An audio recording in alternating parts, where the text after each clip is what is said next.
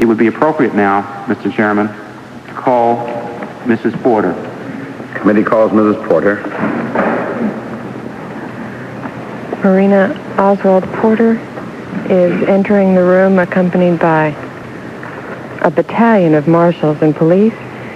She's wearing a beige skirt and is approaching the witness chair. She's a diminutive woman, quite different than the photographs we've all seen of her. Sort of fair hair, not quite blonde, short, cropped around the face. Raise your right hand to the Lord. You solemnly swear the testimony you give before this committee, the truth, the whole truth, and nothing but the truth, so help you God. I do. Thank you. You may be seated. Chair recognizes counsel for the committee, Mr. James McDonald. Thank you, Mr. Chairman. For the record, would you please state your full name? Marina Nikolayevna Porter. And were you one time known as Marina Oswald? Yes, sir. Mrs. Porter, are you accompanied today by an attorney? Yes. And would you please have your attorney identify himself for the record? My name is James Hamilton, and I practice law in the District of Columbia. Thank you. Mrs. Porter, when and where Mr. Hamilton was one of the staff members of the Watergate Committee. I was born in the Soviet Union in the city of Archangel on July 17, 1941. And with whom did you live during your early childhood years? With my mother, stepfather, and my grandmother. Mrs. Porter, could you move the microphone a little closer to you? Okay. Thank you.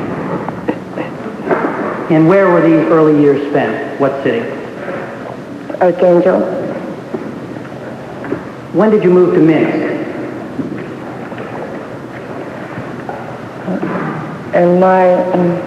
When I was 19 years old, I believe. And why did you go there? I went to live with my aunt and uncle in order to work in that city. And what were their names, your aunt and uncle? It was Ilya and Valentina Prusakova. And your uncle, was he known to you as Uncle Vanya? No, Uncle Ilya. And where was he employed? He was working for MVD in the city of Minsk. And what is that, the MVD? It's the Ministry of Internal Affairs. And what did he do at the MVD? I do not know what he exactly did, except I know he has a profession as an engineer. Did he ever discuss his job with you? No. Did he ever discuss his job at home? No. And he was stationed in Minsk, or worked in Minsk. Did you ever study English in the Soviet Union? Me? No. You never studied in school? No. Mrs. Porter, when did you first meet Lee Harvey Oswald?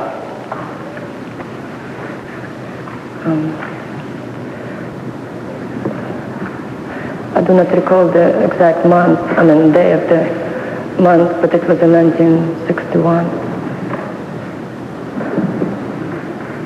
Do you recall whether it was in March of 1961? February or March. And how were you introduced to him? By some mutual friends, a group of students that I knew. Can you recall who introduced you? No. And where were you when this introduction took place? It was at the city dance hall in Minsk. Can you describe for us as best you can your recollection of when you did meet him, what you were doing and who brought you together?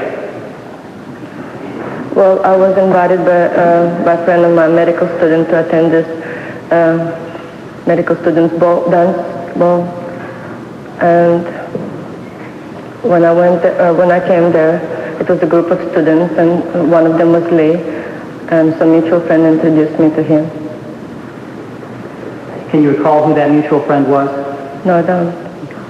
Can you recall what you talked about at this first meeting?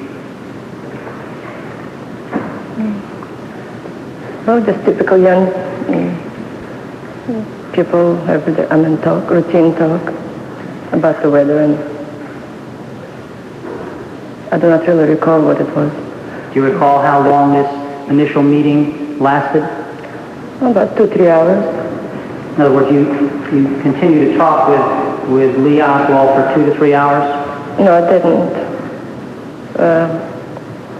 When he asked to dance, we just talked very little. Did he tell you he was an American? No, not at that, not during the dancing, no. At this time, you were speaking in Russian together? Yes, he spoke with accent, so I assume he was maybe from another state, which is customary in Russia. People from another state do speak with accent because they do not speak Russian, they speak different languages. So when you say another state, you mean another Russian state? Yes, like Estonia or Lithuania or something like that. Did you suspect at all that he was an American? No, not at all. Did he tell you where he worked? Not at that moment. Can you recall the first time when you and Lee Oswald had a discussion where he told you about himself? In other words, when was the first time you had a discussion with Oswald where he told you where he was from, told you something about himself? Well, after the dance, we have been invited for tea or whatever, for a little gathering at somebody's house, one of the friends, and the majority of the group went there, and then I found out that Lee was from America. And of course, it was lots of curious people asking questions about his country, and I was one of them. Did he say why he left the United States? Did he tell you or anyone in your presence? I do not recall that. Do you recall asking him why he was in Russia? I do not remember if I asked him in that particular evening. Did he tell you where in the United States he was from? No.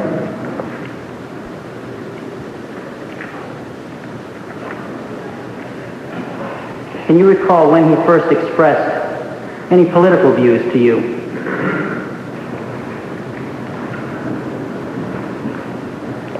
Not really.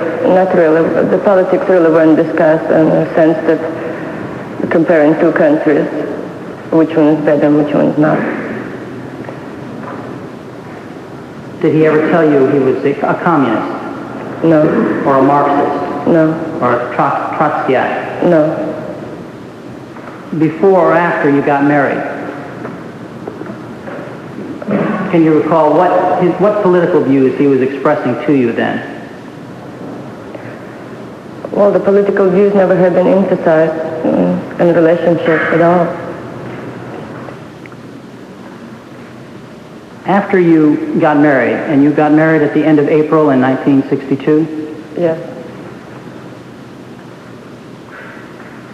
When did he, again I'll ask you, when did he first tell you the reason why he left the United States and came to Russia? Well, I cannot pinpoint exact date, but if I recall way back, in one conversation, they're all together, it came clearly that, pardon me, I forgot, I lost the question. When do you recall he first told you why he left the United States to come to Russia? So anyway, he said that being young, he just wanted to see how, he read some about Soviet Union, and he wanted to see for himself what it's like, life looked like in Soviet Union. Do you recall him expressing dissatisfaction with the United States? No, I do not recall. Not at that moment. I mean, not at the beginning of the relationship, that he was saying something for it or against the United States. You're saying at the beginning of your relationship you don't recall him saying anything for or against the United States? No. When do you recall him first expressing opinions against the United States? After a few months after the marriage, when I found out that he is wishing to return to his homeland, then he starts complaining about the bad weather in Russia and how eager he will be to go back. So, can you recall Oswald expressing at this time, soon after your marriage, but prior to your return to the United States, do you recall him expressing any views about the U.S. and its political system, either pro or con, for or against? No. And specifically regarding John Kennedy? What I learned about John Kennedy, it was only through Lee, practically, and he always spoke very complimentary about the president. He was very happy when John Kennedy was elected. And you're saying while you were still in the Soviet Union, he was very complimentary about John Kennedy? Yes, he was, seemed like he was boasting about how young and attractive the President of the United States is. Can you recall during this time when he ever expressed any contrary views about Kennedy? Never.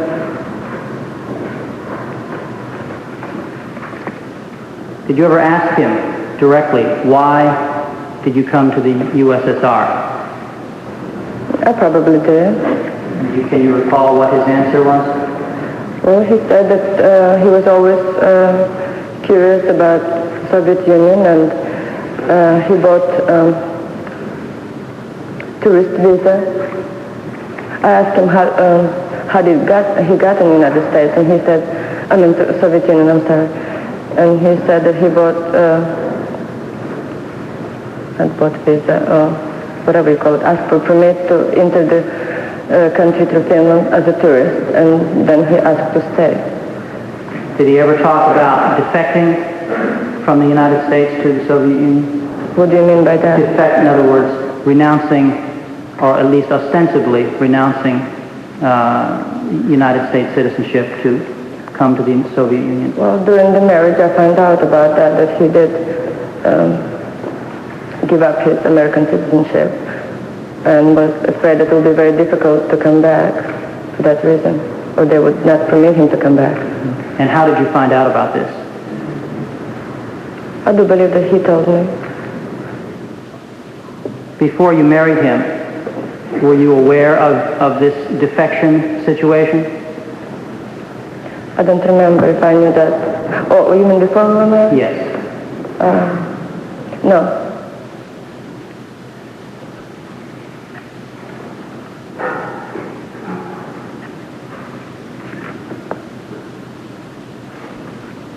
Did Lee Oswald ever discuss with you the various trips he made to the American embassy when he was trying to defect? This would have been before you even met, but did he ever tell you about the different times he went to the United States Embassy in Moscow? No, he did not. What was your first impression of Lee Oswald when you met him? He was polite, neatly dressed, very courteous, well-mannered. He was quite attractive. Did you notice whether he was in the company of other individuals, any friends, the night of the dance? Yes, he was.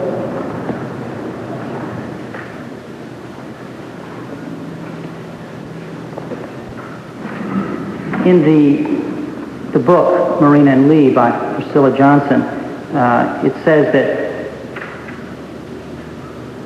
you first met Lee on March 17th, 1961, and on March 25th, a few days later, you received a call to visit him at the hospital because he was sick.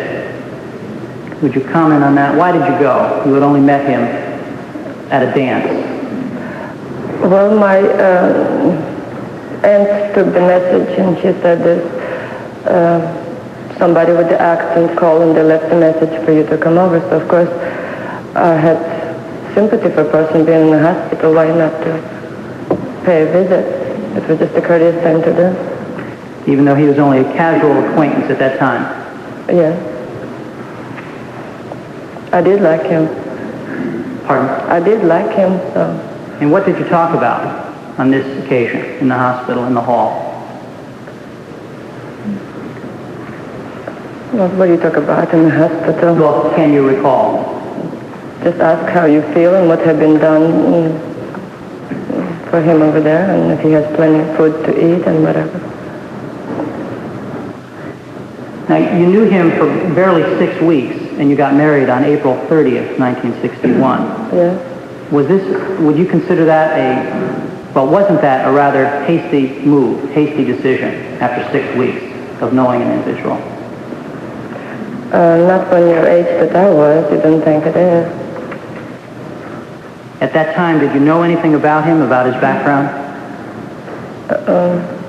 Not very much, except that he's American. Did you know whether he had a family in the United States? I do not recall when I found out that he has brother and mother. At that time when you married him, did you know whether his mother was alive? No.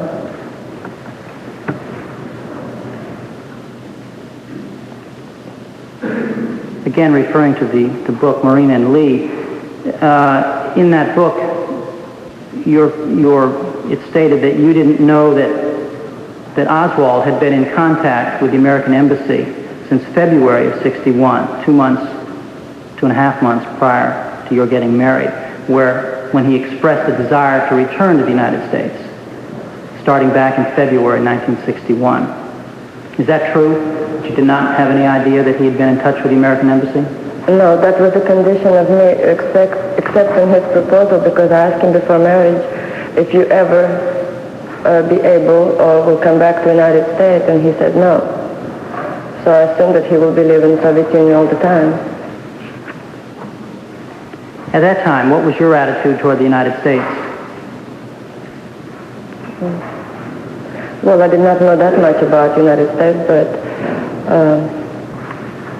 I always was curious to find out about. I did not have any hostility towards the United States. When was the first time you learned that Oswald wanted to return to the United States? Sometime after we were married. A few months later, maybe. You say a few months? Yes. Can you recall how you learned? No, I don't. Please do not forget that it was so many years ago. I understand. But can you try to remember how that would be you're a Russian citizen, and the very first time that you learned that your husband wants to leave and take you to the United States, that would be a significant event. I would assume it might have been even a shocking event to you, to think that you might leave your homeland. So yes, it was. It wasn't a very easy decision for me to make. What should I do? Should I follow him or should I stay at home? But the question was, how do you, as best you can, recall how you learned that Oswald wanted to go back to the United States? Well, as far as I remember right now, I think he just asked me one day or one evening, what would I think if he come back to the United States? Would I go with him? Of course, I told him, so wherever he go, I should too, and I will back him out.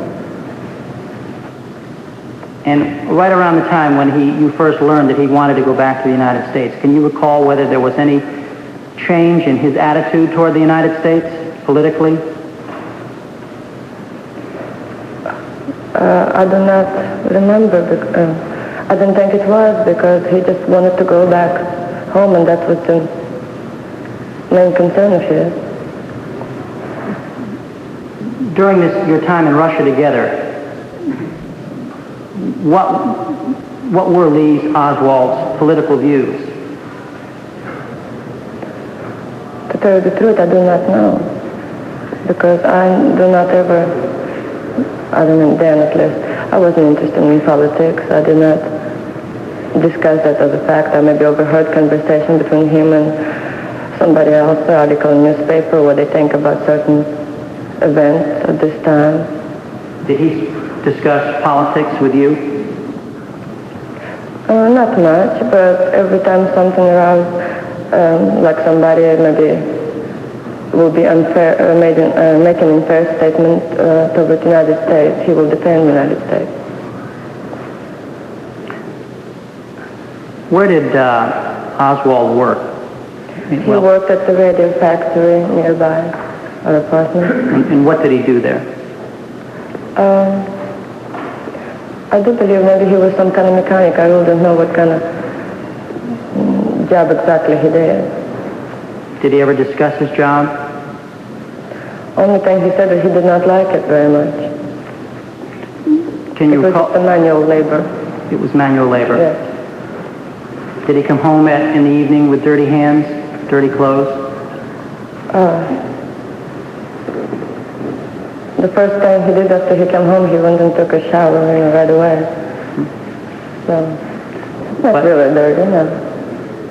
On subsequent nights, I mean, do you recall whether he would come home, you say he did manual labor, were his hands rough and dirt under the fingernails, and generally did it look like he was doing that kind of work? Well, not really. How about his clothes? Did he have a special set of work clothes? I don't remember. I think he did, but I would not recall exactly. Who were his friends during this time in Minsk? Well, he really did not have very many friends. I do recall one young man working with him. His name was Pavel Golovachov, and he was around our house quite a lot, and they spoke English. So for this young gentleman, it was a good practice. Was this individual Pavel Golovachov? Yes. Would you consider him Lee's closest friend? I think so. When was the first time you met him? I do not remember if I met him before we were married or shortly after he came by the house. Did he work with Lee at the radio factory? Or I even went out that he was invited to the wedding as a friend of Lee. How often, do you recall when you first met him? Pardon me? When did you first meet him, Pavel Golovachov? Well, like I said earlier, I do remember maybe it was when he was invited to the wedding on April 30th. Okay, that was the first time you met him. I assume by now. Okay. Did you get to know him well? Fairly well. Did he come over to your apartment? Yes, he was a very nice boy.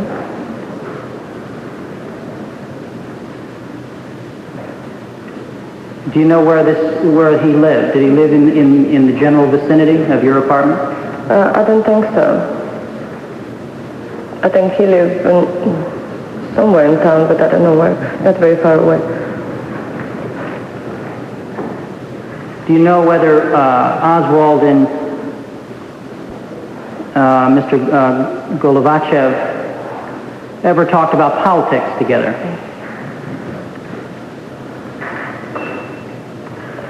I really don't know because they spoke in English. They spoke in English? Yes. And why did they do that? Because Pavel Golovachov was studying English language, and not very many people you can speak the language and with. So he said it was a good practice for him being around Lee. Do you think this was one of the reasons that he befriended Oswald to perfect his language ability? It could be, and he was interested about the United States, for sure, and they talked about, compared the life. Do you know how they met, how these two individuals met? No, I don't.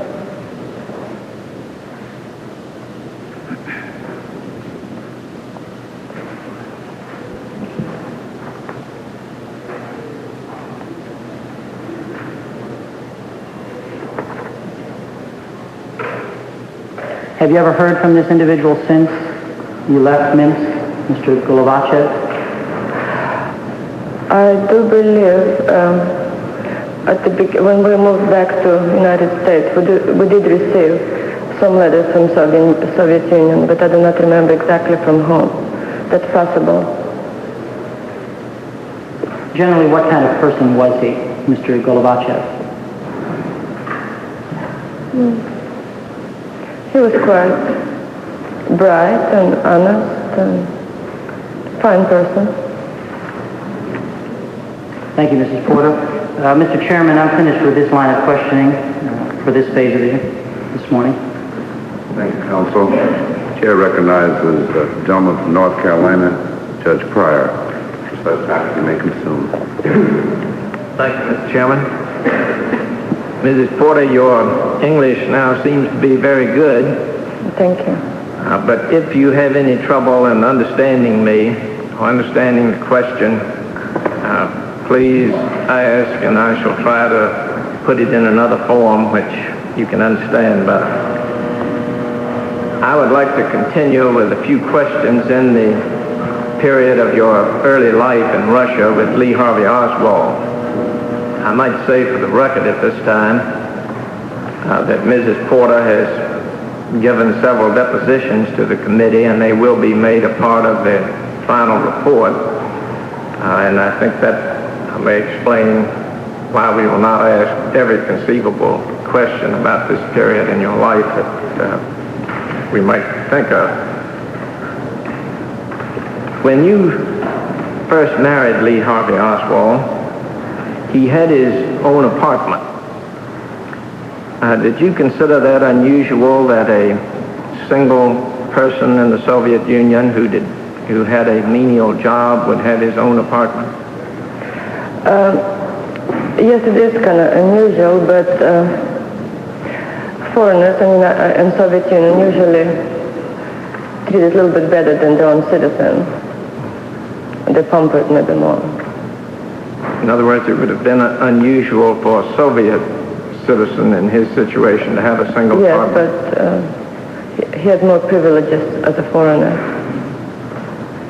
Were the type of privileges he had and the type of apartment he had like those that other foreigners would have had?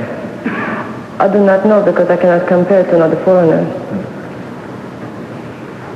But it was the practice that foreigners had better housing accommodations. That's what I heard. Than Soviet citizens. When you were living in the apartment, did Lee ever have visitors whose identity was unknown to you? That is, did anyone visit you apart from your normal friends? Someone who was a stranger to you? No. Was Lee secretive during this time? Do you understand what I mean? I think so. For example, he will be writing something on a piece of paper and it will be in English, and if I ask him what it was, he would not talk about. Was he devious by that? I mean, would he say, for example, that he was going one place and you learned later that he'd gone to another place? I do not understand the question. What devious means, I don't know. Perhaps the word deceptive. Was he deceptive to you? Did he say to you he would do one thing and you later learned he did another thing? Not that I know of. Not at that particular period of my life. At this period of your life, did he ever act violently in front of you? No. Did he ever mention to you that he had contact with the KGB, the Soviet intelligence agency? No. In your deposition, one of the depositions you gave the committee, I believe you stated that you both assumed that the KGB was observing you. What is the basis for that conclusion? Well, from Russian newspaper, you assume that they don't print exactly what's going on in the United States, and act like they maybe mistrust them. So it wasn't surprising for them to keep eye on the foreigner. Have you personally ever had any contact with the KGB or the MVD? I lived in an apartment with lots of people. The neighbors were working for the same, how you call it? Same, not organization, but they worked for MVD. There were different professions, doctors and whatever. And of course I know them as a neighbor. But as far as you know, you had no contact with the KGB or the MVD on any sort of official business basis. Did you say official?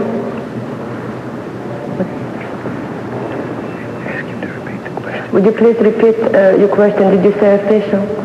As I understood your answer, you stated that some of your neighbors may have been connected with the KGB or the MVD. I know they work for it. Work for them. But that your contact with them was as neighbors. Yes, and sometime in my life I had to go over there and talk to the men in MVD when I was applying for a visa to enter to leave Soviet Union. Did you and Lee think that your apartment was bugged? Yes, we did. Why did you expect a bug in your apartment? Well, because I do not even know if bug will take any electricity, but our electric meter will be running when you turn all electrical appliances off, and will be moving. So we did not know what the reason for that was, except we assume we had been watched. And another assumption is that it's quite customary in Soviet Union to keep eye on somebody. So that you say it was quite customary to bug foreigners in this situation? I'm not really making that exact statement. I might heard gossips about, and I knew that they do watch foreigners. Did Lee ever tell you why he thought he was allowed to stay in the Soviet Union? I do not recall if he said why. I do not recall it now. Why did you think he was allowed to stay there? Since he was uneducated and was not a scientist or not in that category of foreigners whom would normally be welcome to the Soviet Union. When I found out later during the marriage that he gave up his American citizenship and asked for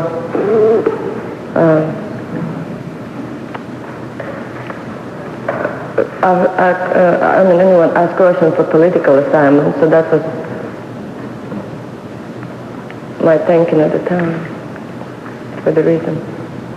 Did Lee have a rifle, a gun, a rifle while he was living in Minsk? Yes, he did. Did he hunt with it? If so, how often did he go hunting? Not during our marriage, he didn't, but he did belong to a hunting club, and he said that he did previous to our marriage. And did I understand you to say that after your marriage he did not go hunting? Not that I know, I remember right now. I don't recall that at all. Did he often take the rifle out and clean it or look at it or examine Yeah, it? occasionally he did that. How were you employed when you first met Lee? I do not hear you. Sorry. What was your work? How were you employed when you first met Lee Oswald? I was a pharmacist and working at the drugstore in nearby hospital. You mentioned earlier that after you were married, you and Lee thought the apartment was bugged. Did you think that your mail or Lee's mail was being opened? We assumed that it was. The letters are censored. Was They come there- from foreign countries. Did Lee ever say anything about his mail being tampered with? That is, that an envelope had been opened and resealed, for example? I believe he did. Can you recall anything about that occasion? No, I don't, but since you mentioned it does ring a bell that maybe it did happen on one or two occasions. Did you feel that you and Lee were being watched? That is, did you see any strange men outside of your apartment who appeared to be loitering near your apartment? I don't remember right now.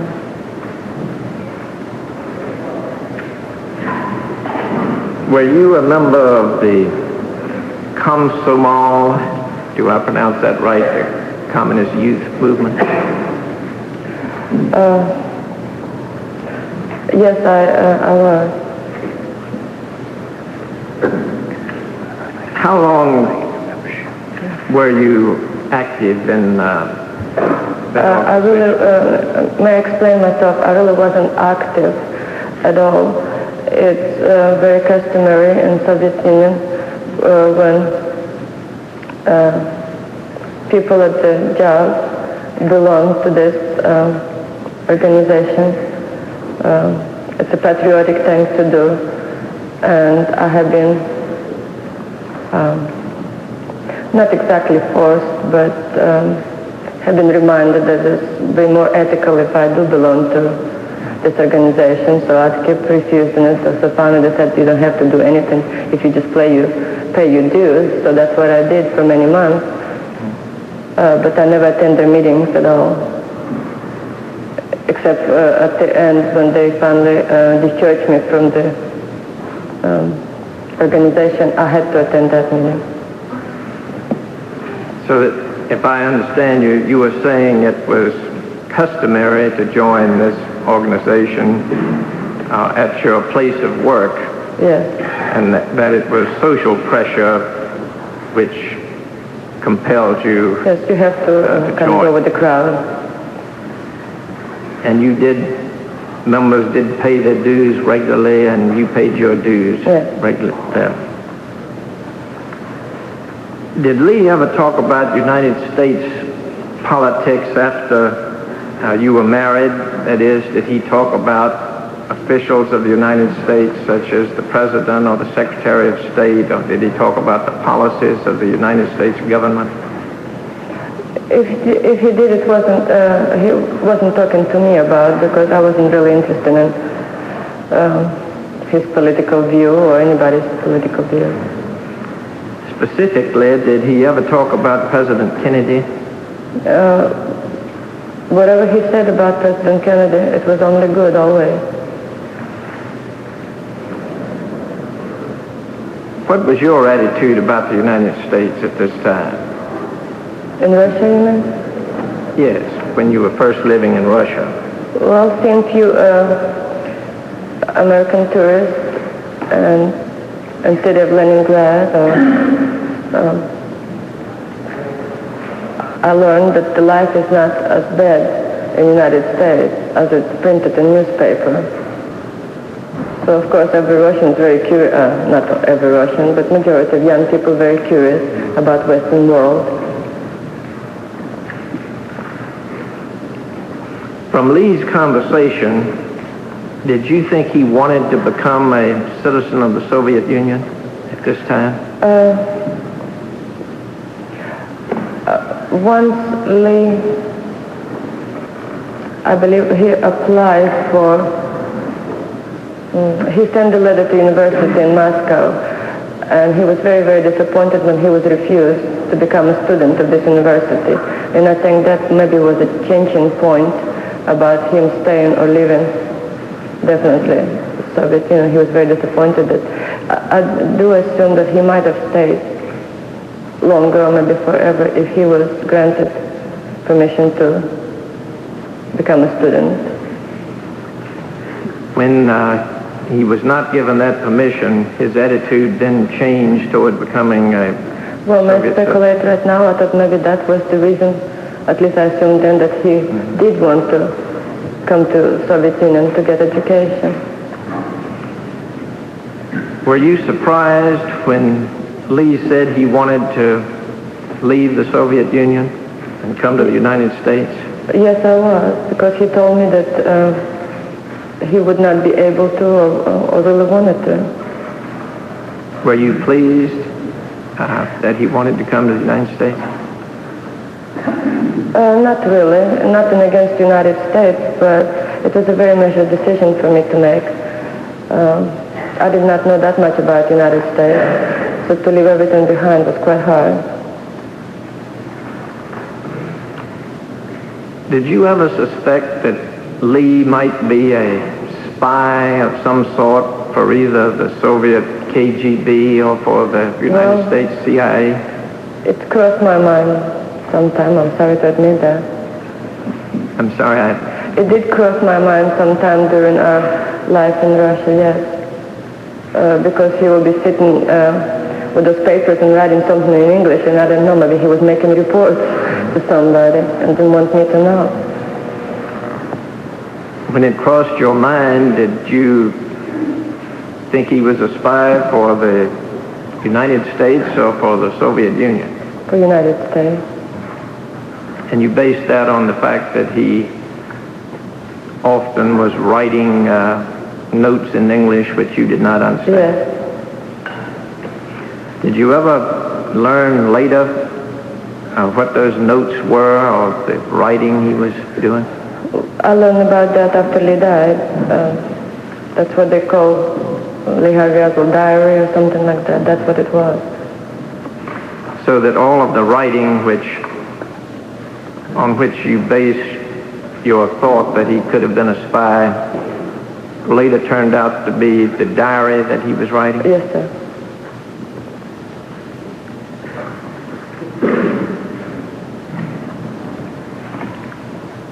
I mentioned earlier the Komsomol, the Communist Youth Organization. I believe you were expelled from that organization. Would you explain to us why that happened? Excuse me, I did not understand the end of your question.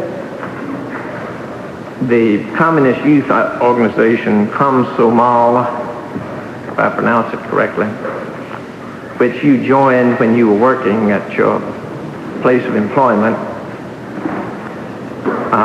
Later, you were expelled, that is, removed from that organization, kicked out, we might say, in this country. Would you explain to us how that happened? After I married Lee, the atmosphere at work was changing. I mean, I was aware then more so who's my friend and who is not. Few people were kind of act quite cold towards me, and the pressure at work was put that I at some time felt like I was a traitor, a married foreigner. I should not belong to this organization. So that the fact that you were married to a foreigner was the principal reason that you I believe left the organization. When you were in the Soviet Union at this period, did you ever hear President Kennedy speak over the radio? Yes, I have. Did you ask me if I heard or Lee did? Well, first I will ask if you heard. Yes, I did. But of course I could not understand what he was talking about.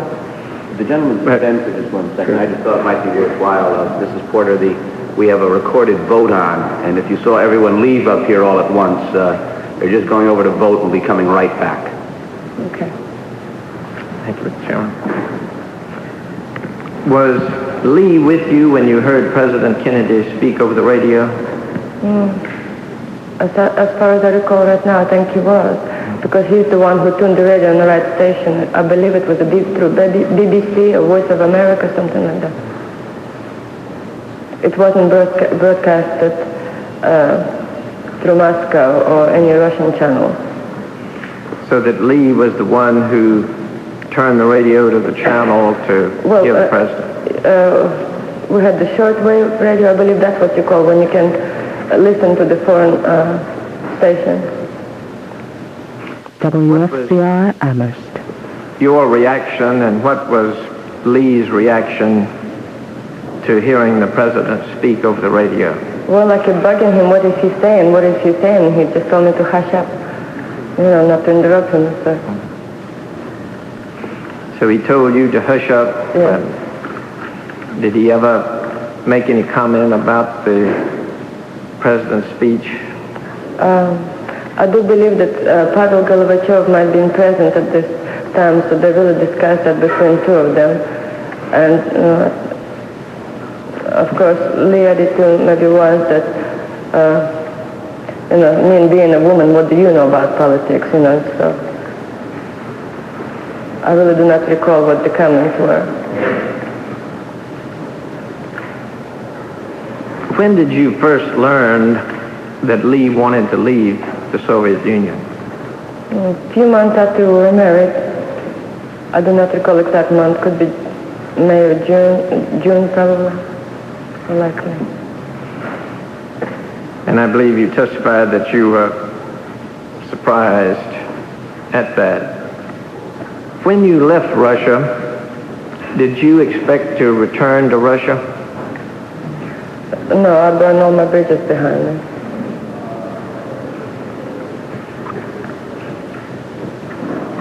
So that you did not expect that you would return either with Lee or alone? No. What was the reaction of your family to your leaving the Soviet Union? Well, they were very, very upset for me making the decision of leaving the country. My uncle was worried about the farewell of his family, and he was even afraid that he might lose a job on that account, being related to me. When you arrived in New York from the Soviet Union, did Lee bring his rifle with him? I don't remember. I don't think he can go through the customs with the rifle. You did go through the customs in New York? Yes. And as far as you know, no rifle was found or no comment was made about a rifle at that time? Not that I know. Did Lee seem pleased to be back in the United States? I think so. He was a little bit disappointed when no reporters show up to greet him at the airport, because he told me there's going to be a whole bunch of them. Before you left Russia, did Lee say where you would be going in the United States? Yes, he said that he has a brother living in Texas, in Dallas, or Fort Worth. Was that why you were going to Texas? Yes, sir. Because of his relatives living there? Yes. Did he mention any other place in the United States where he might like to live? Oh, he also told me he has relatives in New Orleans, so we might live there sometime. When you arrived in Texas, who met you at the airport? Robert Oswald and his family. Did you meet any of Lee's friends in Fort Worth, apart from his brother? I don't recall. I don't think so. Where were you staying in Fort Worth? We stayed for a while with his brother. While you were there, did any friends call Lee on the telephone? Not that I know of. Do you recall whether he called anyone to say he was back in the United States? Well, I did not speak English at the time, sir. If he used the phone or somebody called for somebody, I wouldn't know about that, unless he told me. At that time, you and Lee conversed, discussed only in Russian. Yes. At this time, when he first returned in Texas,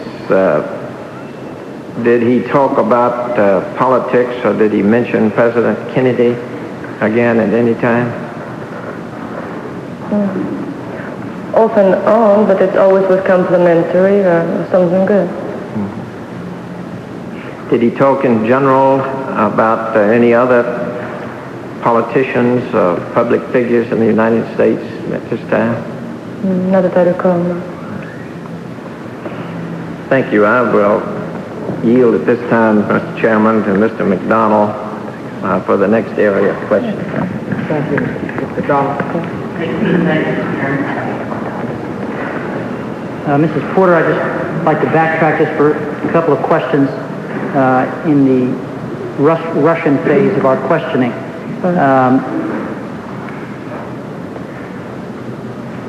During the time you mentioned earlier, because of the way he was writing in English in a book, that you suspected perhaps he was a spy or something of that nature. Did he ever act suspiciously in any other way? In other words, did he ever go out at night, meet individuals unknown to yourself, act in any other manner that you would... No, it's customary in Russia to go for a walk after dinner, and if I want to, I can go alone, or he might go visit some friends, and I took his word for it. He said if he goes see Pavel for a while, that's just fine with me.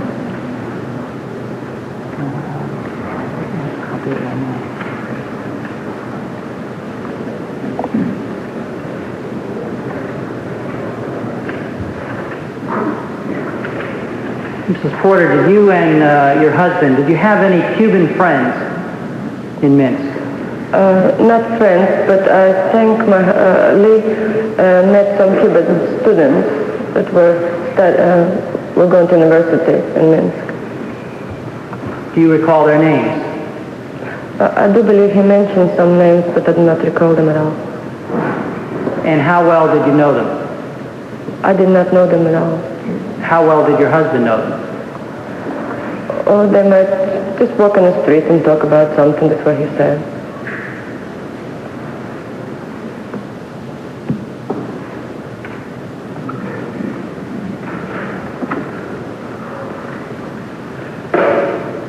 You say they came over to your apartment?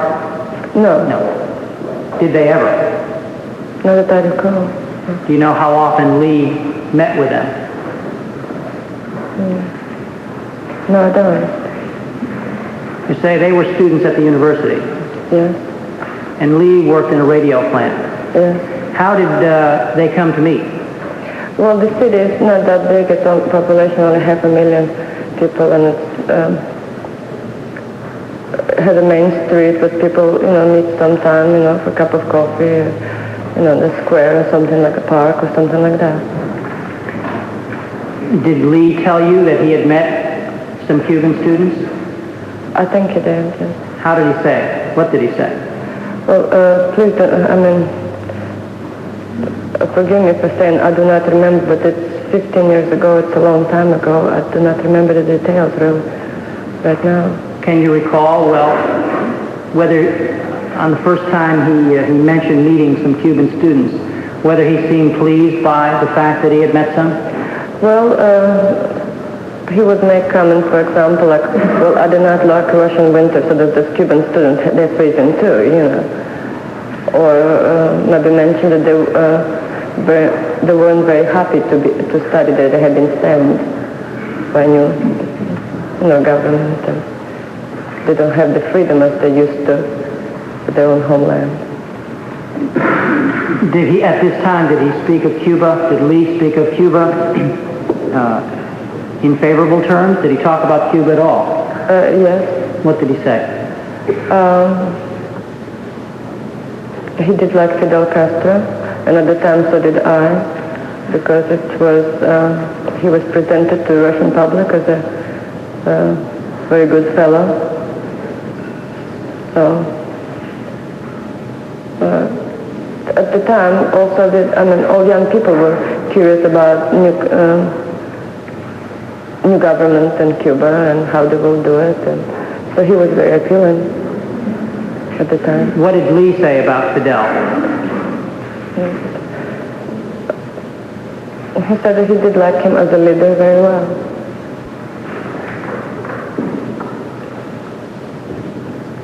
Do you know how often, after Lee met the Cuban students, do you recall whether he met with them frequently or met with them at all?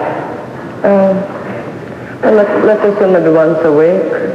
Sometime, maybe he doesn't see them for 2 weeks and stumble over, or maybe have special date and they go to the movie or whatever. Mm-hmm. Where were they meeting? Do you know? Usually on the street or in the park somewhere, or on Main Street. Do you know in what language they were speaking? Well, I really don't know how did they communicate. It's never occurred to me. Mm-hmm. Maybe the students spoke English, could they? Okay, is it your... Lee did not speak Spanish,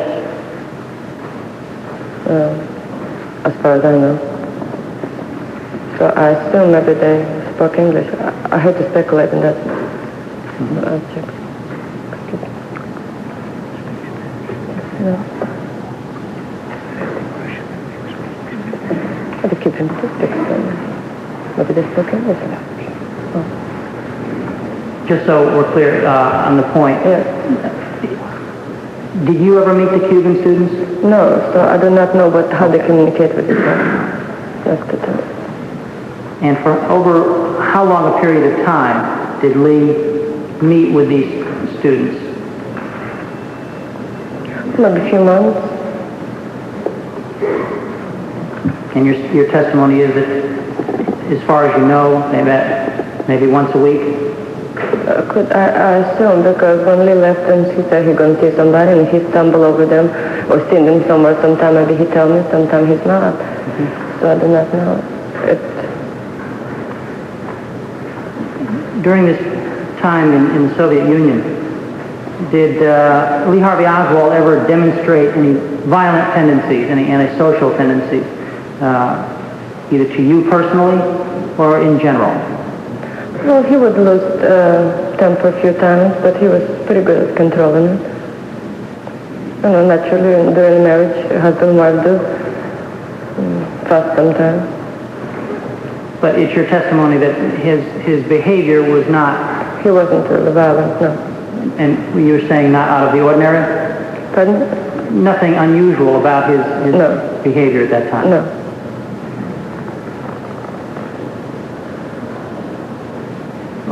Mrs. Porter, going back again to your first few days and weeks in Texas in 1962, when did you first, well, this may not apply just to them, when did you first learn about Oswald's mother, Marguerite? I learned about her in Soviet Union because Lee was corresponding with her. I'm sorry, I didn't... After we were married, Lee and his mother corresponded with each other. And you were not aware of her before you got married? No. And what was your reaction when Lee told you that his mother was in fact alive? What was my reaction? No, I really didn't have any reaction. It's wonderful that he had a mother.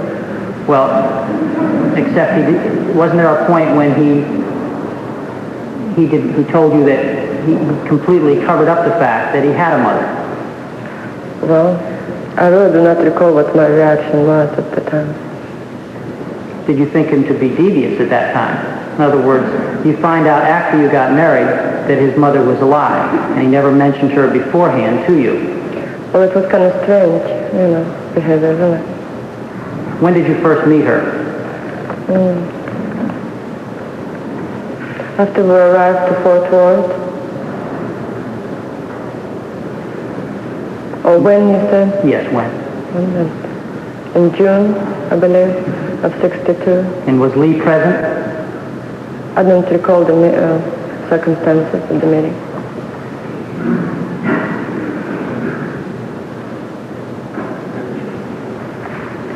Did you know George de Mohrenschildt? Did I know him? Yes. How did you know him? He was one of the Russian friends that we have right here, Russian immigrants. When did you first meet him? I do believe in 1962, shortly after arrival to the United States. And what were the circumstances of your first meeting with George de Mohrenschildt? First of all, where were you? I assume right now, as I remember right now, I think we had been invited for lunch or dinner at some Russian friend's house, and lots of Russian people did come, and that's how we met. Do you recall whose house you were at? I do believe Anna Miller, but... Anna Miller? Anna Miller. And that's how I remember right now, as I met George de Mohrenschildt. Maybe I met him, maybe he came to our house. I do not recall right now exactly. Well, do you recall on the first occasion you met him, was his wife present with him? I don't remember. Was Lee present when you met? It probably was. Was that also the first time that Lee ever met the Mohrenschildt? I don't remember really. If we met him together or he met him previously, I do not recall right now at all. What did Lee say about George de Mohrenschildt? He did like him very much, so did I. Did he like him from the first time you met him? In other words, is it, in remembering back, did it appear that the first time you met him was the first time Lee had met him as well? I don't remember how we met him together or somehow separate. But I know for a fact we both liked the man very well. What did Lee say about him? Good fellow Jerry, I guess. Why did Lee like him so much?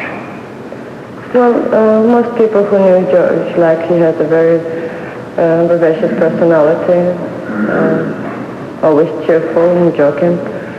He was very pleasant to be around. Did he like Lee? Well, I assume at the time that he did. When they spoke, did they speak in Russian or in English? In Russian and English both.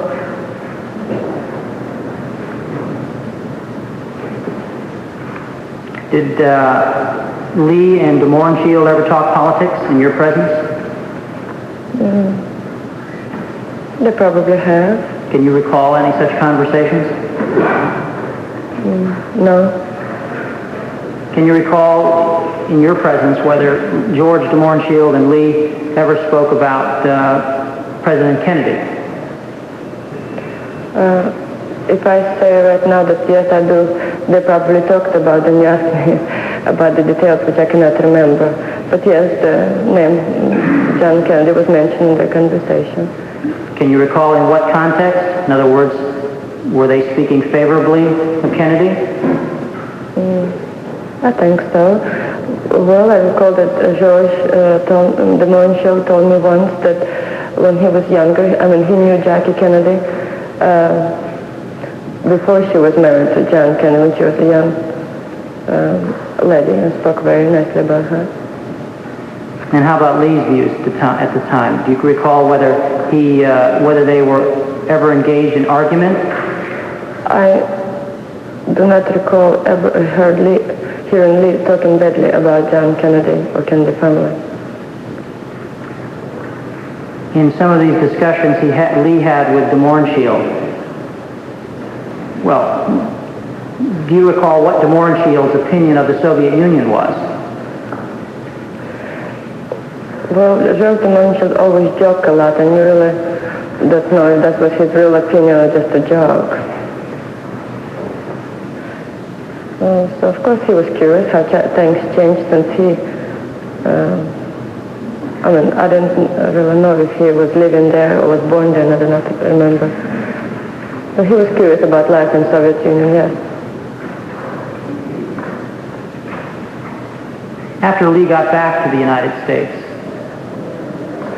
what was his opinion then of the Soviet Union?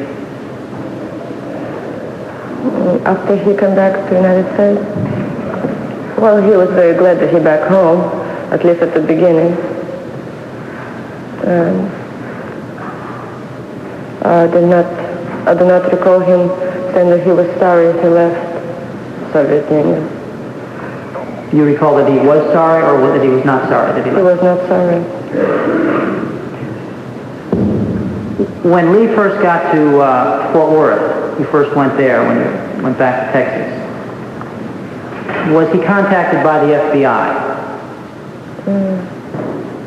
That's what he told me, that the gentleman who wanted to talk to him, who came along, was FBI agent. That's what he told me. Well, when did he tell you about this? After living with Robert for a while, we moved on our own when Lee found a job. And one afternoon, some gentleman came knock on the door. And this is Robert Oswald, his brother. You're saying living with Robert? Oh, yes. Okay. And Lee went outside and talked with this man, and when he came back, he told me that was the FBI were bugging him, asking questions about, Soviet Union and things like that. What was Lee's reaction? How did he appear to you when he came back in? Well, he was very, but quite angry about. He told me that it would be very difficult for him to find a job or keep a job if they keep bugging him. How many agents came to the house? I do not really recall, maybe one or two. But you were home at the time. You were there. Yes, I was busy in the kitchen. Did they come to the door and ring the doorbell or knock? I don't recall right now. They probably have. Were they requested to come inside, or did they ask to speak to Lee outside? I do not know what they said because I do not speak English. So whose initiative was about going outside to speak in the house, I do not know. And where did they speak? Outside. In what, a driveway, a sidewalk, front yard? On the sidewalk, I believe. And how long did this meeting take place? It was quite a long time. I assume by now maybe 30, 40 minutes, maybe an hour.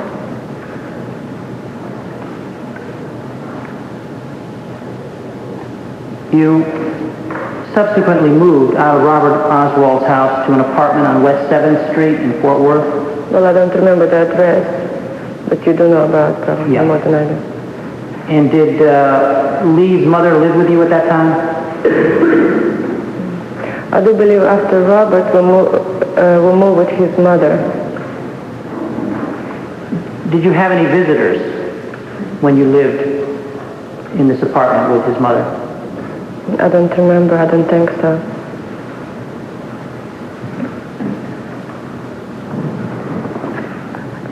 Did Lee Oswald's what was his personality like upon getting back to the United States, comparing it with as you knew him in the Soviet Union? He had a hard time to find a job at the beginning, and little by little he became a little bit more sour. Mr. Chairman, could we break for 5 minutes, please? The chairman has just gavelled this session back to order.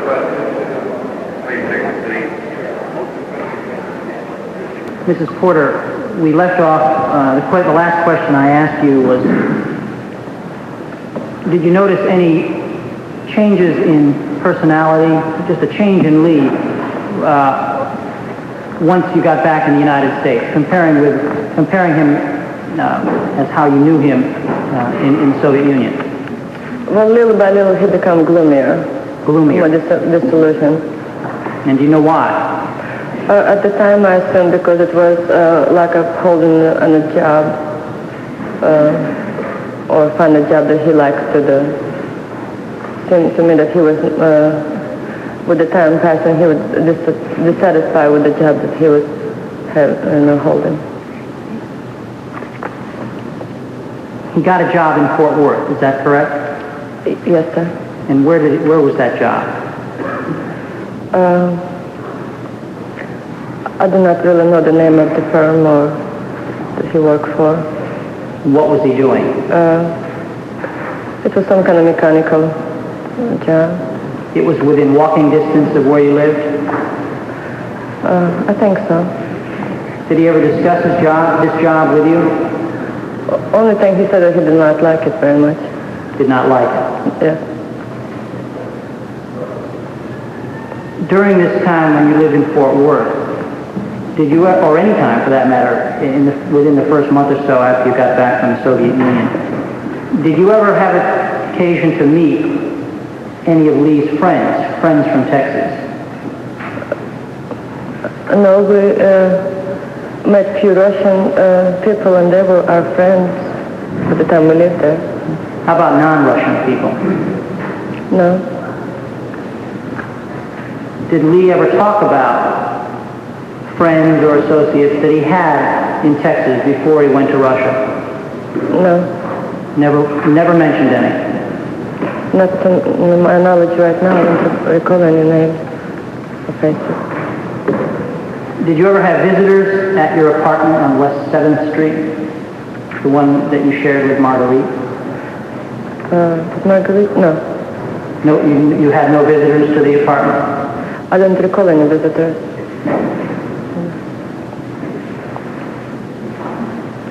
Did Lee read books often? Yes.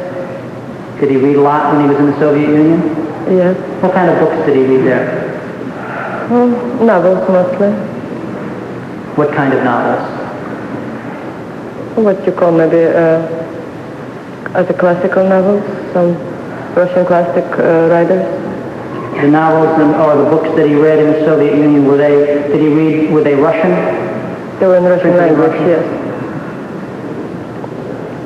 How about when he returned to Texas? Did he continue his interest in reading? Yes. And what kind of books was he reading when he returned? Oh, well, he had access to the library and whatever books he brought, they were in English language, so I don't know the title of them, but he brought some Russian books for me to read too. Did he read any books of a political nature? If he did, I do not know about. Did Oswald talk about politics very much during this time in Fort Worth? Lee really did not discuss politics with me. If I ever heard some conversation with somebody else, just bits and pieces, I have to paste them in my memories right now to give you the tone of the conversation. Who did he talk politics with?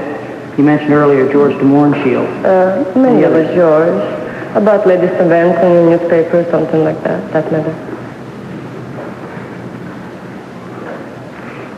Up to this time, and we're only talking up to this time in Fort Worth, on your early arrival, had you ever heard Lee ever mention in discussion, or did you ever overhear him talking with anyone about assassination as a political act?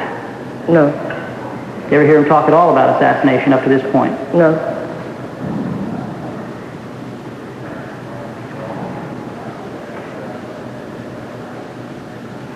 What was Lee's relationship with the the Russian group of individuals in the Dallas-Fort Worth area? What was Lee's relationship with them? Seemed to me at the beginning he was quite eager to meet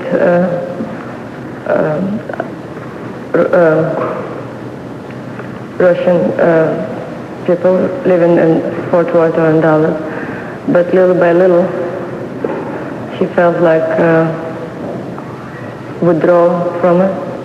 He felt like they have too much influence on me, or I don't think that he felt very comfortable around. Was it your understanding that he knew any of these individuals before he went to the Soviet Union? No, I don't think he knew them before. But he met them after he returned? Yes.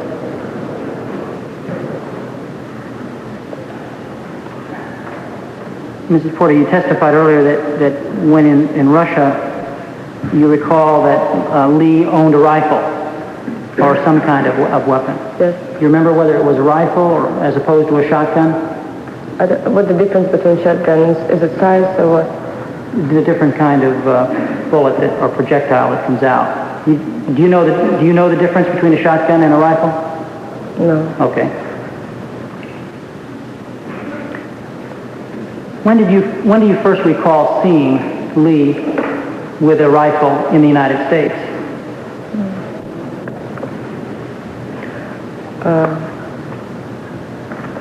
I cannot pinpoint exact month or data of any kind. Where did you first see it? I do not remember where or when, but I can say that Lee did have a rifle during life in the United States. Do you know whether it was the same rifle that he had in the Soviet Union? Well, logically it cannot be, because you cannot go through the customs without declaring on the rifle. I would not really know. Okay. Mr. Chairman, let the record reflect that Mrs. Porter was unable to identify Lee Harvey Oswald's rifle, which was marked CE-139 before the Warren Commission. She was unable to identify it in 1964 when she testified before the Warren Commission, and consequently, we will not show it to her today, since such a showing would serve no useful purpose. Thank you.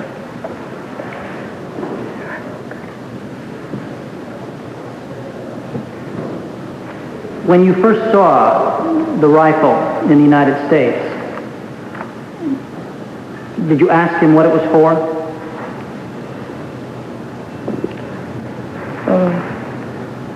I don't remember what I asked him about. I know I wasn't pleased of having a rifle in the house. What did he say about it? Well, in the matter of, that's a manly thing to like or something like that. Most men do like to hunt or do like to play with the rifle.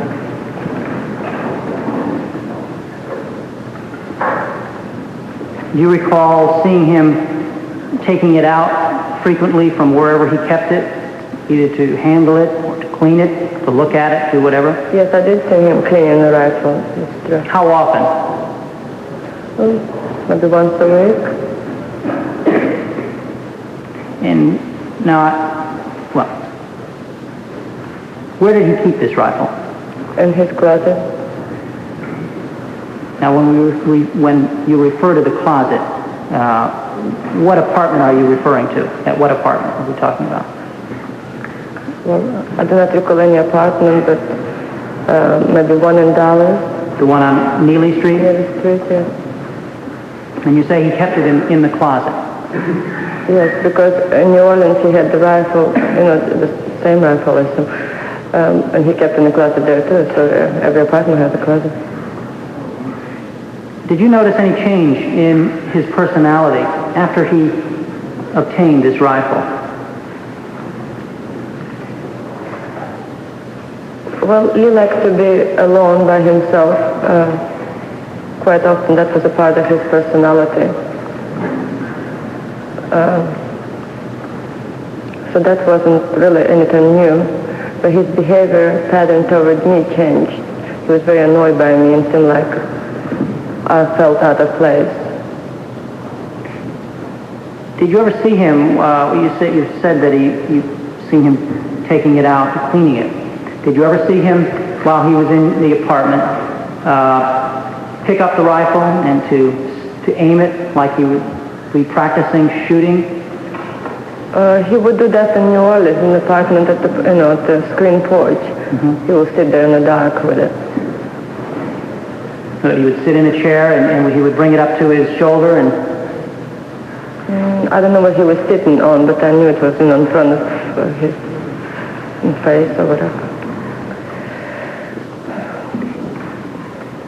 Do you recall when you first saw this rifle in Texas, whether it had a scope on it? I would not remember that at all. Do you know what a scope is? Well, I learned late, since all this happened, what the scope is. Okay. But I don't know that much about rifles. Well, nothing at all. No. Thinking back, can you recall whether the rifle had a scope on it? It would be attached to the rifle. Can you recall? No, I don't.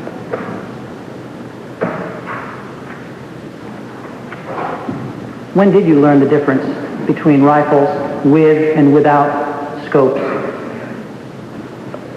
I really did not learn the difference. I just know what the scope more or less is right now. Okay. That it's attachment that make it target more visible. But did you know then what a scope was? No. Would it be your testimony that, well, is it your testimony? Strike that.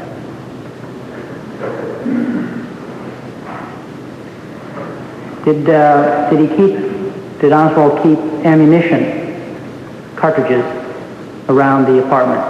Yeah, he kept rifle and I guess ammunition, what you call it, all together. And I wasn't fascinated by rifles, so I never took any interest to look at it or see what it looks like. So I just simply ignore it most of the time. Do you recall when he had these times when he had the rifle out, whether you say in New Orleans he would sit on the screen porch? Yes. And we're referring to the Magazine Street Yes, sir. apartment. Do you remember what he would do? I mean, you say you don't know whether he was sitting. Is that your testimony? Well, it was usually after dark. So if I go over there and, just see that he's there and I come back in the apartment. So I just knew he was there with the rifle, and he always, and most of the time he said, just leave me alone, That's what I'll do. Can you recall overhearing the sound of Lee handling the rifle? In other words, do you recall that when he would be sitting on the porch, you recall loud sounds of what would be moving the bolt, where the action on the rifle was? Well, I do not recall right now.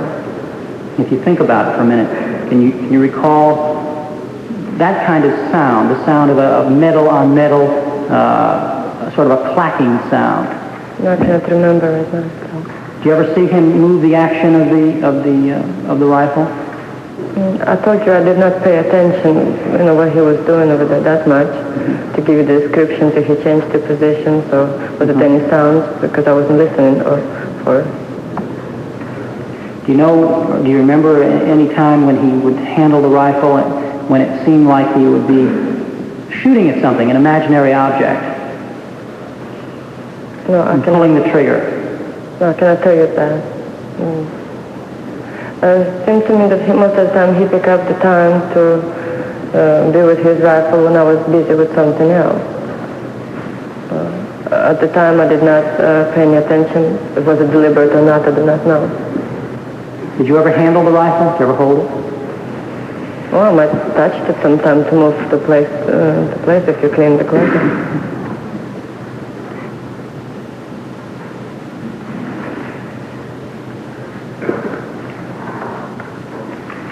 Did you ask him where he obtained this rifle?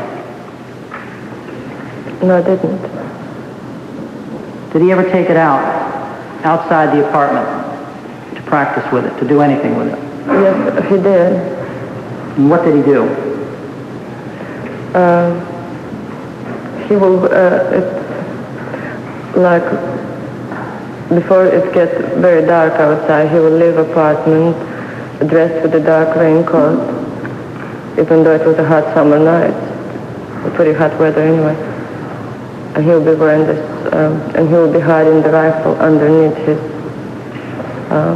raincoat. And he said he's gonna do target practice or something like that. And how long, this was one occasion you're talking about with the raincoat. That's several occasions, maybe more than one. Did the same thing on several occasions, put the rifle, yes. Put the raincoat on and then the rifle under the raincoat? Yes.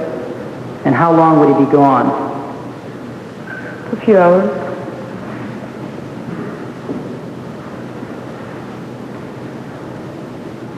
And what did he say as he was going out to do this? Did he have any specific comment? Did he tell you any reason? Well, he said that it's a practice range somewhere, apparently.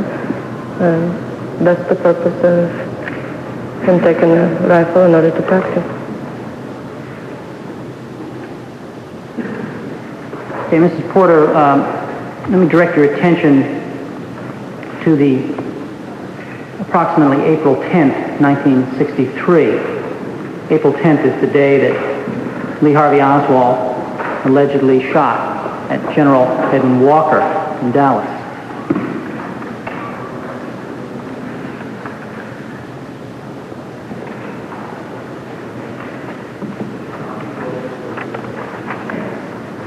But before I get to that specific question, let me ask you one further one just in general about the rifle.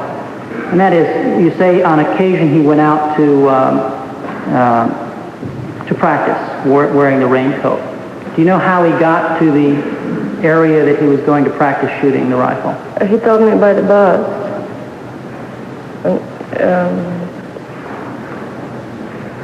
Thought that it was kind of a little, would be suspicious for the people in the bus to see him wearing a raincoat, you know. That's what he told me, that he took a bus. When he put this raincoat on over and had the rifle underneath, could you see this rifle? Could you see it?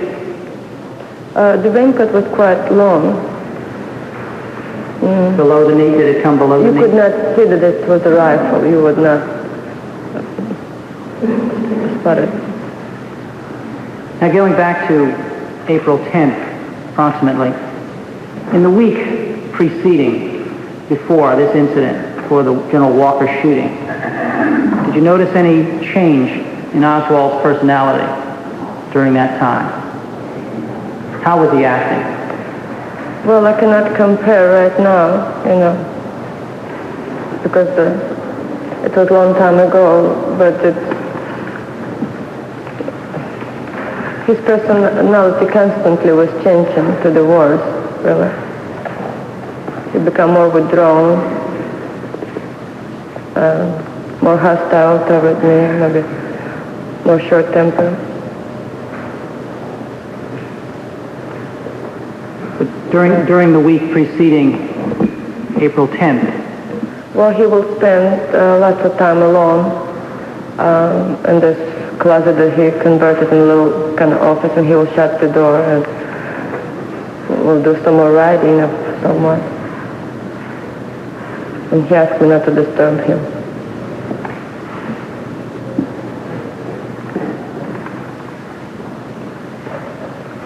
Directing your attention to that day, April 10th, 1963, would you tell us what happened? Well, I cannot remember, the timing and all the very vivid details of the day. I just can state it that that particular night he did not come home till very late. And when he did not come at regular time, I was worried about him, so I found a note addressed to me, what to do in case if he did not come home. Of course, I was petrified and nobody I can turn to. But then later that night,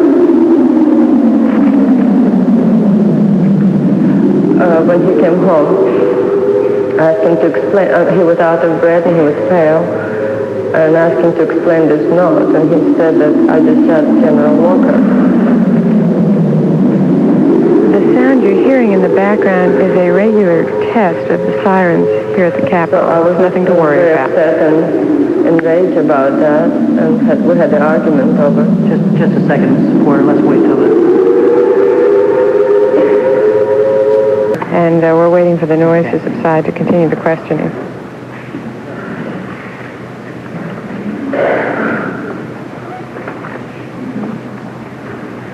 The crisis seems to have passed. We're now just waiting for counsel to resume. Just 1 minute,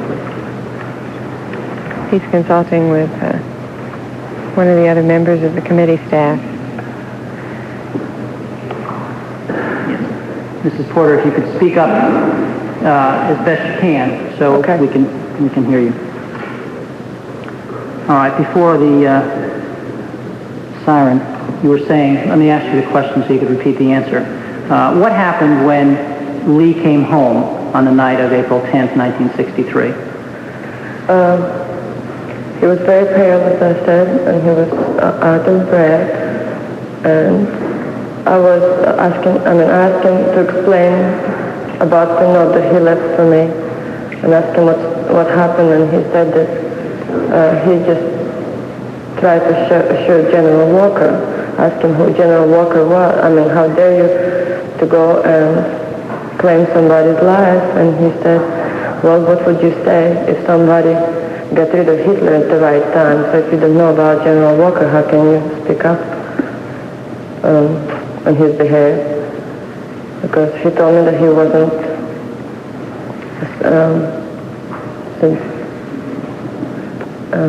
just a minute for his discussion. So he was something equal to what he called him a fascist. That's what his description. Did he turn on the television? Did he try to listen? He did not have television. He turned on radio later on, listening to the news, and it wasn't nothing else. How was it? You say he was pale. Yes. Was he? Did he appear nervous or distraught? I don't know what distraught means. Well, was other than being pale in color, did he have any other characteristics, physical characteristics? Did he seem to be shaking or extremely nervous? Yes, he was extremely nervous. Yes. Then when he heard in the news that General Walker wasn't killed, he was kind of angry that he missed it. Now, you say he returned late that evening. Do you recall seeing him go out that morning, the morning of April 10th? I don't remember. I probably have. But it's your testimony he did not come home after work before going out to try to shoot General Walker. I really do not remember right now. He didn't come from work, or maybe he left and didn't come back late. Well, do you recall seeing him leave the apartment with the rifle around April 10th? I don't remember, I'm sorry. WFCR Amherst. About what time did he get back? I don't remember the time. Well, was it Quite early? late. Pardon? Pardon me? Was it early in the evening? Late in the evening? I assume it's very late in the evening. Okay. Do you recall, did he come in with the rifle? No. You specifically remember he did not have it? Well, as I recall right now, I think a few days later, or the next day or 2 days later, he went and brought the rifle back in the house. How did he bring it back? How did he carry it? Well, the same way he was taking it out with the raincoat on. With the raincoat. Yeah. Is this the way he would normally take the rifle out of the Neely Street apartment? Under the raincoat? When he went, as he said, target practice. Yeah. That usually was the procedure. But concerning the General Walker incident, do you remember the night he came, that night when he came in pale? And did he come in, did he have the raincoat on? I don't remember, but as I recall right now, I think that he went and he hidden the rifle somewhere else. He told you this? This is what I try to remember right now. I think that's what it was. Did he seem pleased when he got home? Pleased with what?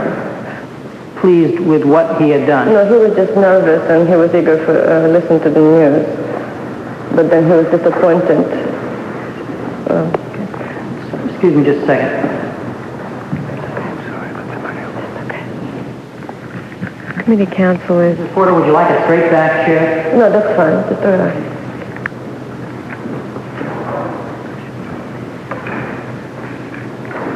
He's just Now, waiting to... you mentioned a note. He left you a note. Yeah. Okay. Where was this note left? I don't remember right now, but I think it could be in the closet on the table there. I'm sorry? Maybe it's in the closet and above his shelf or something like that. You found this note before he returned? Did you find it before he returned? I think so. Okay. And what did it say? It's what for me to do in case if he did not come back home. And what specifically did it say? Well, it was a key to the mailbox, post office mailbox, I think. I really don't remember what the note exactly said right now. Was it written in his handwriting? Yes.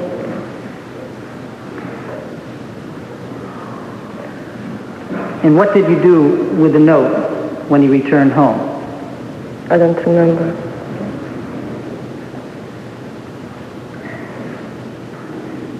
Is that note in existence now? I don't know. Did Lee have a notebook, a book that he used to keep writings in regarding General Walker? I think so. What do you remember about it?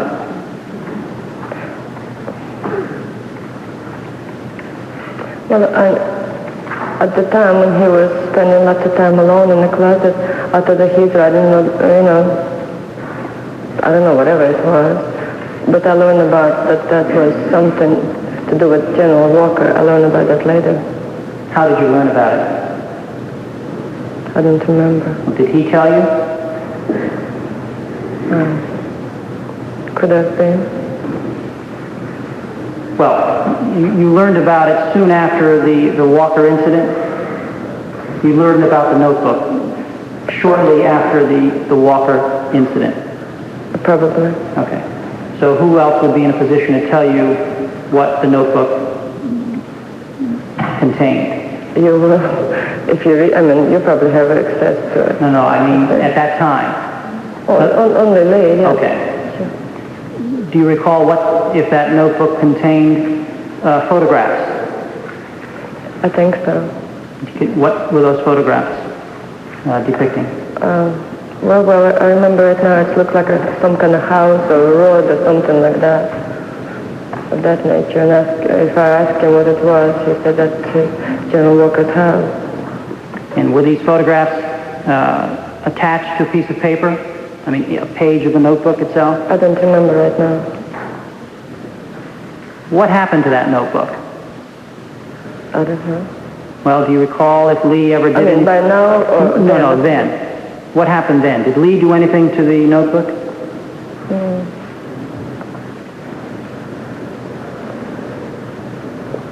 Well, it's a possibility that maybe it was destroyed.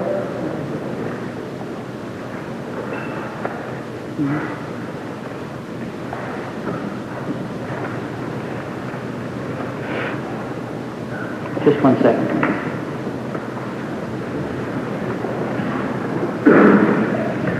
Committee counsel is conferring with other staff members, going over some documents, trying to figure out, I suppose, what they should ask about next.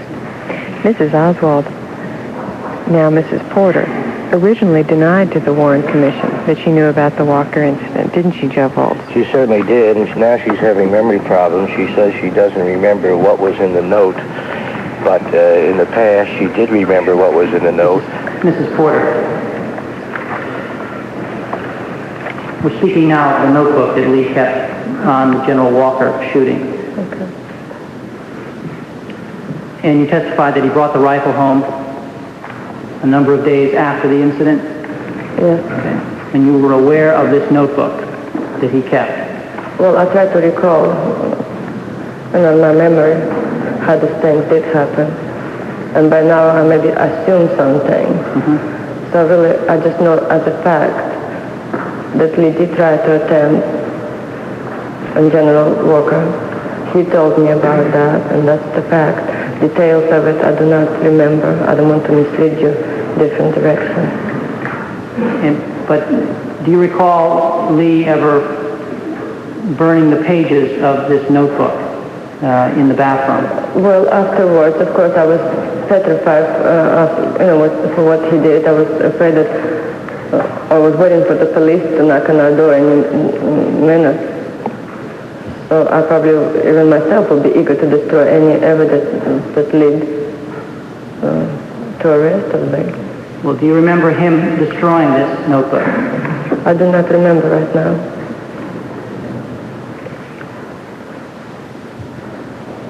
Did you contact, what was your reaction when he told you that he had attempted to shoot an individual with his rifle? Well, all of a sudden I realized that it wasn't just a manly hobby of possessing a rifle. He's capable of killing somebody with it. I was very disappointed to discover that trait of characteristic in my husband. I really did not have very much choice. I had no place to go. I wasn't approve of his actions, no. Did you tell any of your friends at the time what had happened about it? No. How about the police? Did you tell the police? Well, I should have, but I didn't. Why didn't you? Well, I guess whatever sense of loyalty was in me, I would not. I haven't done it. So. Over the weeks, and I couldn't speak English anyway. You could not speak English at the time? No. Over the weeks after the Walker incident, did Lee ever express any views, any confident views that he attempted to do something and did not get caught? In other words, did he ever say anything that the authorities just couldn't catch him, that he was too smart, something to that effect? Well, he made kind of joking remark about after listening to the news that everybody kept looking for the car, and he said that Americans did not realize some people do walk, you know. So he said he just he just walked away or ran away from the scene. Did he, over the following days and weeks, did he often look in the newspaper to see for stories regarding this? I think so. We bought newspaper every day anyway. So. How often did he comment? Did he talk to you about this Walker shooting afterwards?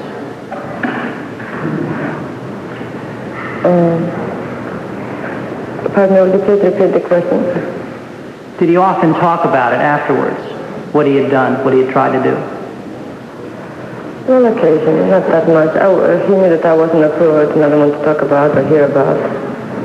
Did he appear, when he mentioned it to you, to be boasting, to be proud of what he had done? Well, I think he was kind of pleased with himself, with the clever fellow he was, and got away with it.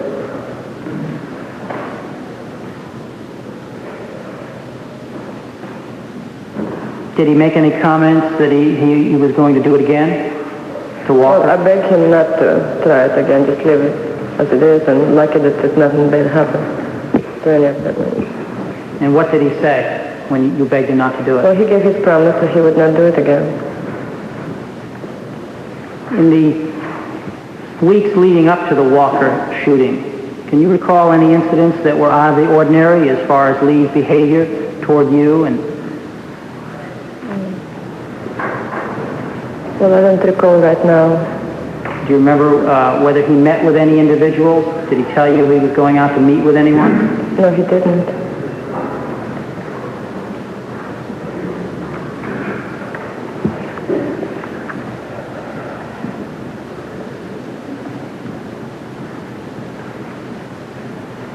Would you tell us what happened when you and Lee first met with George de Mohrenschildt after the Walker incident?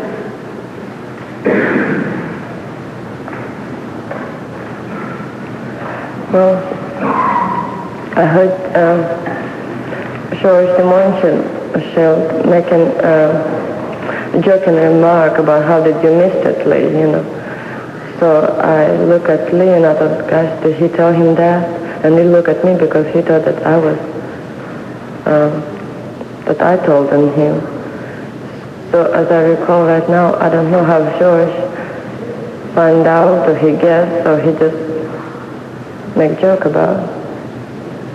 Do you know whether there must have been some reason for de Mohrenschildt to guess at it, unless he was told? Do you recall, in reflection on any of the conversations that they had, whether you heard the name Walker being mentioned? I do not recall the details right now, so I cannot say who said, what after what.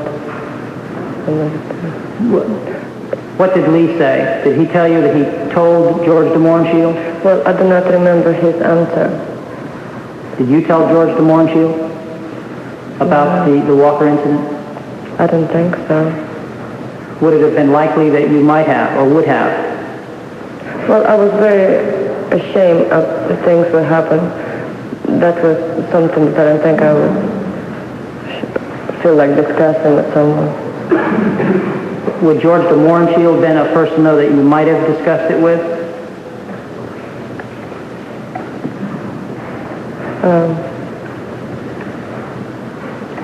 I don't think so. I was very embarrassed of trying to do something like that, but I don't remember what I did then.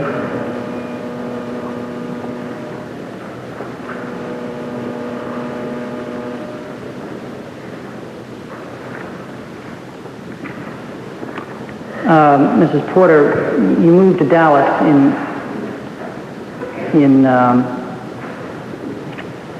the fall of 1962 to the Neely Street address? Probably that's correct. Do you recall, this was the time of the Cuban Missile Crisis in late October 1962. Can you recall whether, and you stated that you didn't have a television at the time. No. Do you remember during this time period whether Lee was concerned with the Cuban Missile Crisis? Yes, he was concerned and I was concerned too because I will be caught in a position, I don't know, in a war between America and Cuba, where would I belong, you know what I mean? I was afraid of war. What was Lee's view? I really don't remember what he said about it. What did he say about Cuba at the time? Did he express any opinions about what the United States was doing regarding Cuba? Well, he did not express that to me, and at least not often that I can recall. But I know that he was fond of Cuba and Fidel Castro. Can you recall whether, do you remember him listening on the radio to any speeches by President Kennedy during this time period? Well, since we didn't have television, we had radio, he did listen to the news, yes. Can you recall specifically Lee listening to Kennedy on the radio, speaking about the Cuban Missile Crisis? Well, I did not understand English well enough. I just could spot Mr. Kennedy, President Kennedy's voice, maybe, but I did not know what he was talking about. And Lee didn't make very many comments, so not the one that I remember. Can you recall any comments that he made about Kennedy at that time? Nothing bad. Pardon? Nothing that bad that I would remember then.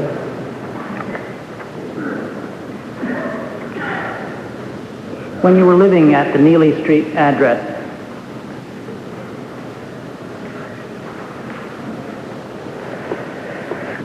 excuse me, just a second.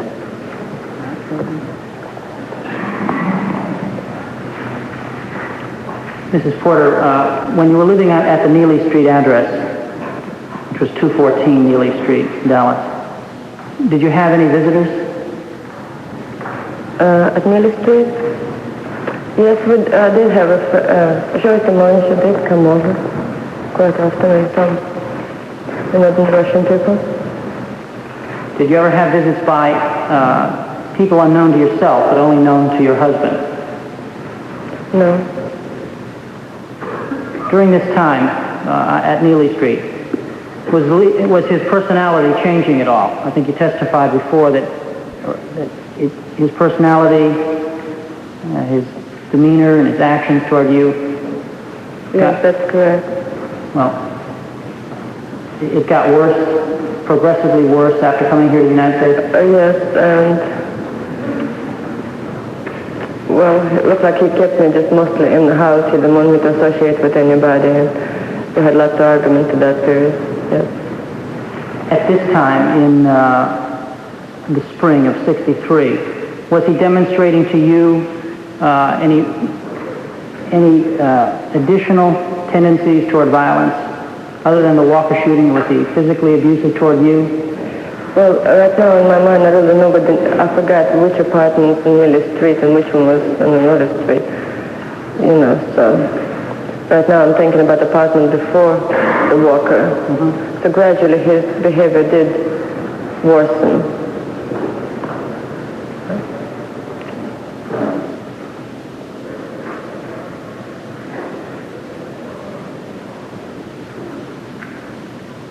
Okay, Mr. Chairman? Yes. At this time, it would be appropriate to take a brief recess until the other members get back, as we have a number of exhibits that we are going to show to Mrs. Porter. All right, we will recess for 10 minutes.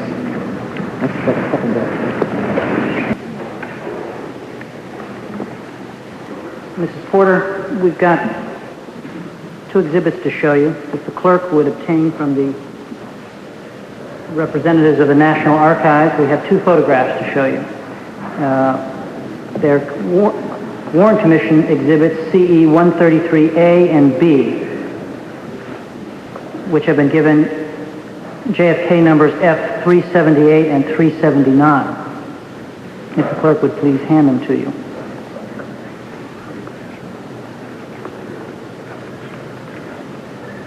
And also, if we could now have, for display purposes, JFK exhibit F179, which is a blow-up of the two photographs placed in front of you.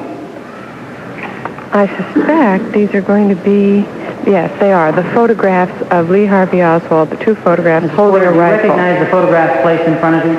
Yes, I do. And how do you recognize them?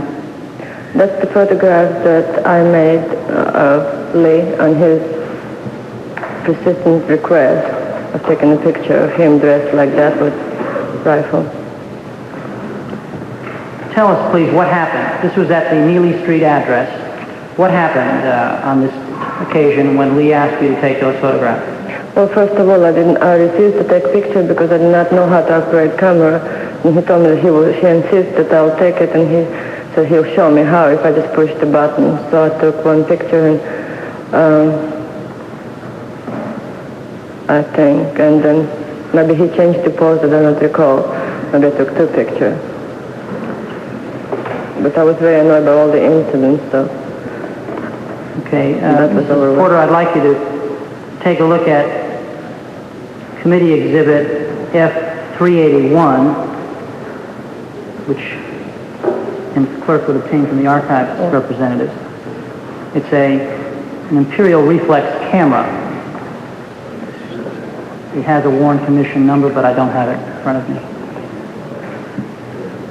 750, CE 750. Does that camera look familiar, Mrs. Porter? I think this camera when you showed me the last time. Yeah. But that did not I cannot identify as it belongs to me. Okay. What did he say to you regarding taking these photographs? How did he approach you? Well, he told me that he wants me to take a pictures of him, and I said I did not know how. Then when he came dressed with all this thing, I was making a remark like it's a funny way to take a picture and why you want to do it. And he looked like he had some kind of newspaper in his hand. Now, if you look at the photograph and as is displayed on the exhibit, he's holding a rifle, and he's got a handgun in a holster attached to his belt. Had you seen the handgun before? Before you took the photograph? I don't think so. So anyway, I do not recall. Well, do you recall if this was the first time when you were taking the photograph that you had seen him, or that you had known that he owned both a rifle and a handgun? It's possible.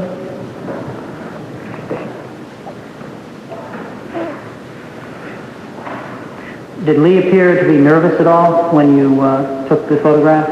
No, he was just angry with me because I refused to, I was making fun of him. Did you use a tripod at all? Did I use what? A tripod, which is, in other words, was the camera attached to a stand? No. Okay. You held it in your hands? Yes. Okay. Was anyone else around when you took the photograph? It was quite embarrassing the way he was dressed, so I assume it was a weekend or maybe Sunday, because I recall that neighbors were gone. I was grateful for that, yes. He waited for that? No, I was grateful for that. Oh, you were grateful, I'm sorry.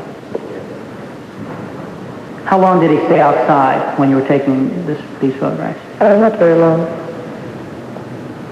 Before the session, before you started taking these photographs, what was he doing? Well, he just showed me which button to push, and, you know. No, what I meant is, what was he doing? What was he doing in the house? I was busy doing something, then he called me outside and he wanted me to do this picture taking. Mm-hmm. Do you know, after you finished taking the photographs, what happened? Well, I went back to whatever I was doing. And what did he do? I guess change his clothes or put all his ammunition back away somewhere.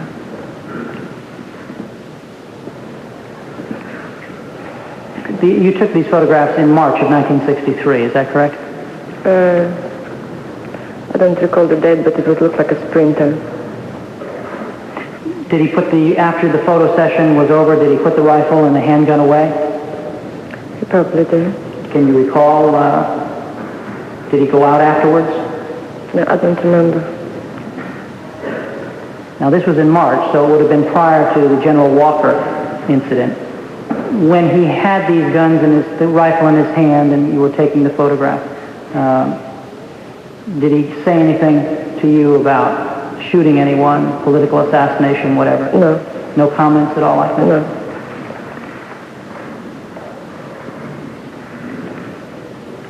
Now, Mrs. Porter, can you recall how many photographs you took? How many poses? What we have here are two poses. Can you recall whether you took any others? No, I don't. You don't recall? I don't recall. Okay, Mrs. Porter, I'm now going to show you a photograph which was not seen by the Warren Commission.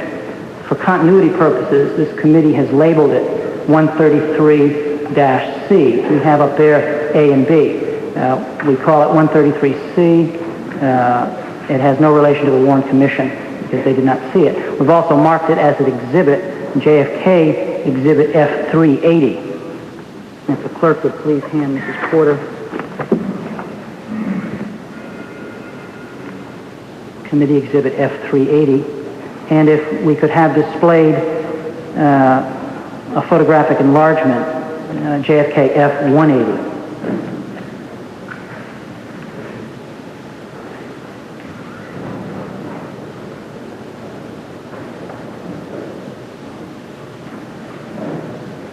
Have you had a chance to look at that and compare it with the other two?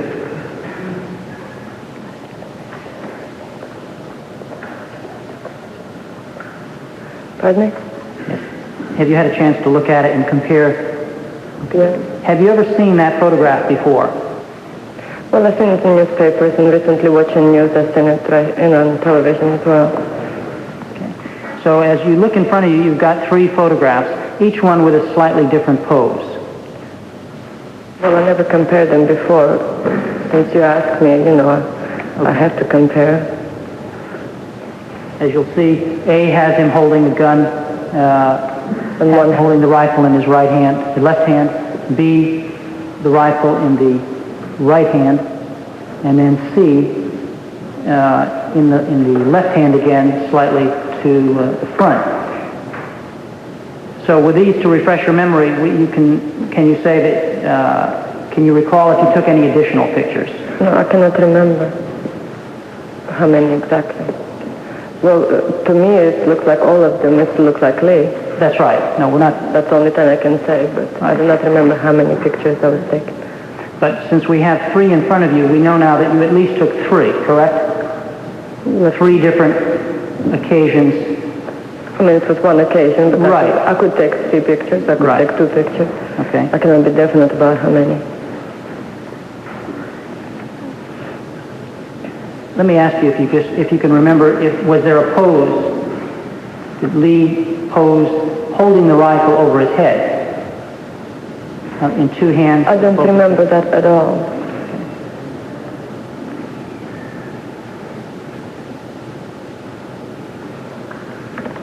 Okay. Mrs. Porter, I want to show you now 2 additional photographs. Labeled JFK Exhibit F. It's one photograph with two numbers. F-183 is the face of the photograph depicting Lee Oswald, and F-84 is the back, which has some writing on it. If the clerk would please hand this to Mrs. Porter, and if we would, for demonstration purposes, display committee exhibits F-382 and 383.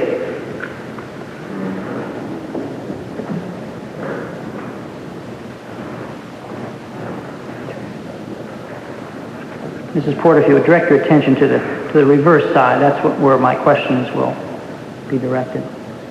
The reverse side is displayed on the easel. Take it.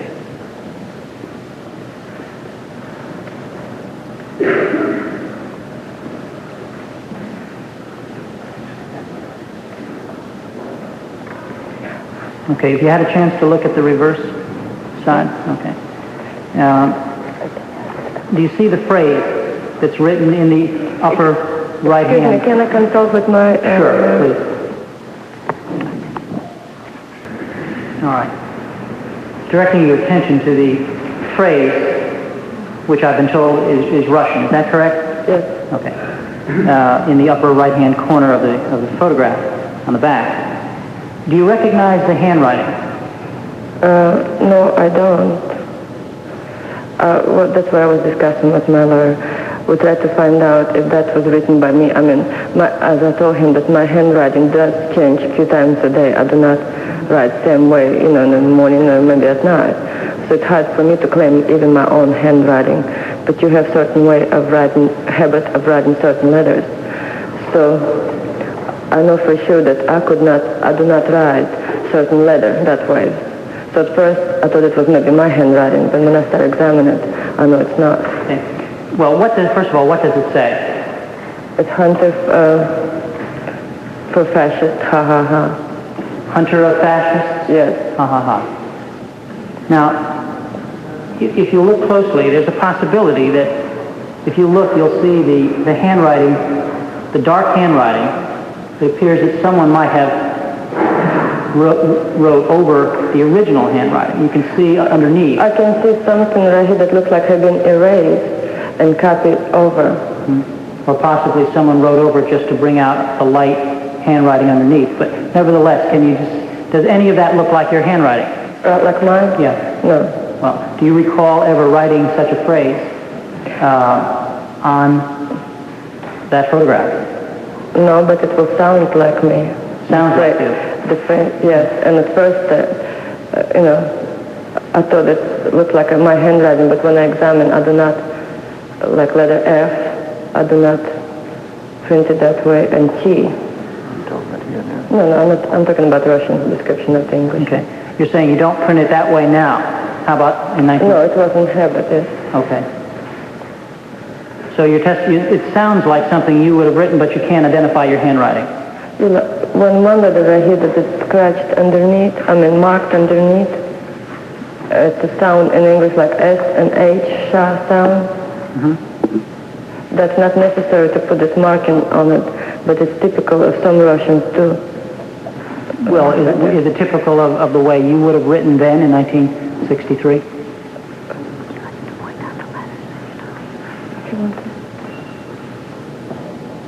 Pardon? Is that peculiarity well, that would be typical for Russians to write it, but at the same time, another letter.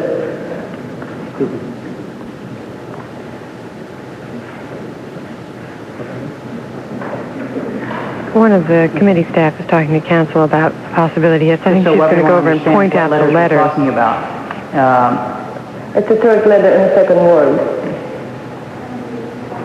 No, S, A, and then it's another one that looks like, yes. She speaks Russian, so. Oh, she does? Yes. And T, it's not necessary to put this mark underneath as well, but it's kind of habitual, not habitual, it's a habit of some Russians to do that.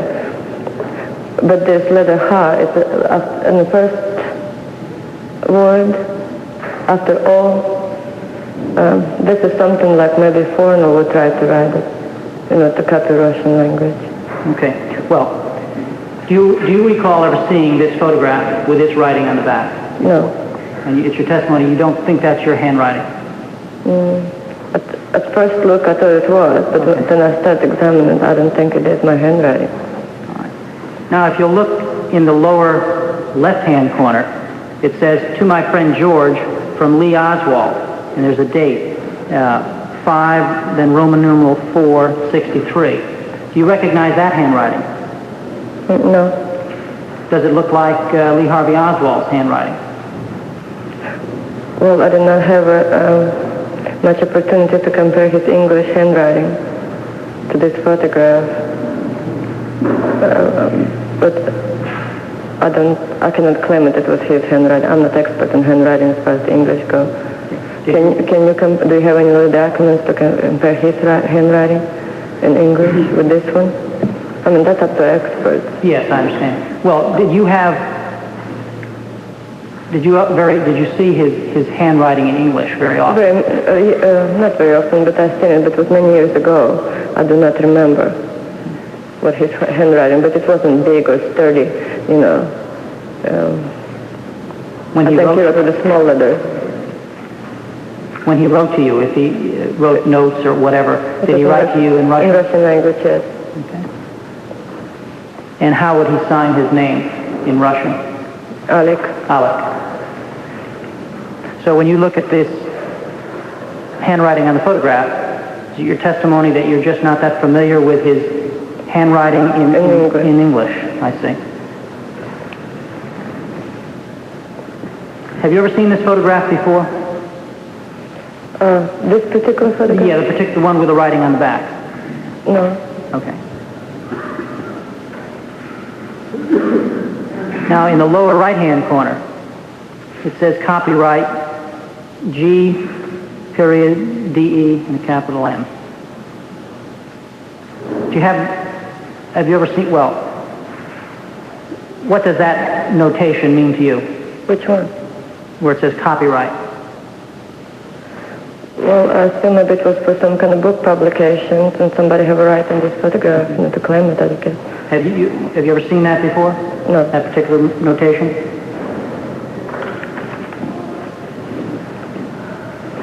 Mr. Porter, regarding all of the photographs, the different poses that we've seen, the photos you took of Lee. Did you ever destroy any of this photograph of this nature? Well, it had been brought to my attention just recently. Apparently I did. I forgot completely about or somebody spoke about. I think I did. And how many did you destroy? I don't remember. When did you do that? After Lee was arrested. Did anyone tell you to do this? I don't remember. I think I was just afraid that there will be more evidence against Lee, and could be it was my own. How did you destroy the photograph? Well, I had been told I burned it, so that's been. Do you remember doing that? Very vaguely. Was anyone with you when you did it? I don't remember.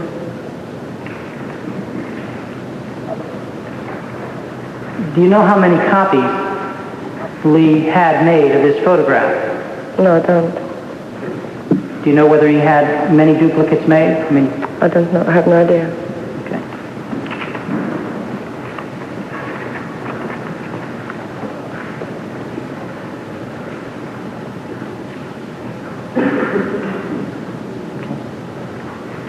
Do you know if Lee developed these by himself at his place of employment? I think once he worked somewhere where it was possible to do it. At work, I believe. I really do not know if he developed himself or if he signed it before. Mr. Chairman, at this time I'd like to move into the committee record exhibits F-378, 379, 380, F-179, F-180, F-183, 84, F-382, F-383, and F-381. Without objection, they may be entered into the record this point. Mrs. Porter, I just have three more questions and then for this line of questioning. And that is, let me direct your attention to April 1963, April 21st specifically. This was a date on which it's in Priscilla Johnson's book and elsewhere, it's been written that you were told by Lee Oswald that Richard Nixon was coming to visit Dallas. Yes. You recall that incident? Yes. Tell us what happened, please. Well, after the Walker incident, when he gave me a promise that he'll never do it again, I seen him one day, I don't know the exact day, that he was putting his gun, not gun, this pistol or rifle or whatever. Anyway, he said he's leaving, but I knew he had the weapon with him, so I told him, where are you leaving? And he said, well, the Nixon is coming to town, so I'm just going to look. And I said, for that you don't need, why are you taking all this ammunition with you? Not ammunition, gun. And so we wound up having an argument over it, and we had a fight, and he did not go. All right, now the book, Marina and Lee, states that you somehow you lured him into the bathroom and then slipped out and held him in there.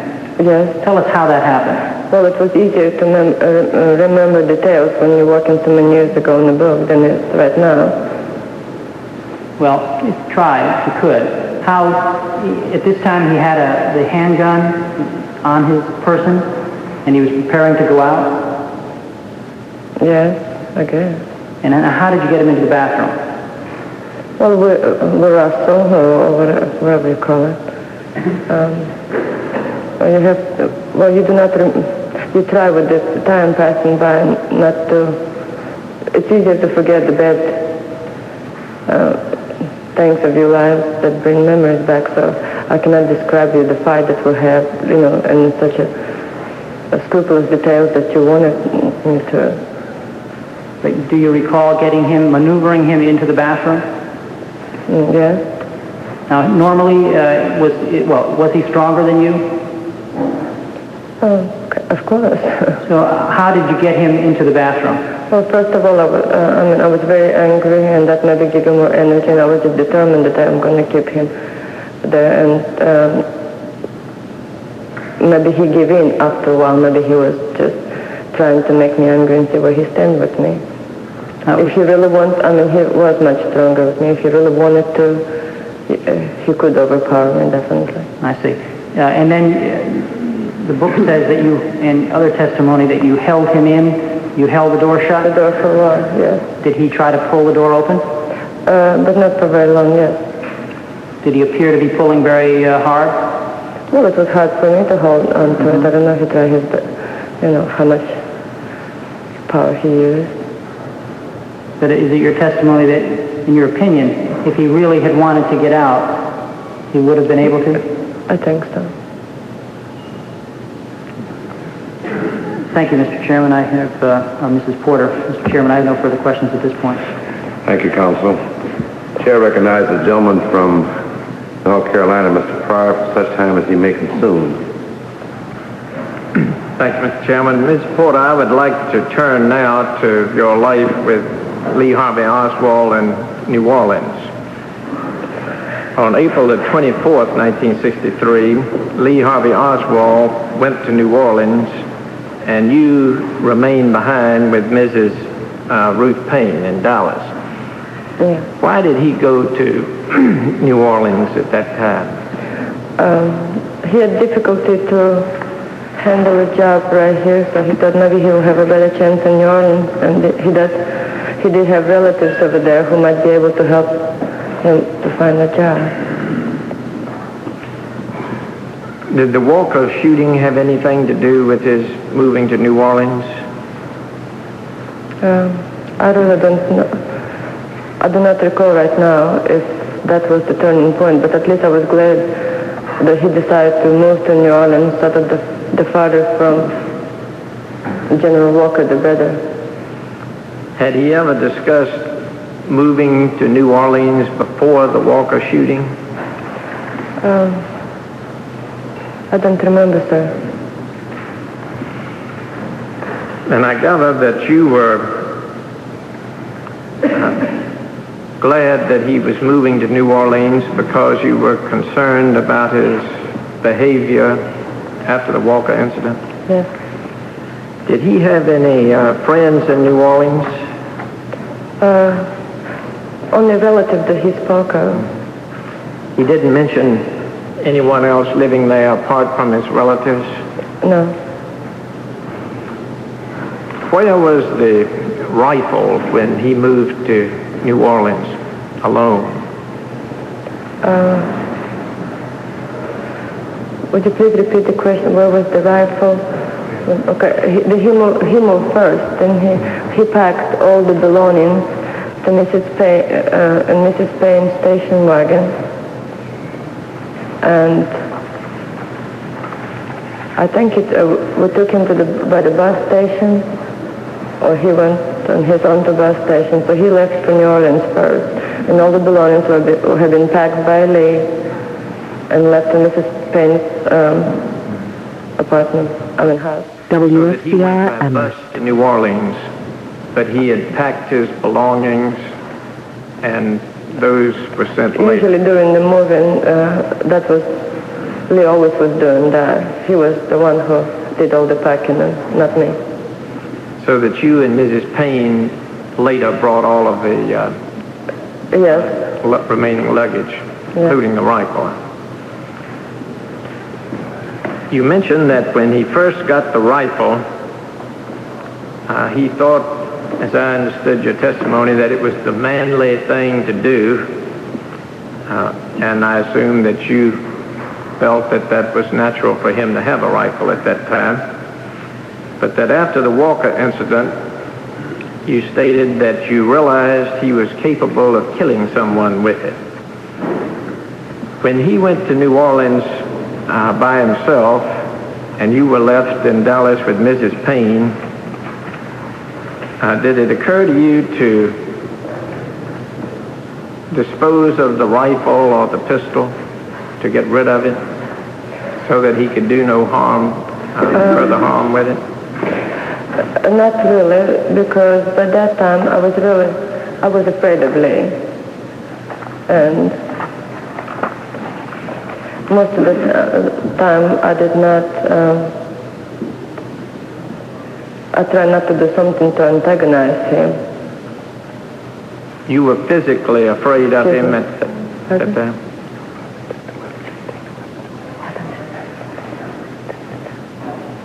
Okay, please come. And let me ask along that line, just before he went to New Orleans, what was his treatment of you? Well, he was quite brutal sometimes toward me. And there was family quarreling? Quite constantly. Was that a factor in his moving to New Orleans? Excuse me? Was that a possible reason that he moved to New Orleans? One of the reasons? It was lots of factors involved, but I think main one was for him to look for another opportunity for a job. What do you think he would have done if you had gotten rid of the rifle? Well, he probably would have get rid of me. Pardon me? Well, but I cannot answer this question. I don't know what he would have done. I understood you'd say he might have gotten rid of you if you got rid of the rifle. At this time, did he talk about returning to Russia, to the Soviet Union at all? I think that came in the picture later on in New Orleans. Pardon me? I do believe it came later in New Orleans. When you got to New Orleans and you were both settled in the Magazine Street apartment, did you have any visitors there?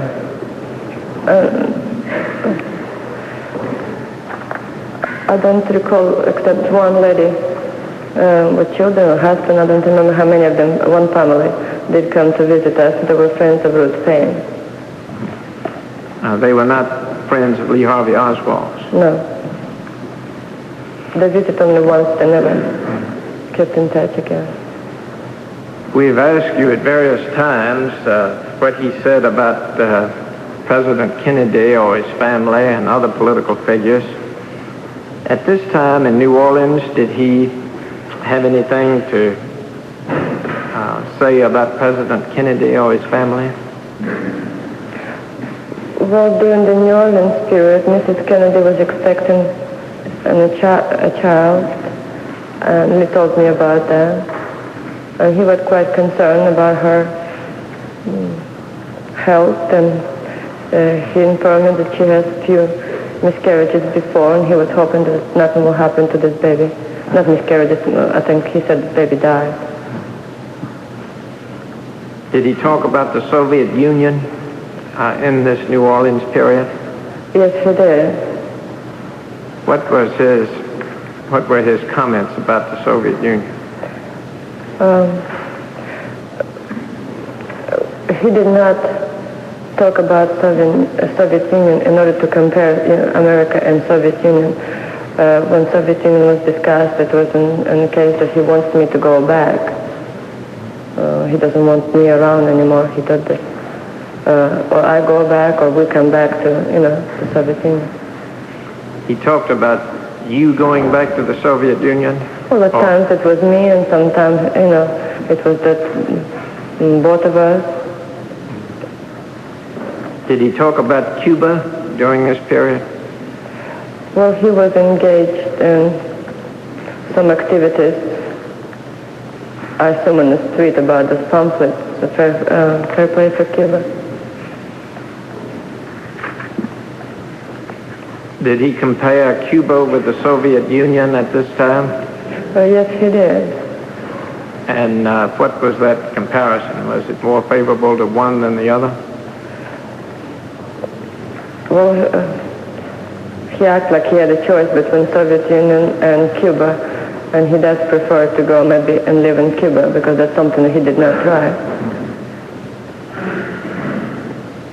During your stay in the Magazine Street apartment in New Orleans, was Lee ever gone for long periods of time?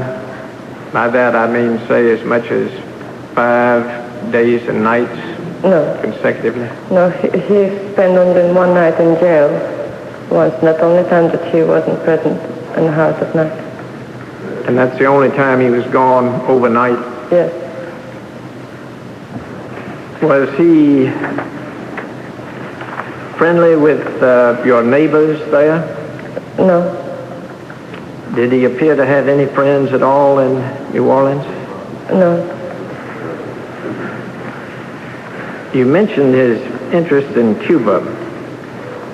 Could you tell us just a little bit more about that and about what he might have said about Fidel Castro and why he wanted to go there?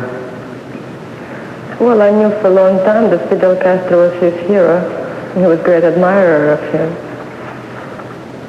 So he was in some kind of revolutionary mood at that period of time. I mean, he thought that maybe he would be happy to work for Fidel Castro causes or something like that. I would like to ask you about 3 names at this time, and I ask you whether you or Lee knew either of these 3 people. First is Clay Shaw. Do you remember knowing Clay Shaw? I did not know Clay Shaw ever till I had to testify for Mr. Garrison in New Orleans, and that's when I learned about this name.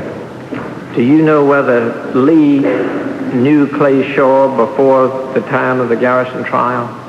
I don't know about that. I never seen or heard the name. Did you know Guy Bannister? Who? Guy Bannister. No. And you don't know whether or not Lee knew Guy Bannister either? I don't know, but I never heard that name either. Do you recall ever going to Guy Bannister's office in New Orleans with Lee? No, I don't. For what purpose? But you have no recollection of going with him? Do you know David Ferrie, F-E-R-R-I-E? Does that name refresh your recollection at all? Well, somehow the name sounds familiar right now, but I don't know where I heard it before. I cannot put the face on the name. You have no recollection of meeting him or seeing him? No. Did you meet Dorothy and Dutch Murrett, M-U-R-R-E-T, who I believe were Lee's aunt and uncle? What is the first name you said? Dorothy and Dutch, D-U-T-Z, I believe is his name. Dorothy and Dutch Murrett. I remember Aunt Lillian that lived in New Orleans. Is that the same person? Would you recall meeting Lee's aunt and uncle in New Orleans? Yes. And her name was Lillian. And I forgot her husband's name.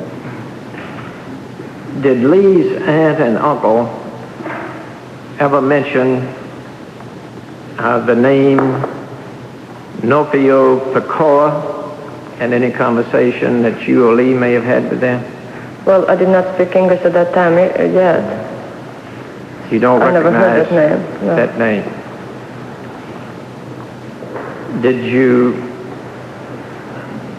Do you recognize the name in any conversation that Lee's aunt and uncle had of Carlos Marcello? No, I never heard the name. You've never heard that name?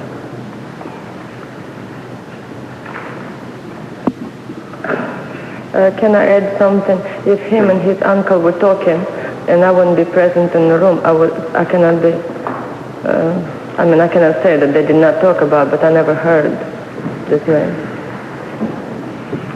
When he was in New Orleans, it's known that Lee made an effort to join an anti-Castro Cuban group, that he met with a man named Carlos Branguier, if I pronounce it properly, and that he was arrested in a scuffle later on with Branguier when Lee was passing out pro-Castro literature. In other words, he appeared to be working for both sides in New Orleans, the anti-Castro and the pro-Castro. That's the background for why I asked you this question. And that is, was Lee a true communist? No, he wasn't.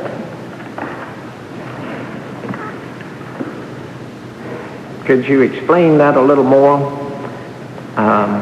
Do you believe he was sincere in his beliefs? No, I don't. Like newspapers reporters call him Marxist or communist. He was neither of those. He maybe was so-called self-proclaimed Marxist because it happened to be maybe he read the book and maybe was agree with Karl Marx, some of the theories. But as far as the belonging to the party or something like that, that's not so. You're saying that he was a self-proclaimed Marxist, and that, as I understand it, that he had difficulty working with any He did not call himself that I am Marxist or I believe in that kind of ideas.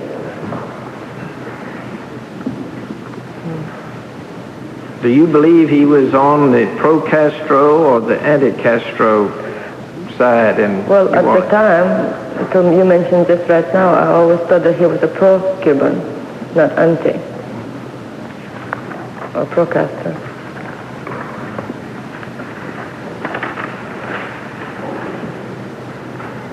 Didn't he generally remain true to his views about communism, the views he held when he first went to Russia? Would you please repeat the question? I did not understand it very clearly. Well, I think it might be a confusing question.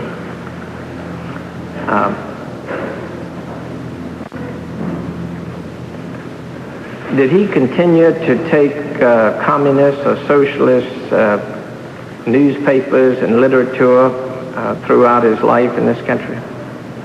I don't know. Did you notice any change in his attitude toward the Soviet Union at this time? No, I don't recall that. Where did he work in New Orleans? For some coffee company.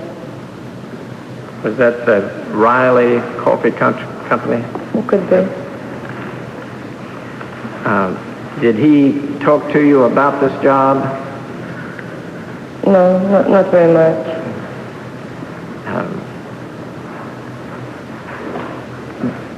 Did he always come home on time? You mentioned that he was never away overnight except for one occasion.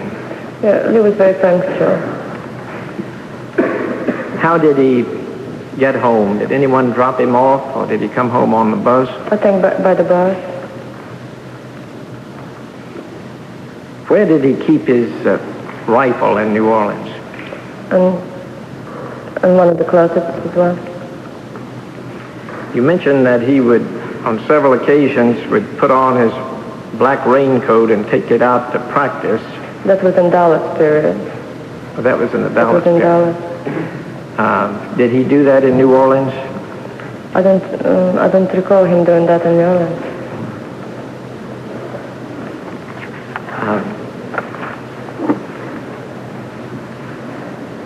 Do you recall when he first mentioned Cuba?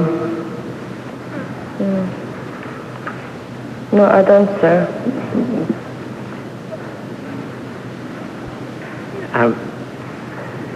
Had he mentioned it before he went to New Orleans? Or was this something that he became interested in New Orleans? I think in New Orleans the word Cuba came up much more often than in Dallas period.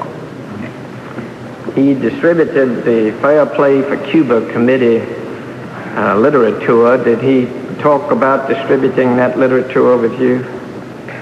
Well, he always brought the pamphlets home, and I was kind of pleased that the papers weren't as bad occupation as the playing with the rifle.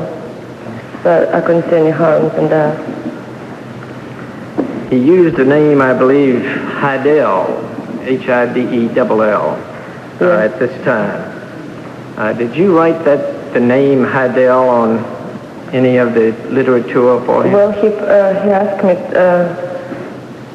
to put some signature with the name like that, and I make joking remark about, is that stands for Fidel?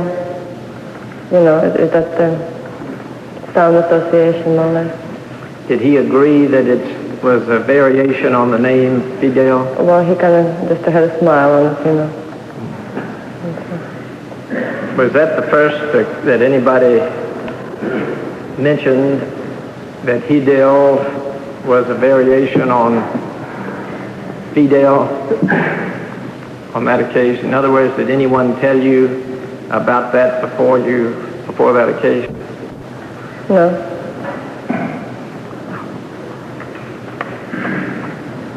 Mr. Chairman, I think I have no further questions on this aspect of the questioning at this time.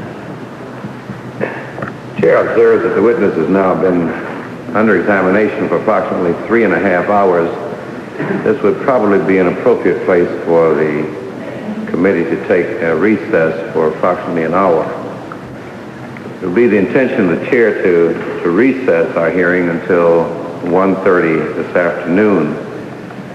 And we will once again ask that everyone remain in their seats until our witness has left the room, after which we will then officially recess for 1 hour. Witness is at this time excused. When did he suggest this? I don't remember exact time. While you were living in New Orleans? Yes, it was in New Orleans. And what did he say to you? Well, he asked me for my cooperation to help him to hijack a plane. And response was that I even couldn't speak English. How can I force somebody? Or anyway, I just left at the whole matter. Well, what did he want you to do?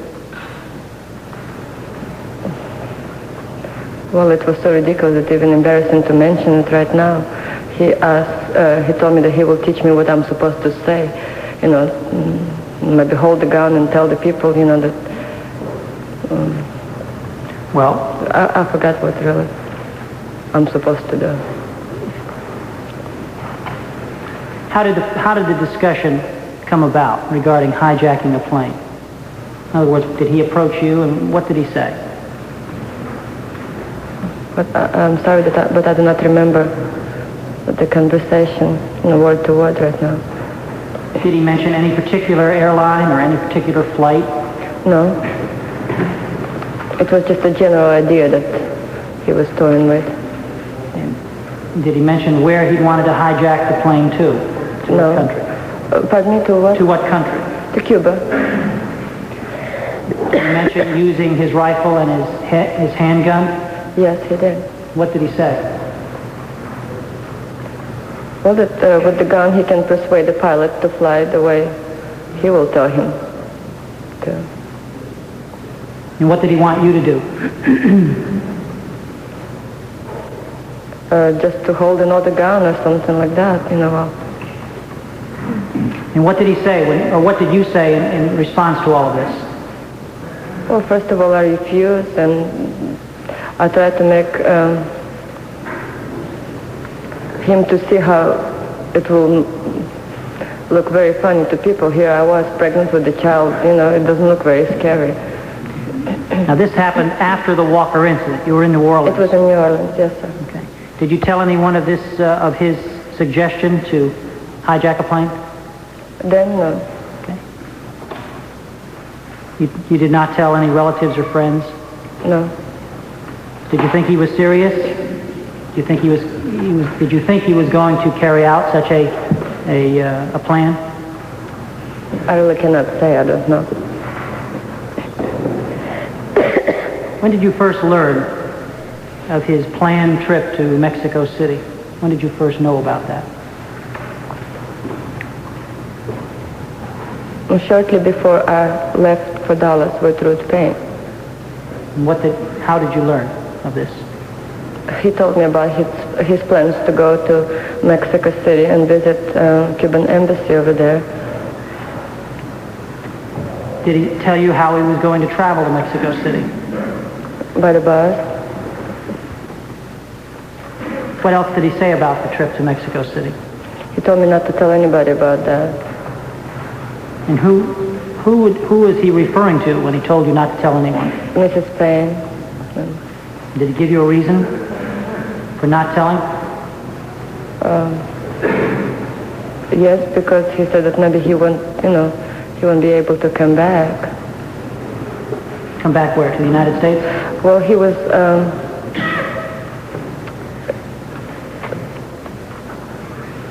He told me that Mrs. Paine would not approve such an action on his part, and maybe he won't be. If he would not come back, he won't be helpful to me.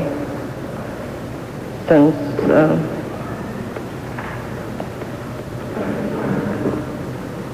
we really did need her financial support at that time. Did he say he was going to travel there with anyone, in the company of anyone? No, he didn't. Well, do you think he traveled with anyone?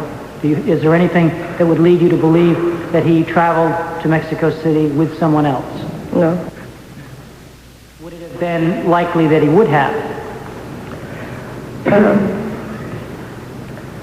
I don't think so, because Lee was quite secretive as a person. He would not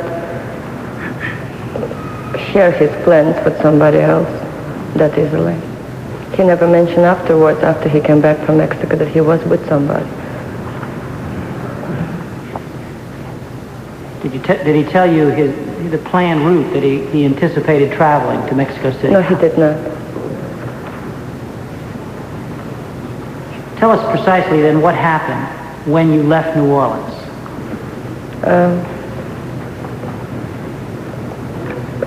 Me and my child and Ruth went over Dallas, and we left Lee at his apartment in New Orleans. When was the last time you saw Lee in New Orleans? Do you mean the date? Yeah, in relation to the day you left to go back to Dallas. I don't remember the date, but Mrs. Paine came to New Orleans and she picked me up. And all the belongings and things like that. She carried all your belongings back to Dallas? In her car, yes. Who helped pack, or who packed the belongings? Lee did. Did you also? Maybe very few minor baby stuff. We did not have that much of How many possessions did you have then? Did you have furniture? No. So when we talk about belongings, we're talking about... Just the clothing and cooking utensils. So what did you have, boxes and suitcases? Mainly boxes. What about the rifle? Did you see that? Well, Lee packed all the things. Do you recall seeing the rifle among the goods, among your belongings? No, everything was packed and he loaded in the car all by himself. Who loaded it in the car? Lee did. Was the rifle visible? Could you see it? No.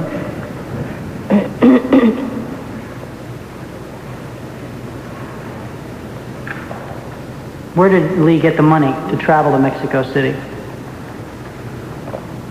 Well, he told me that he was saving from his paycheck, put inside, and we have very moderate spending, only on bare necessities. Did he show you the money he had saved? No. What was your reaction to this whole affair, going to Mexico City and going back to Dallas? I was very upset about. I did not know if I ever see Lee again. I had to be responsible for one child I had, and I was expecting another one in a way. So, in a way, I was quite lost. And on top of everything, I could not share that with no one. Could you share it with Ruth Paine? No. Why do you say that? Well, I don't know why, but I wasn't approved of what Lee did, but at the same time, he was my husband, and I have to be somehow loyal to him.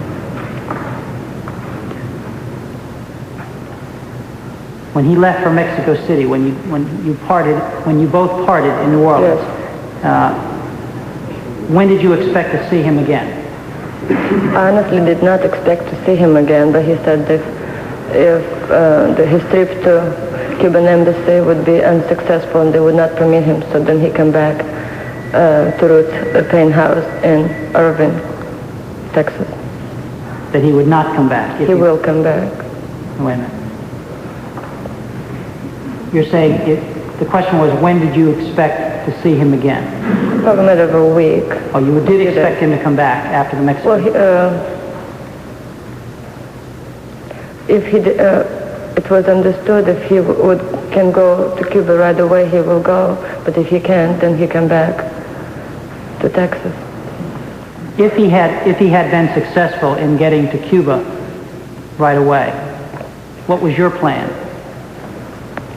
What were you to do? Well, he said that he will be in touch with me and send for me to follow him to Cuba. Did he ever discuss, if he were unsuccessful in getting into Cuba, that he would try to go back to the Soviet Union from Mexico City? Yes, that was discussed too. And at that point, was he willing to go back to the Soviet Union? As far as I remember right now, I think it... At that time, were you willing to go back to the Soviet Union? Well, our living conditions weren't very nice, and Lee not be capable of handle job for a long time. I thought it would be more security if I go back home.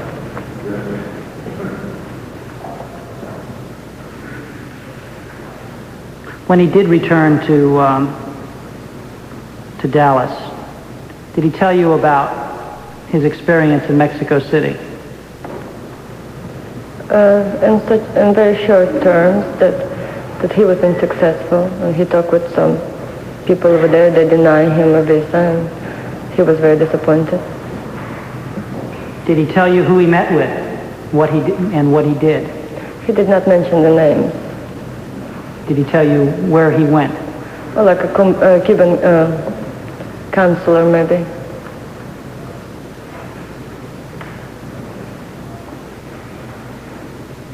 Did he ever mention to you anything about the university in Mexico City? No. Did he ever discuss anything of a social nature, what he did in Mexico City when he wasn't at the Cuban embassy? I don't recall right now. Do you remember if he ever discussed attending a party or parties? No, he didn't. In Mexico City? He did not say that.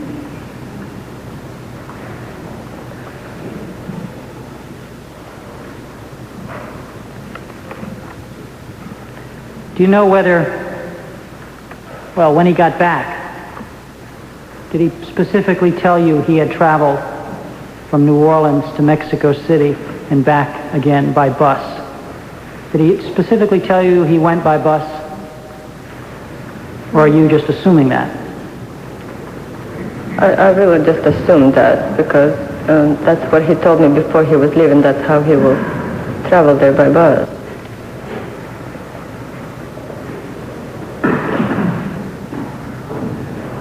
Do you know if he traveled through Dallas on the way to Mexico City? Excuse me? Do you know if he traveled through Dallas? Did he go to Mexico City from New Orleans by way of Dallas? Well, I don't know that. If he had, would you have expected him to stop or notify you if he had been in the area? Would that be likely? No, I did not know about his route. Did he ever mention to you the name Sylvia Odio? No. Mr. Chairman, I'm finished with this section of questioning. Chair recognizes the gentleman from North Carolina, Mr. Pryor, for such time as he may consume. Mrs. Porter, when Lee Harvey Oswald returned from Mexico to Dallas, he'd been through what must have been an important experience in his life, where he was frustrated in his attempt to return to Russia or to go to Cuba. Did you notice any change in his personality at that time, once he returned from Mexico? Well, somehow I felt that maybe he will be more settled, but no. Looked like he was quite happy to see his family back. And we were talking about the, arrival of new babies, so I thought maybe right now he will be more responsible. Did his treatment of you improve? Did he behave towards you more responsibly? He wasn't as brutal and violent after that compared to what was before. So that there was a change in his personality and his treatment of you when he returned, and that change was, on the whole, to the good. In some areas, yes, he improved to better. At least the relationship was a little bit better. He eventually came to get a job at the Texas School Book Depository. Do you know how he got that job? I think some friends of Mrs. Paine. I will be just speculating right now, recalling back how long it was. I mean, it was a long time ago. I think somebody helped him to get this job. Did he ever say anything about his job? Did he like it, or did he regard it as too beneath him, or what was his attitude about it? I think he kind of liked his job, yes. Getting back to the other question, you know of, or can you name anyone other than Mrs. Paine who may have helped him get that job? I think one of her neighbors was working there too. And maybe that's how, with his help or recommendation, that he got job. That would have been Mr. Frazier. That's the gentleman I'm thinking of. Apart from Mr. Frazier or Mrs. Paine, do you know of anyone else who had anything to do with his getting that job? No, I don't know. When you were living with Mrs. Paine in Irvine and Lee Harvey Oswald was living in Dallas at the Beckley Street rooming house, did you ever visit him there in Dallas? No. How did you come to find out that he had registered in an assumed name, O.H. Lee, at the rooming house in Beckley Street? Well, he left me his telephone number where he can be reached. And one day I called and asked for, to speak with him, and they said that person by that name doesn't live there. So when he came following weekend to Ruth Paine's house, I asked him what it's all about. And he said that he did not give his real name to the landlady because they don't want them to find out that maybe by reading newspapers that he was in Soviet Union, and maybe it will create some difficulties. What was your reaction on learning that he was renting the room under an assumed name? Well, by that time I was quite upset about him living such a secretive life, always making some stories or lies or cover up something. So it wasn't a very comfortable position to be in. At least for me it wasn't. We've asked you earlier about whether he was devious, secretive, cunning.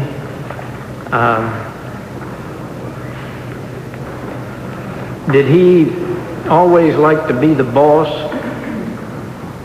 or did he take orders gracefully? Not very easily. Generally speaking, how did he get along with people? He did not have very many friends, and once like in America, the one that he met, he was very disappointed in them quite quickly.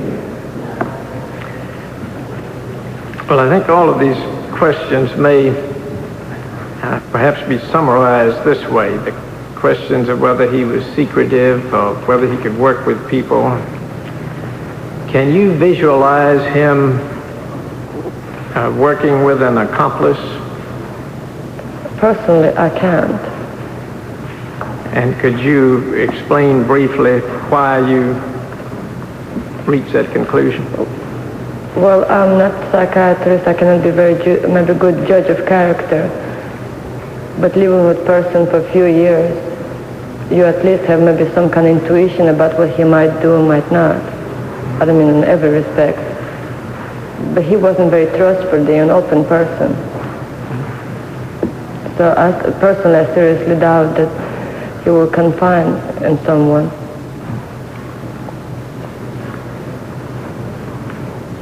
During October and November of 1963, the 2 months just preceding the assassination, did any change occur in Lee and his conduct? 2 months before, was it that in Dallas period? Pardon me? Wasn't that in Dallas? Yes. Any change different from what you've already described for us? No, I did not see very much of Lee except only on the weekends. And it seemed to me on the weekends his mood was all right. Could you contrast? It was more relaxed mood instead of, very tense, like before. He was in a relaxed mood rather than a tense mood. Yes. How did that compare with his mood just before the time of the Walker shooting? Excuse me? I can't hear you. You've indicated that he was in a more relaxed mood in October and November in Dallas. How did that compare with the mood he was in at the time immediately before the Walker shooting occurred?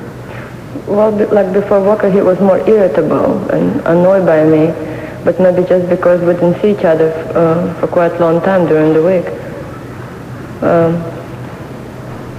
Was there anything during... Pardon me? Pardon me, I didn't mean to cut you off there. Well, that's all right. Just kidding. Was there anything during October of 1963 in Dallas that occurred that was out of the ordinary that would have been a signal to you of any kind of what was to come? No. How about in November? Anything out of the ordinary occur at that time that could have been a signal? Not at all. I was thinking that the family would maybe in a way to the better life, be together, and maybe he changed for the better,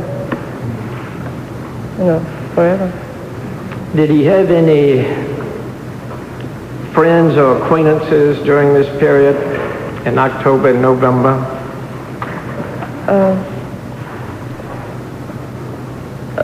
Not that I know of. Besides seeing Michael Paine, Ruth's husband, occasionally, I don't know anybody that he was talked with or associated with. Was he friendly with Frazier, Ruth Paine's neighbor? I really don't know, sir, because I've seen men very few times, and I do not know if they talk about anything. Anyway, he did not make any remarks about another gentleman. I want to ask you about some meetings you had with one person during this period. Do you know an FBI agent named James Husty? Well, I remember the name. I do not remember his face by now. How do you know him? He came at Ruth Paine house one day, and he asked some questions through her about if I have been ever approached by any agents from another country, and I told him no. And he asked me to let him know if such an incident occurred. And Lee was not present at the time. No, he was at work. What was Lee's reaction? When he found out about that, he was very angry again. And he said that he will talk to Mr. Hesty and tell him to stop harassing me. Did he say anything about whether you should speak to him again if Mr. Husty should come again? Excuse me? Well, let me put it this way.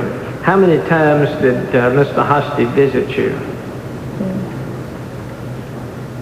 I recall only one incident, but could be two, maybe, I don't know. That could be another record, in a warrant commission. What were the visits of the FBI like from your point of view?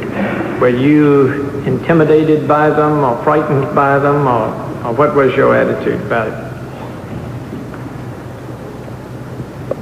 Well, at the beginning I took that as a routine procedure because after all we just came from communist country and I really didn't see anything unusual about the government.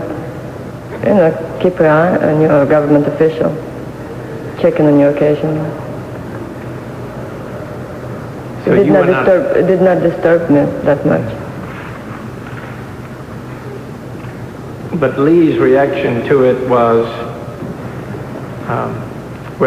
could you just describe what his reaction to these two? Well, sometime I thought that maybe it did cross my mind, maybe because lack of holding a job, maybe it was because somebody were investigating him on the job. So. What was his opinion generally of the FBI? Well, he wasn't fond of them. Pardon me? He wasn't very fond of them. Did he give them credit for causing him to lose his job in New Orleans because of the Fair Play for Cuba leaflets? I think so. Do you know if Lee ever mentioned President Kennedy to Mr. Husty, Agent Husty? I don't know. When was the last time that you saw Husty before November 22nd, 1963? Whatever this visit that was at Mrs. Paine's house, that's only one or twice maybe I seen him. I think maybe he came back. I do not recall exactly if he ever came back again. Do you know when the last time Lee saw Husty before November 22nd? No, I don't remember the date. Did you ever see Husty after November 22nd, after the assassination? I do not remember Mr. Husty's face, so I cannot say if I seen him or not. I do not recall seeing him afterwards. Could you tell us a little more about the visit of the FBI to you on their first and second visits? Who was present when they first visited you? Was Mrs. Paine with you, did I understand you to say? Yes, Mrs. Paine was with me. Was anyone else with you? No. And where was this? When or where? It was at her house. Where was it? Did you speak in the house or out in the yard? Or? It was in the house. And could you tell us in a little more detail what was said at that meeting?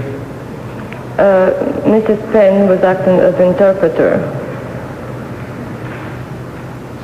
So she told me that, as I told you before, the man was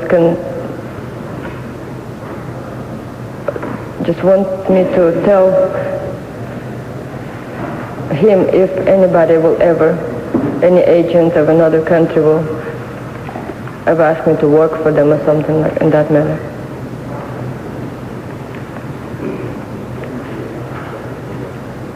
Thank you, Mr. Chairman. I have no further questions in that area at this time.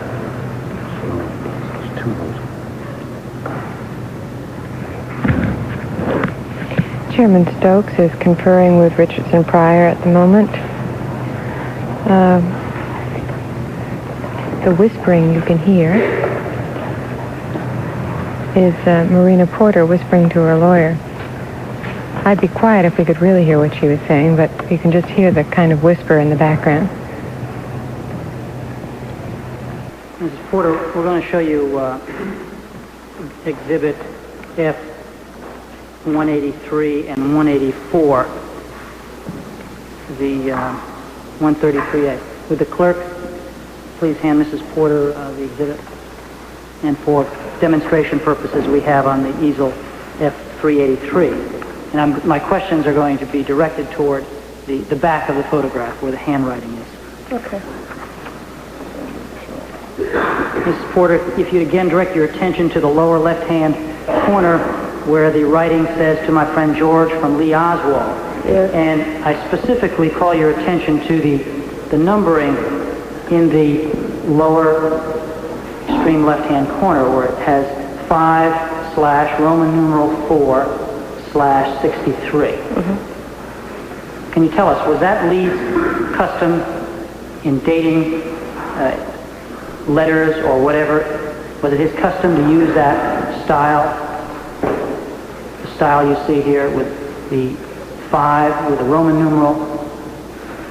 I really cannot tell that much about. Would you take a look at it?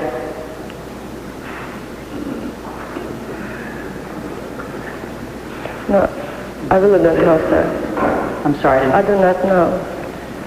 Have you ever seen that style of dating where the month is designated by a Roman numeral?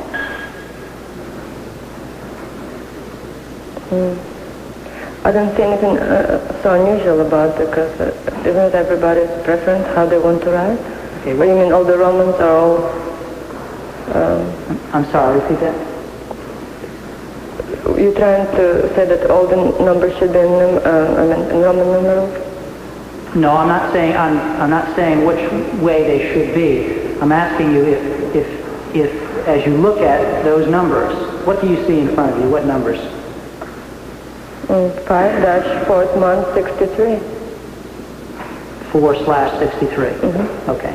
The question is, that style of designating the month with Roman numerals, is that a style of writing that you know to be characteristic of Lee Oswald? I really don't know, sir. You don't know? No. Do you ever use that style of designating a date? I think in Russia could. It is customary in Russia to. It is customary in Russia use Roman numerals for the month. to designate the month. Yeah. Okay. Do you know if Lee adopted that style? I do not know really. Okay.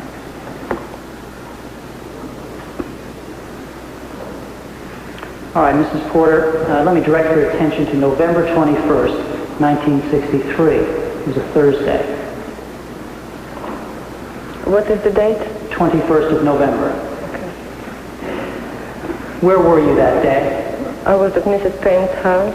And just for the record, where is Mrs. Paine's house? In Irving, Texas. Irving, Texas. Okay. What did you do that day in Irving? What day of the week was it? It was Thursday. Thursday? Well, just a routine. I do not really remember it. Just a routine. Was Lee there that morning? Was he staying with you?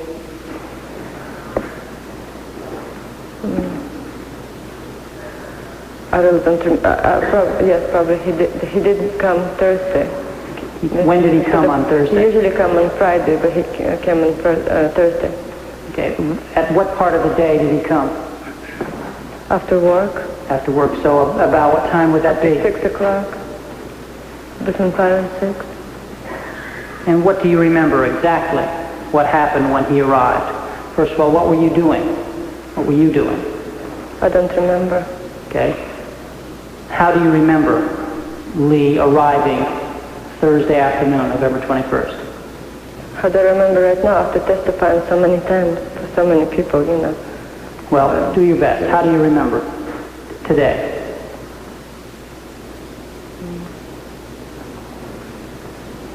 Well, I'm sorry, I do not recall what exactly I was doing, and I just know that he arrived at Thursday and it was after work. Okay, well, do you remember, describe the situation when you first saw him on that afternoon? In other words, did he come through the door? Did he come through the back door, the front door? Did you see him when you were in the kitchen? No, I do not remember. You don't remember any details? No. What did he say? Can you remember what he said to you when he came in? No, I don't remember. Did he say hello? Well, isn't usually people say hello when they see each other? Do you remember what you said to him? No, I don't. Were you surprised that he came on a Thursday? Yes, it wasn't the usual day that he comes. So, did you make any comment to that effect? I probably have. Can you remember what you said? No, I don't.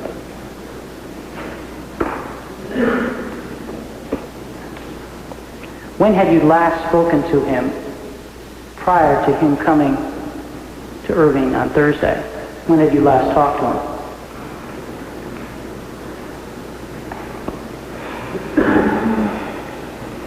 I don't remember, sir. Well, when was the last time you had seen him? Prior to that? Prior, yeah. He usually comes every weekend. Do you remember seeing him the weekend before? No, but I don't think, one of the weekends he did not come on Friday, I don't think so. Because he was angry with me or something like that. How did he act when you first saw him on Thursday evening? Well, I think maybe, I'll try my best to remember. I think prior to that, maybe we had disagreement or argument about something, like him hiding the name. I'm sorry, I didn't hear that. Like, I think that maybe it was in connection of him hiding his real name at the landlady office, and maybe we had the argument over that, and I thought maybe he came just to make up, you know. Okay. Well, what did you discuss when he came on Thursday evening? Can you recall? Did you speak about that? His using a fictitious name? Well, we were talking about him renting an apartment for us, and I would like to be. It was very big imposition to live with Mrs. Paine, and I thought we just should live as a family, and I think that was discussed for us all moved together. You remember discussing these things that night, Thursday night, the 21st? Not words, the words. Not word for word, but yes, this is what you remember generally speaking. Yes. All right. How did he appear when he came home that night? Quite normal. It was nothing unusual in his appearance. It was not unusual that he would come in on a Thursday? No, it wasn't anything unusual in his appearance. Because you asked me how did he look. Did he seem relaxed? Yes.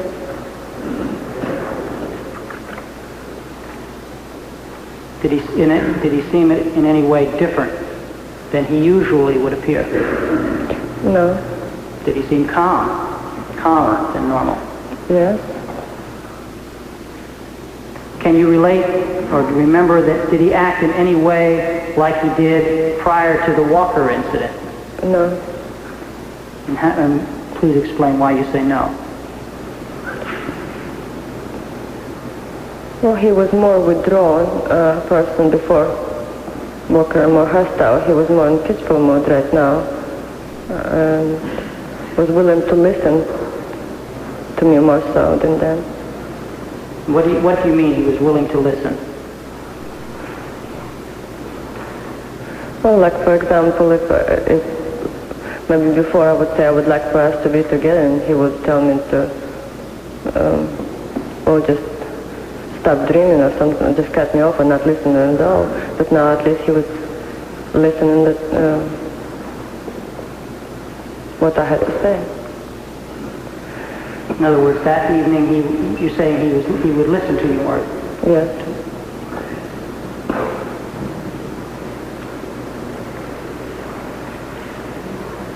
Did he discuss, or what was said? Let me strike that. Did you all eat dinner together? You and Lee and the Paines? What else? I recall that was President Kennedy supposed to come on Friday? That's correct. Okay, so that was a quite interesting news to me, and I was asking Lee about President being in Dallas, and he did not make any comments about it all. It seemed like he did, well, like before I said that he was more listening to me, but now when I recall back, it was quite unusual that he did not want to talk about President Kennedy being in Dallas at that particular evening. That was quite peculiar. What did he say what did you say to him about President Kennedy's trip to Dallas? Well, it was quite exciting, for me to talk about. It seemed like he's changing the subject or just refused to talk about, but it wasn't in any hostile way or violent form. Just looked like he just ignored it a little bit, to talk about. What did he say? Do you remember? No, I don't. How did he dismiss talking about Kennedy? Did he say? Or maybe change subject about talking about our newborn baby or something like that. How many times did you bring up the subject of President Kennedy coming to Dallas? Well, I don't remember how many times right now. Did it come up more than once? Probably. And what was his reaction each time? He just didn't want to talk about it somehow. Was anyone else talking about it? Was Ruth Paine talking about it? Yes, Mrs. Paine. Was Michael? Pardon me? I'm sorry. Mrs. Paine was discussing it. Yeah, that's how I learned from Mrs. Paine that President Kennedy coming to town.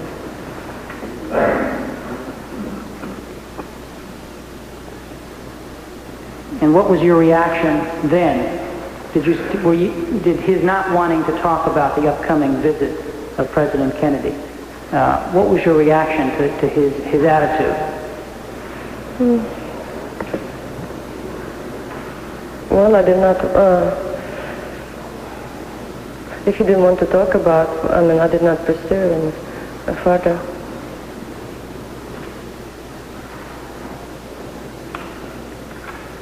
Did you at all think that evening, did you think back at all that evening before, when Lee was home and he didn't want to talk about the upcoming presidential visit? Did it ever cross your mind did the Walker incident or the Nixon incident? No. Did Lee say anything at all about President Kennedy that night? No, I asked him, for example, if he knows which route President Kennedy will take or something, and he said he doesn't know anything about it. That's what he said? I don't know anything about it? Yeah. Did you ask whether he was going to watch President Kennedy when he came through downtown Dallas? I don't remember that. That evening, did you know the route the president was going to take? No. Did Mrs. Paine know? I don't know. She didn't tell me.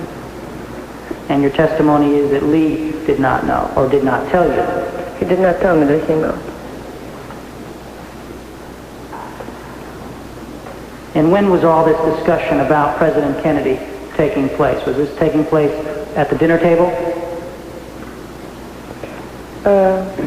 No, I think maybe it was in the living room. In front of the television set. Pardon me? While the television was on? Probably. Do you recall watching any news programs that evening that were describing the... Well, I didn't, Mrs. Paine did speak Russian, and I did not understand English well enough to know what it was all about.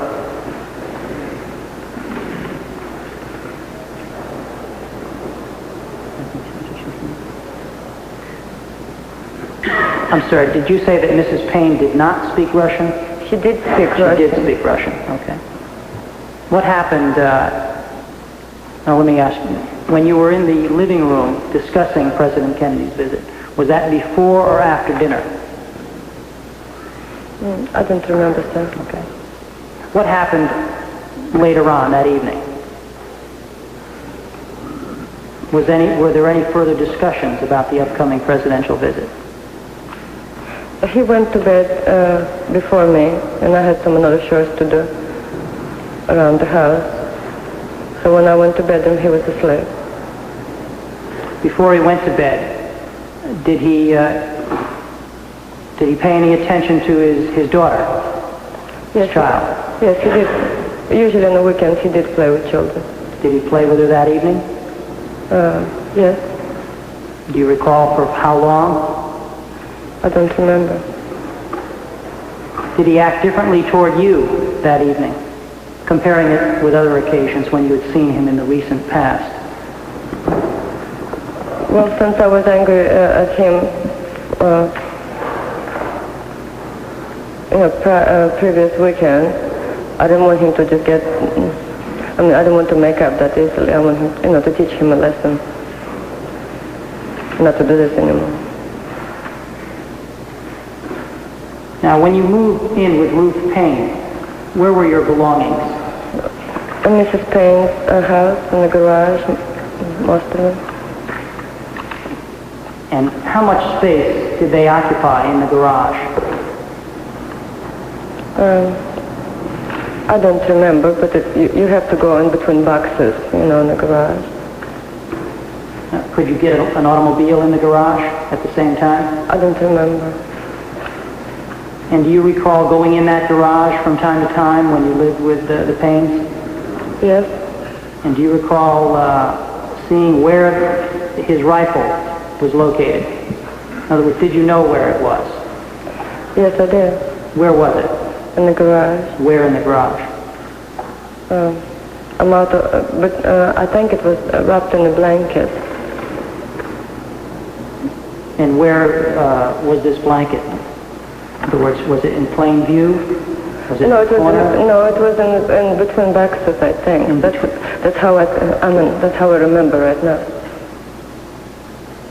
Did you ever see it unwrapped? Did you ever see the gun when you were at Ruth Paine's? Did you ever see the rifle taken outside of the blanket? Was it ever exposed? No. On the night of the 21st, did you see Lee go into the garage? No. Did you see him go into the backyard at all? I don't remember. When he was playing or paying attention to the child, what were you doing at that time? I don't remember, sir. Sorry about that. Would it be your usual custom to be playing with the child with him? Excuse me? Would you usually play together with the child? No. Usually I'll be busy doing something. I did have 2 children, so when you take care of one. Do you remember at all Lee going out into the backyard or the side yard toward the garage? I don't remember that. And you just testified that when you went to bed or got to bed, he was asleep. Yes.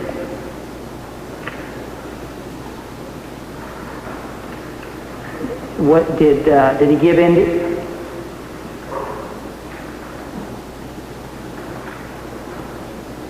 Now, in the book, Marina and Lee, you are quoted as saying in that at one point in the morning, 3 a.m. I think it is, that there was an incident where he kicked you vehemently, I think the word is in the book. Pardon? He kicked you very forcefully, pushed your leg or something to that effect. Yes. Would you comment on that?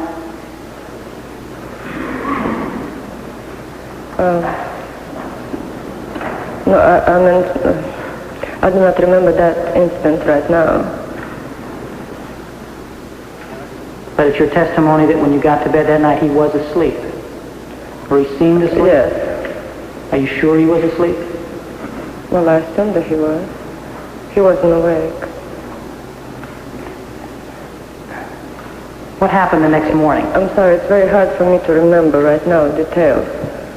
So whatever I told Priscilla, that was the truth. My memory was much fresher then, and you can take the statements in the book as a true fact.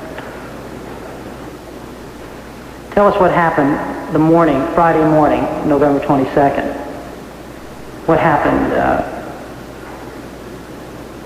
at dawn or when you woke up? Well, based on my recollection right now, I think I wanted to get up and maybe fix a cup of coffee for Lee or something. He told me not to get up. He'll do it himself. How did he look? How did he appear in the morning? As usual. Well, he got dressed for work, in other words? Yes. Did he appear at all to be nervous? No. Agitated or excited? No, it's nothing in his behavior that I would be suspicious of something. Are you saying that he acted in a normal fashion? As far as I remember right now, yes.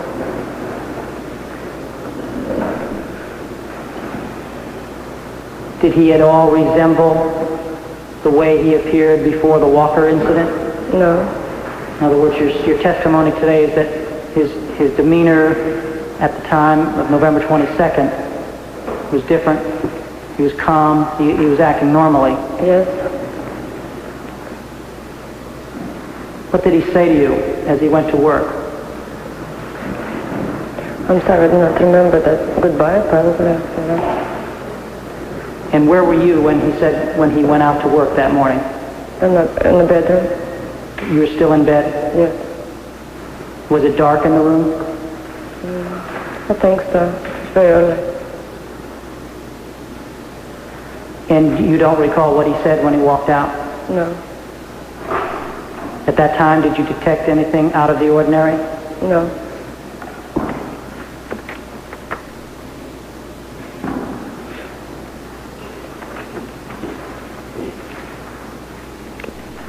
Thank you. I have no further questions, Mr. Chairman. Thank you, Counsel. Procedure at this point will be as follows. The chair will recognize the gentleman from North Carolina, Mr. Pryor, for such time as he may consume, after which the committee will operate under the 5-minute rule. Chair recognizes the gentleman from North Carolina, Mr. Pryor. Mrs. Porter, when did you first learn that President Kennedy had been assassinated? I was watching television, and all of a sudden everything went blurry, and I did not know what happened. And Mrs. Paine explained to me, she told me that somebody shot President Kennedy. Did you continue to watch television with Mrs. Paine to learn more news about it? Yes. What was your reaction to the news? Well, it was a horrible, shocking news. Did the TV, as you listened to it, say that the shots had come or were believed to have come from the Texas Book Depository? Well, I did not understand English, but I think Mrs. Paine told me that shots came from School Book Depository. Did you have any intuitive feelings about the shooting at that moment? Well, for instance, my heart kind of stopped or ache. I don't know how to describe the feeling.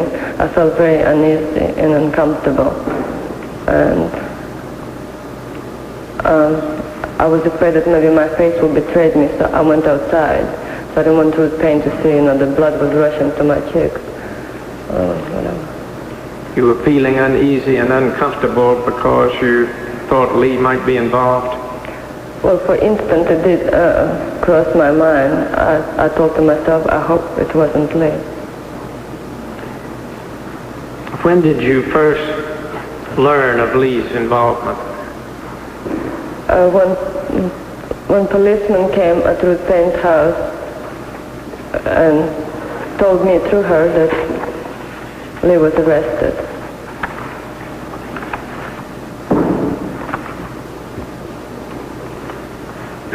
Did you go to the police station with the policeman? Yes, I think so. Well, all this day it's not very clear in my memory because after that everything was very fuzzy. But you did see Lee at the police station not long after the assassination, I believe. I don't remember. Was it the same day or the next day? I do not recall. When you saw him there, did you speak to him through a glass window? Yes, sir. What did you talk about? Well, it seemed to me that he was avoiding to discussing with me the assassination at all. He just talked about the children mainly. Did he give you any signals indicating you should avoid talking about the assassination? Yes, he did, because it was a glass between us and it was a telephone receiver that you were supposed to talk to. And he motioned with his eyes on the telephone, and I understood that maybe he meant that it was, that it was taped or something, so to be careful what you're saying. So he just told me not to worry about anything, everything will be all right. So that he signaled with his eyes at the telephone, yes, indicating to you, be careful what you say. Was his response calm, or was it excited? What kind of response? Well, when you met him at the police station, was his attitude calm, or was he excited or talkative? He looked scared to me. He looked scared. Was he protesting his innocence, for example? Did he? He never told me that. He did not tell me in exact words that I am innocent. If he had been innocent, do you think he would have protested his innocence to you, or that he would have complained about his rights being violated? Well, would that have been typical of him? Well, I really cannot say, sir. I don't know.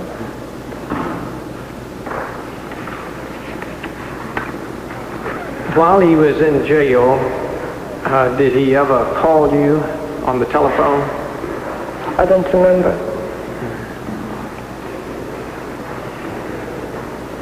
Did he ever at any time give you any hint as to why he did it? No.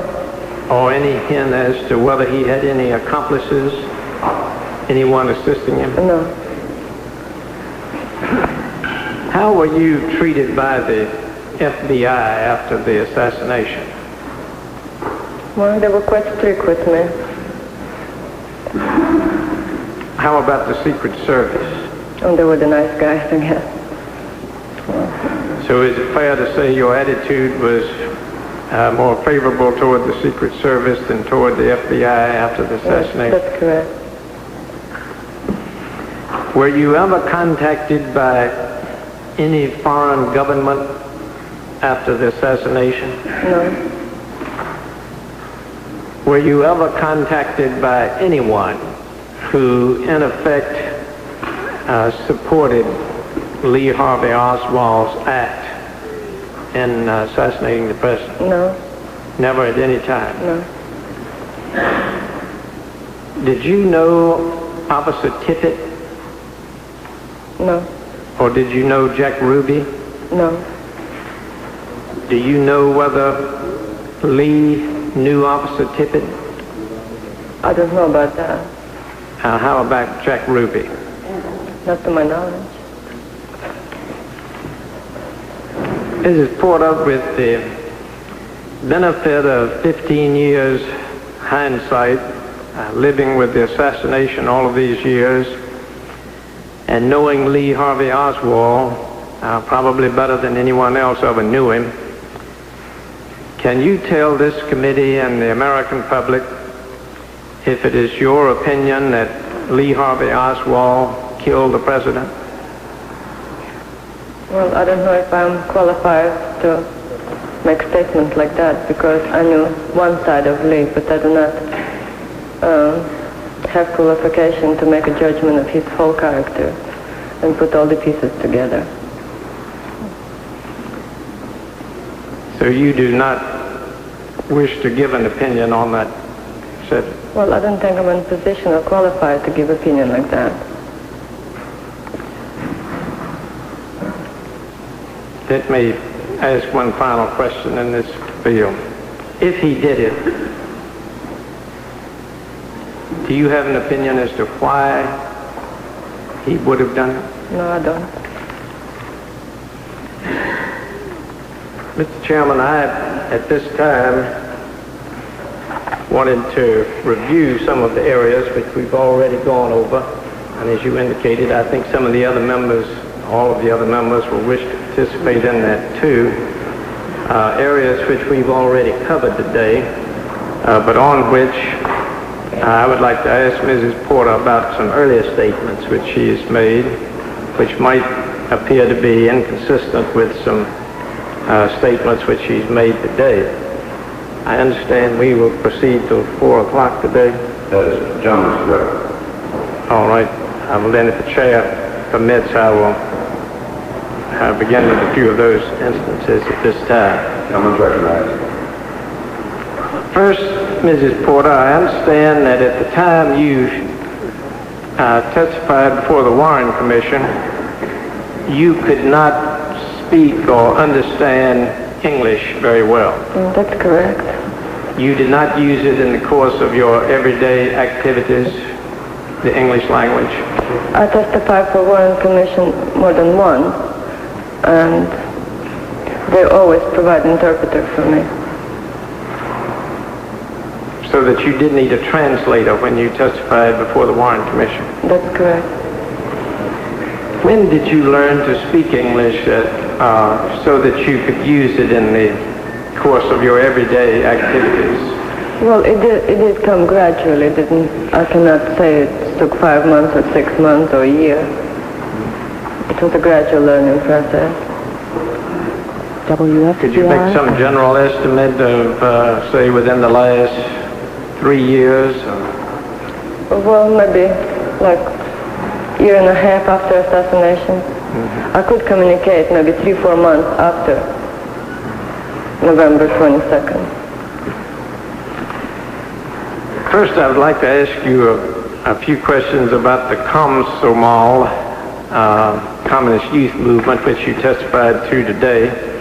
You testified this morning, as I understand, that you were expelled from it primarily because you married a foreigner.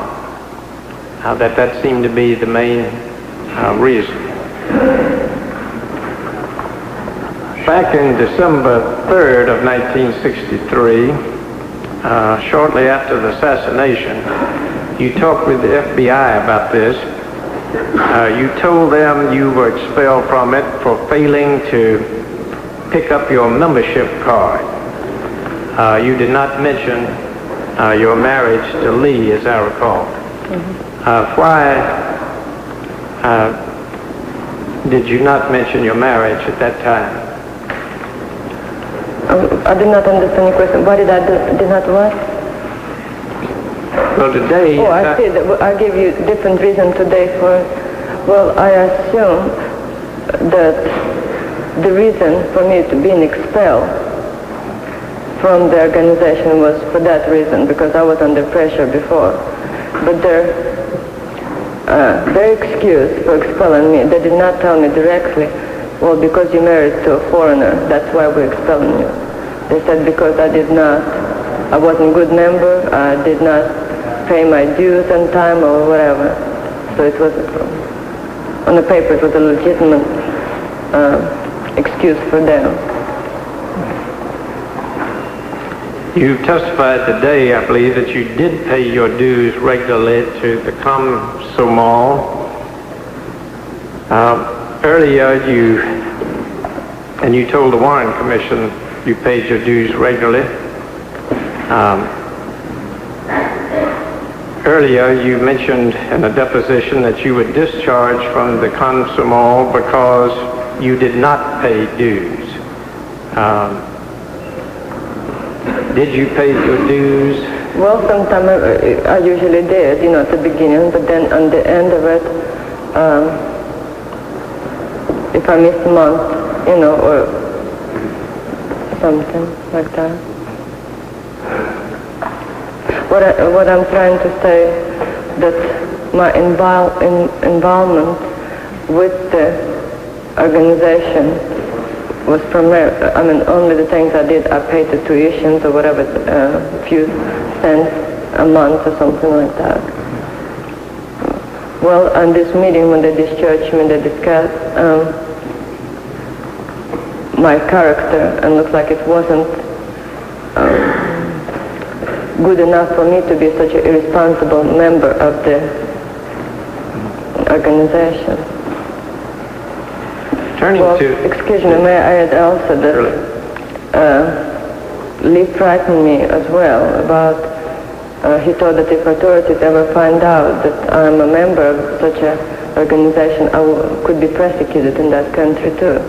So maybe at the beginning when the FBI were questioning me, I was still afraid that might cause some inconveniences or departure out of this country.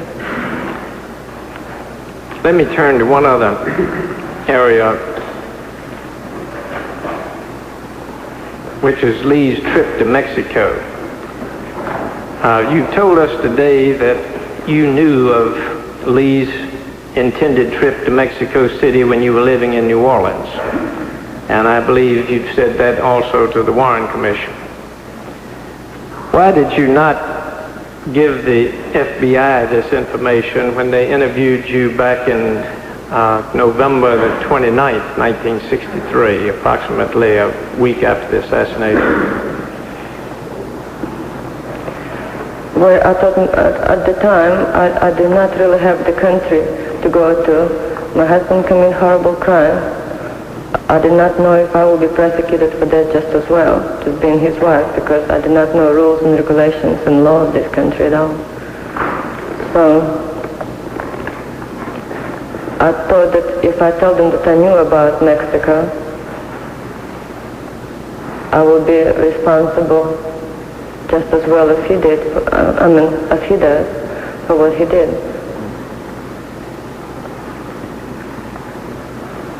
As late as January 22nd, 1964, you were still denying that you knew Lee was going to Mexico when you lived in New Orleans. But about 10 days after that, you testified before the Warren Commission that you did know of the trip.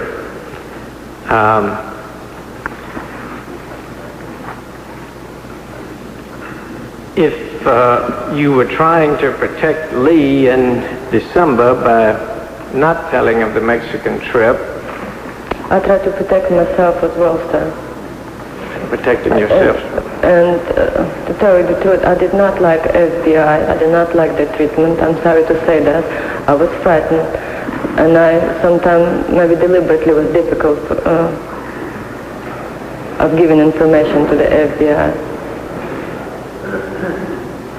Were you pressured by anyone to change your testimony between those dates? That's just a 10-day period there. Did the FBI or the Secret Service or anyone suggest to you to change your testimony there? Well, I don't remember. Or would you not have remembered if one of them... I think it was, well, I did not want to talk about FBI, but I do believe that one of the FBI agents, he brought something that looks like came from Mexico, and little by little question, I had to confess that I did know. Maybe that's what it was, I don't remember right now. Well, as I understand your testimony, you are saying now you did know of the trip to Mexico, and you gave your earlier statements to the FBI to protect Lee and to protect yourself. That's correct.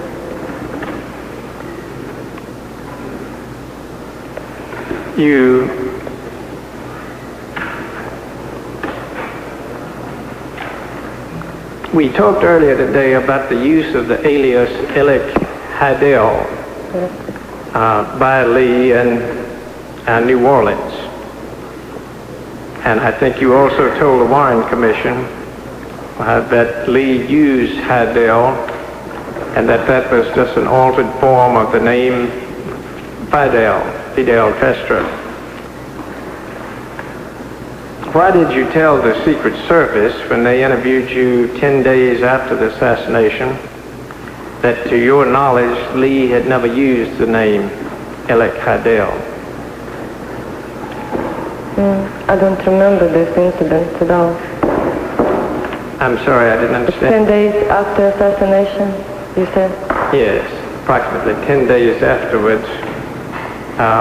You apparently indicated to the Secret Service that that Lee had never used the name Elec Hadel. Well, my emotional conditions weren't very normal at the time, after the assassination, so I could maybe remember something one day and forget the next one, or frightened, or whatever the circumstances were. But when I gave testimony to the Warren Commission, it was all the truth.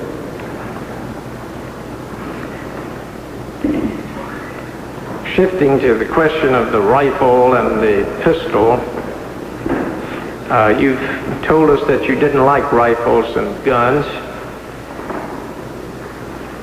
When was the first time you saw the pistol that Lee had? I really do not remember what month or the day it was, and when I learned about the existence of it. Was it on the occasion of the photograph, or was it on the occasion of the Nixon incident that you mentioned? Which was the first time that you knew he had a pistol? Well, I cannot right now to compare when it was, when the picture was taken, when the Nixon incident was, before or after. I think the picture was taken in March, and the Nixon photograph was in April. The picture must have been the first time, if you noticed he had the pistol at that time. That would be more logical way of remembering, probably when it was taken a picture. Because I really do not know, or right now, where's the pistol come from? Did you make any comment to Lee when the picture was being taken about the rifle and the pistol? Well, I probably did. Did you comment on both of them, the pistol and the rifle? Do you recall? I don't recall, but it's very possible that I did. Well, if you saw the Nixon or if you saw the pistol during the Nixon incident, why did you tell the secret police at that time, the Secret Service at that time, that you had never seen Lee with a pistol? Well, maybe at the time they questioned me, I did not remember. Maybe I tried to protect myself from something, I do not know. You did know that Lee had killed Officer Tippit with a pistol at that time, did you not? So you knew he had used a pistol before. No, that's probably correct. I do not remember when I found out about Officer Tippit.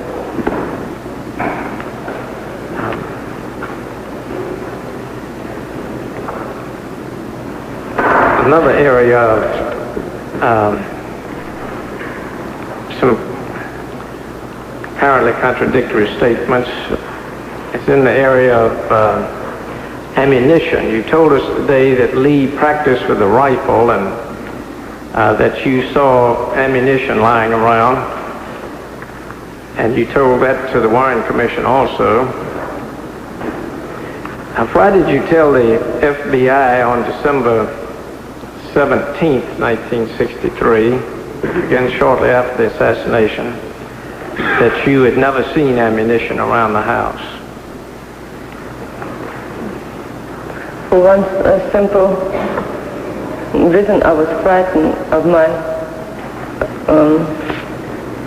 well-being in this country.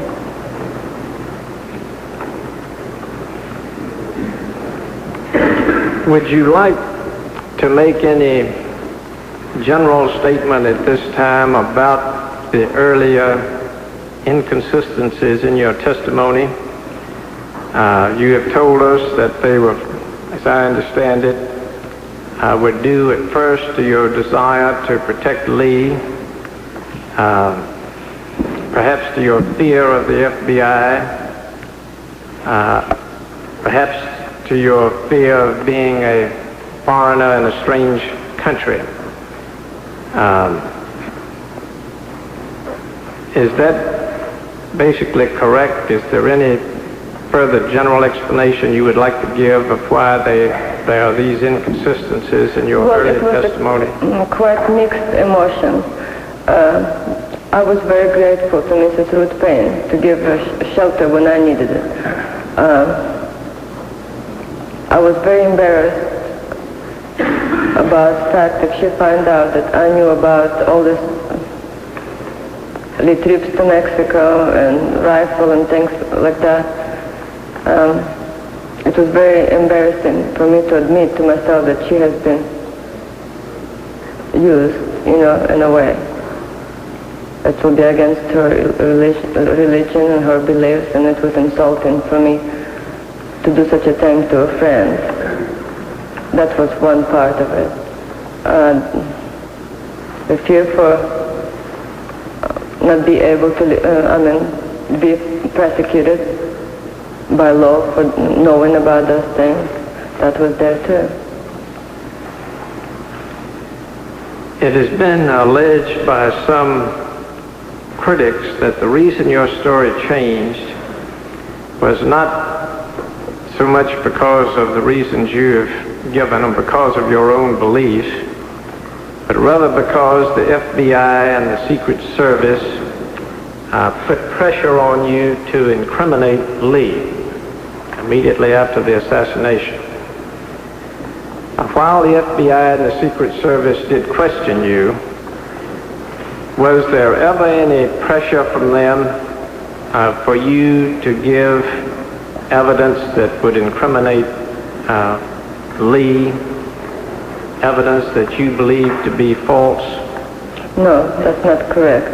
I may be like Secret Service, and dislike FBI, but both of those people were working for one cause, to find the truth. Secret Service did question in a more gentle way, and I responded that much better. FBI sometimes were a little bit too brutal, and my response wasn't as cooperative. maybe some little way I want to punish them for it and not to give them information or correct information. But it wasn't for the reasons that I have been accused of doing it. It was a human mistake, human error in my own character. I do apologize for it, but it's not because they tried to twist my arm and told me what should I tell and what not to tell. That's not true. Thank you, Ms. Porter. I have no further questions at this time, Mr. Chairman. Time of the gentleman has expired. Committee at this time will operate under the 5-minute rule. Might say to the members we have to conclude today's hearing in this room by 4 p.m.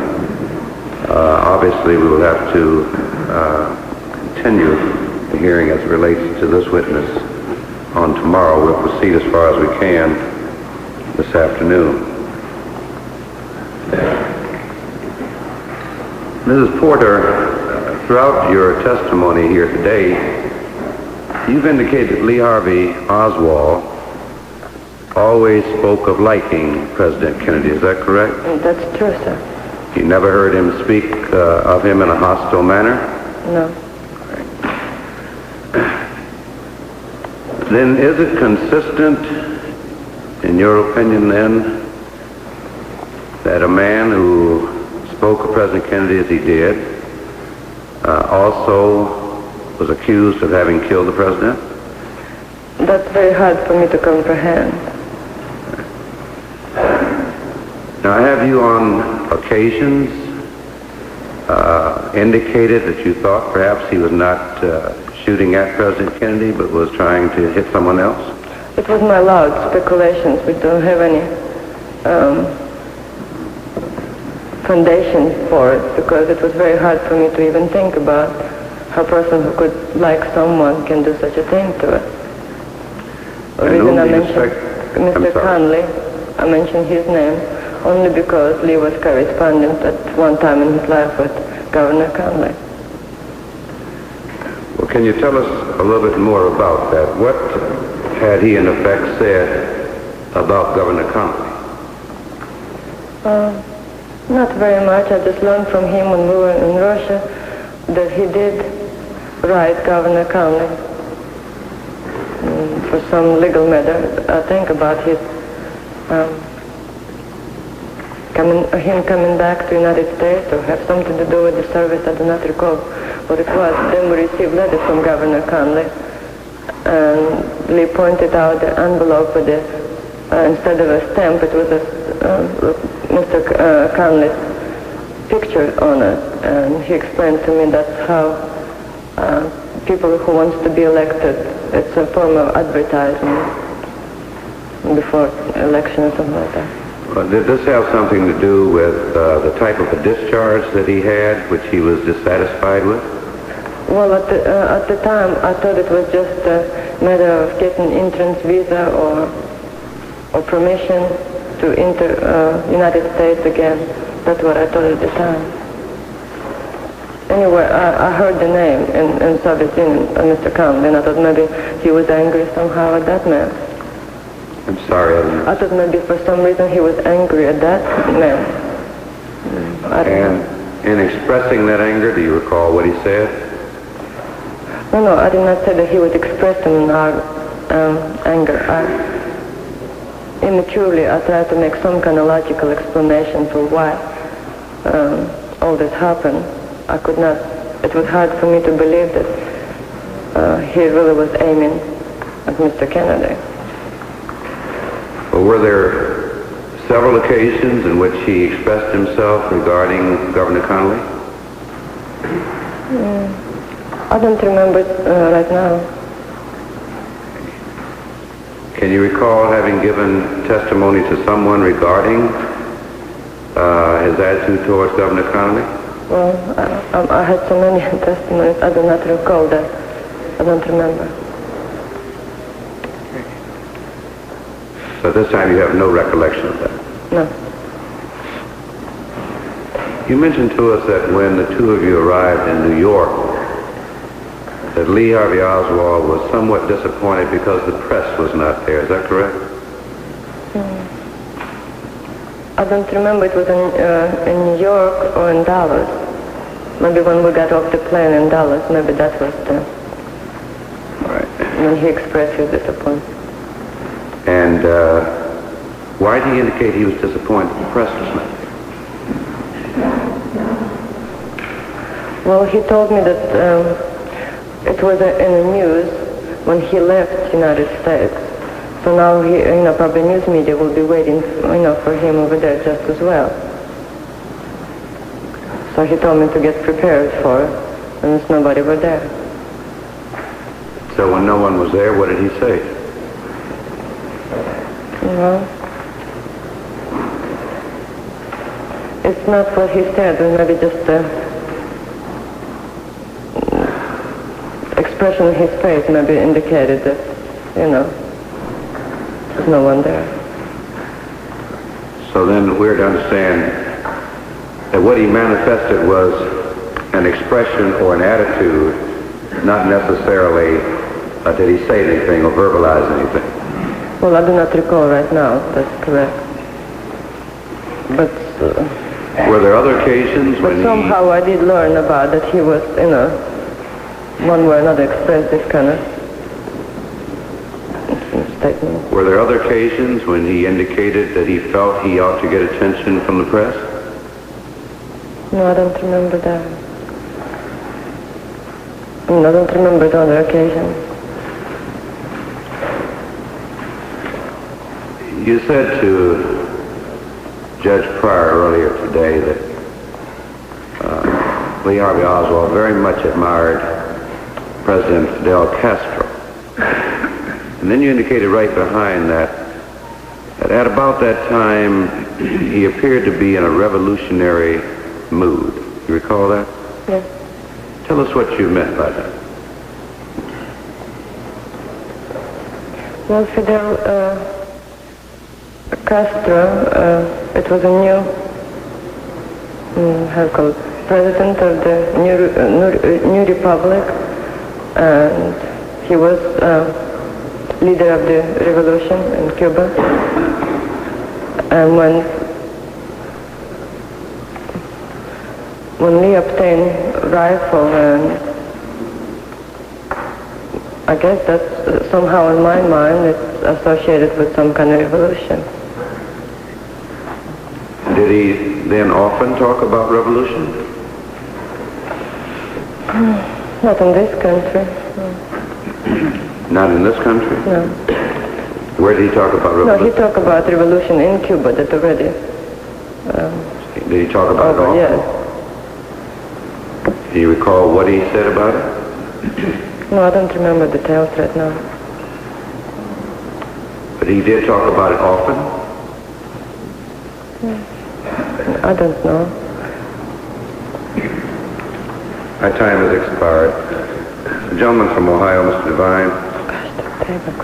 Thank you, Mr. Chairman. Mrs. Porter, there won't necessarily be any continuity in my questions. I'm going to question you about various things that have occurred to me during your previous testimony, and I'm not attempting to confuse you in any way. First of all, I would ask you, are you in reasonably good health? I'm okay. I notice you have a habit of putting your left arm behind you. Are you discomfort there? No, that's okay. It's just an uncomfortable chair, and when you lean over, your back gets hurt. Well, we'll try to remedy that tomorrow then. Are you a citizen of the United States now? No, I'm not. You are not. Has anyone during the course of this past 15 years threatened to deport you if you didn't answer in a manner that you thought they thought you should? They have not. No. You've had no such threats. No.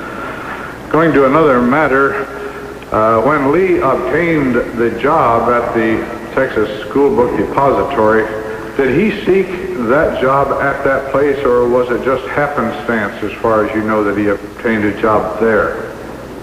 I don't understand your question, sir. But did he seek a job at the Texas Book Depository specifically? Is that where he wanted to find a job? I don't think so. He was looking for a job at the time, and as far as you know, that job just came up then? Yes, that's and true. he didn't seek that particular location as far as you know? No. Did he mention to you when the Kennedy visit was discussed that he had a box seat for the motorcade in his present employment? No. He never mentioned that? No. When is the last time you spoke to your husband? In jail, after he was arrested. Through the glass? Yes. You were asked, I think, by Judge Pryor whether or not you received a telephone call from him, and you said you don't remember. I don't remember. Now, wouldn't you actually remember if that would happen to be the last time you spoke to him while he was alive? It doesn't ring the bell, I don't recall. I think, in my memory, the last time I spoke to Lee when he was in jail. But you have no recollection of that? Did he ever talk to you about the shooting at General Walker? Afterwards, yes. What did Not very much, but only what I told you, that's all I remember. But this was afterwards, of course, but what did he say about it? That he had missed, or what? Well, we had quite long discussions, and if I go in details right now, which I do not remember, the general idea was that he didn't think, he thought he was really doing good service to a country by eliminating a person like Mr. Walker. Did you happen to be watching television at the time your husband was shot by Jack Ruby? No. You did not see that incident? No. Was Jack Ruby ever at Mrs. Paine's home? No. Had you ever met him on any previous occasion? Never. Have you never was contacted with him after the incident? No. The morning that Lee left, told you to stay in bed, that he'd fix his own coffee. Did you see him leave? You mean the driveway or the room? That morning at 5 or 6 o'clock. No, I stay in bed, as far as I recall right now. I did not walk to the door. You didn't see him go down the street to pick up his ride? No. You then wouldn't know whether he had anything with him? I have no idea. You didn't see him carrying the blanketed covered gun? I did not. Did he mention to you anything about having a Venetian blind or a blind in the blanket? No. No comment about that at all?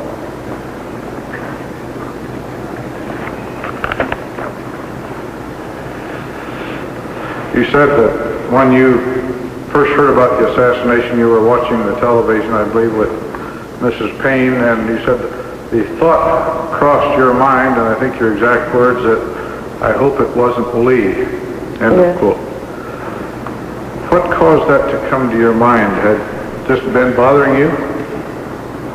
What, all the time or ever since? Oh, what time? Had it occurred to you previously that he might do something like this? No.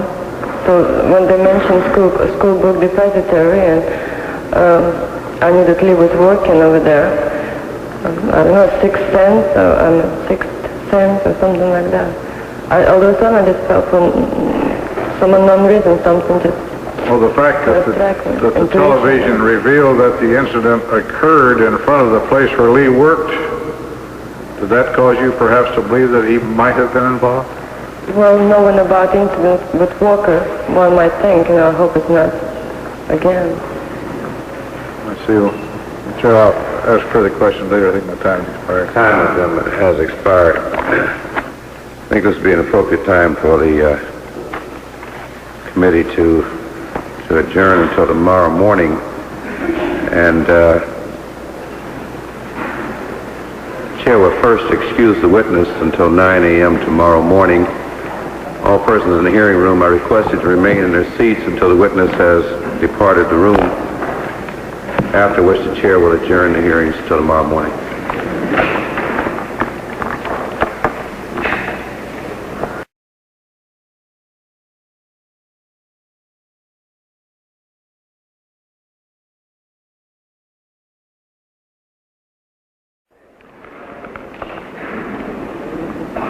Chair will request that all persons in the hearing room please take their seats and remain in their seats while the witness is being brought in.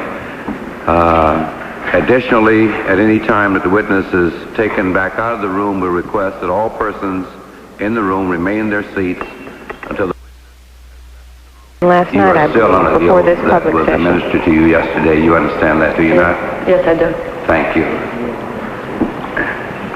Committee will operate under the 5-minute rule. This time, the chair recognizes the gentleman from Connecticut, Mr. Dodd. Thank you, Mr. Chairman. Good morning, Mrs. Porter. Good morning. Mrs. Porter,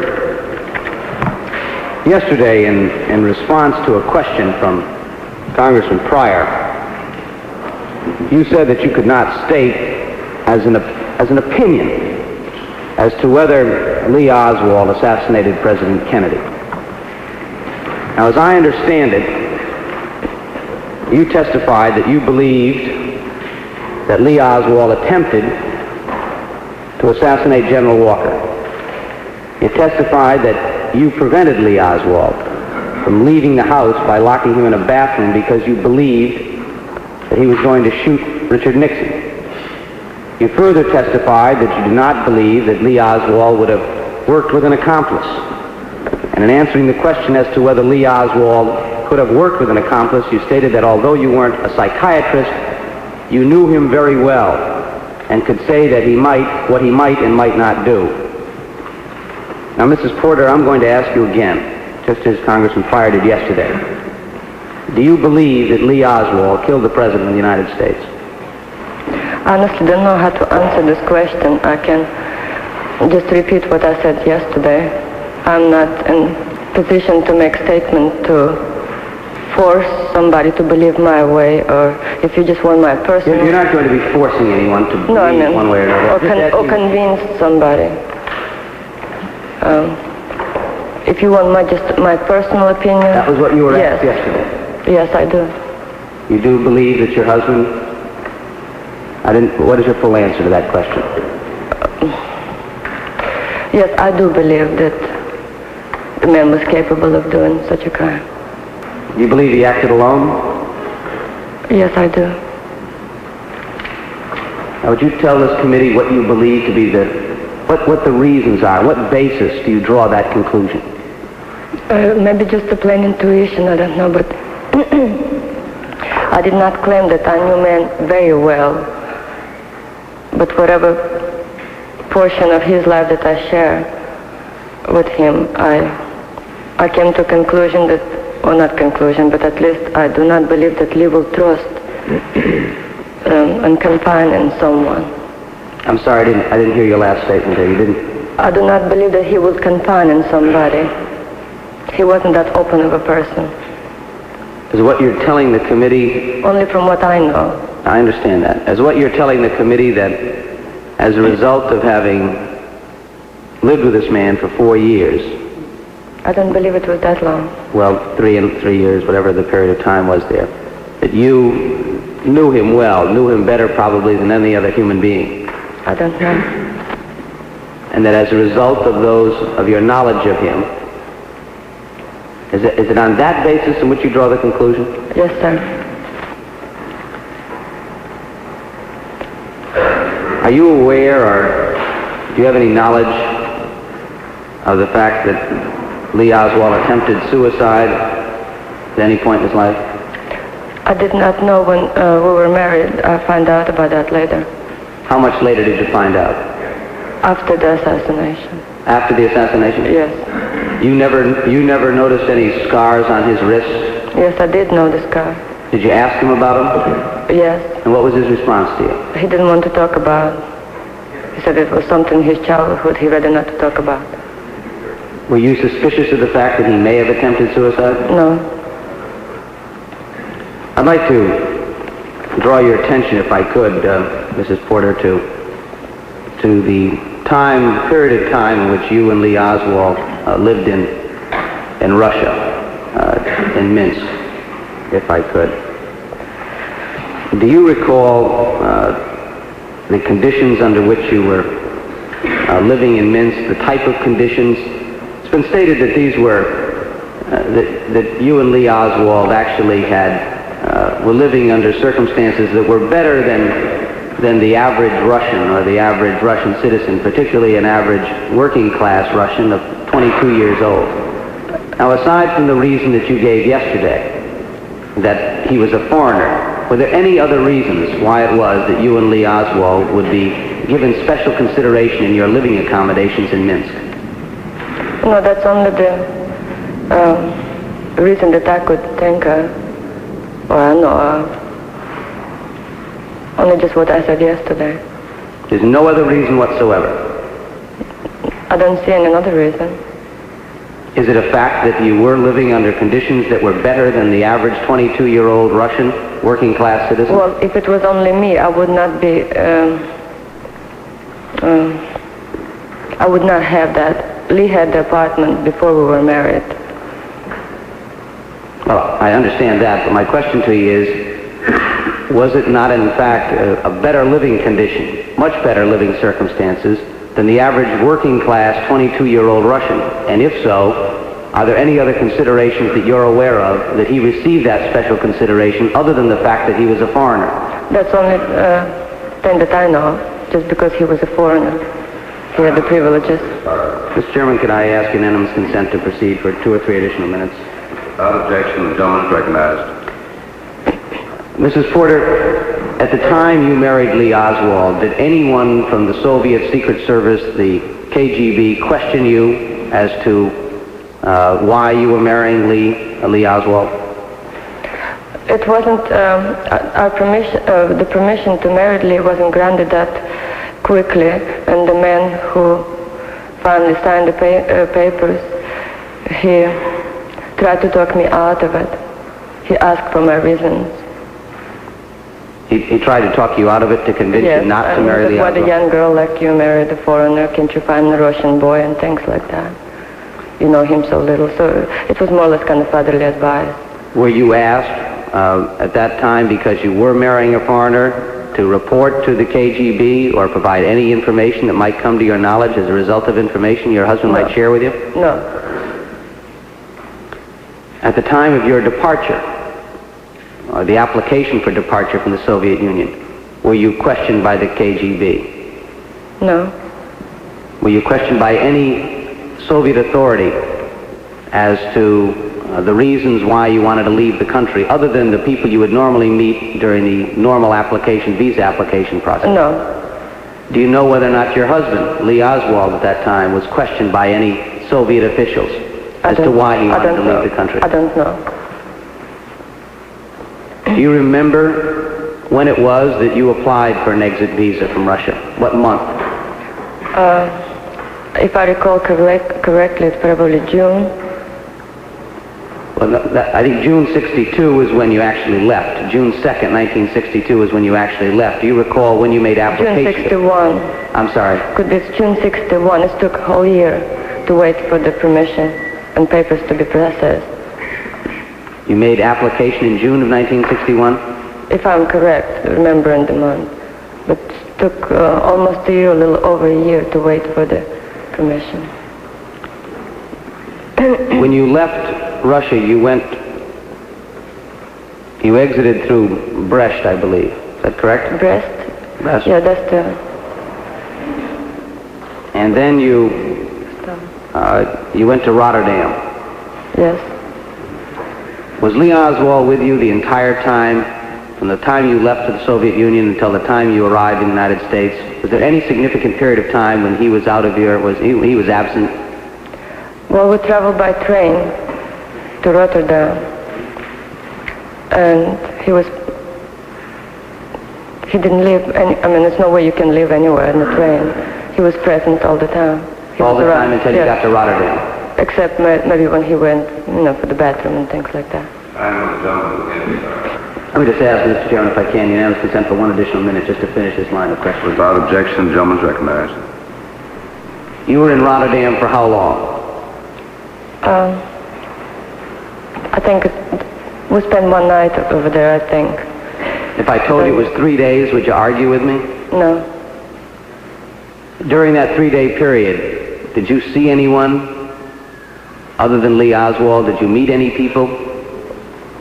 Not that I've seen some faces and people around, but I did not talk to anyone. Where'd you stay in Rotterdam? It looked like a boarding house or somewhat. How did you get the name of that boarding house? Did someone give you that, or did you just come across it? I think Lee had some kind of preliminary, is that the correct word to use? I'm sorry, I don't... Anyway, it was Lee that who arranged, or somebody arranged for him. I do not know who it was. Or who recommended certain... I'm sorry, I didn't... I do not know who recommended a certain place. But it was clear to you that when you arrived there, the people knew that you were going to be there. I don't know. But when you walked in the door, did they say, hello, it's nice to see you, we've been waiting for you? Was there any indication? I'm sorry, I did not speak English, so Lee was doing all the talking. I just followed him. And they spoke English then? I assume they were. Oh, thank you, Mr. Chairman. I'll come back to this. Gentleman from Tennessee, Mr. Ford. Thank you, Mr. Chairman. Mrs. Porter, back to the question of Mr. Dodd.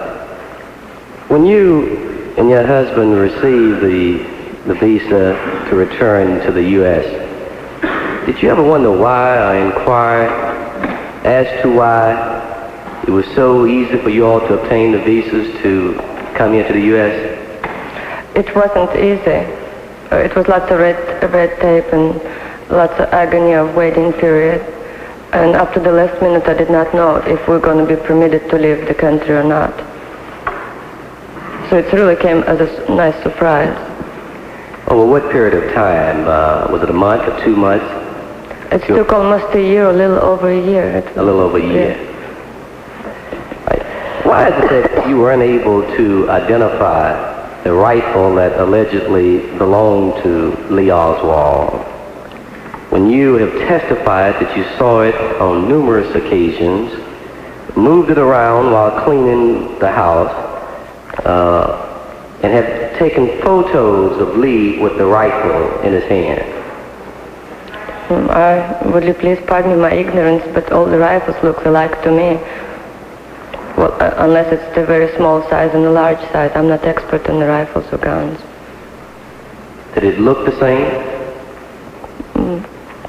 Well, unless they painted black and white, I would not really know the difference. Brown, lighter color or darker color, something, but...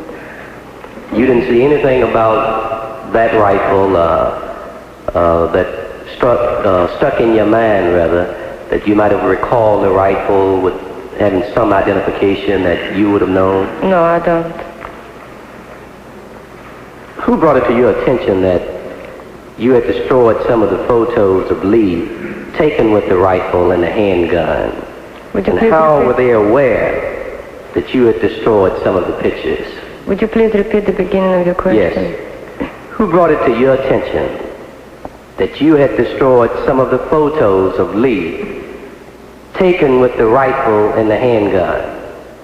And how were they aware that you had destroyed some of the pictures?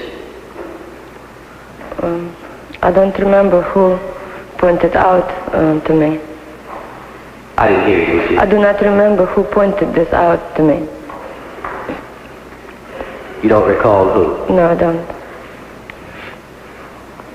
Mrs. Porter, you've told so many different versions of this period for various reasons.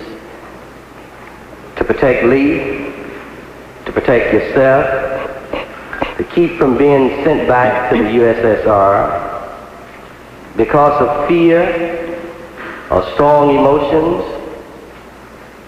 I want to ask now, are you sure that at this point you're really clear on these facts? Have your many stories confused you as well as the American people? The question is so long, it's not easy to answer it. Well, let me just ask it to you in parts then.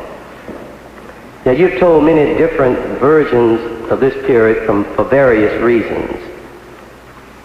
I don't know, are you telling us this to protect Lee, to protect yourself, to keep from being sent back to the USSR? You've mentioned all of this on yesterday. Because of fear or strong emotions?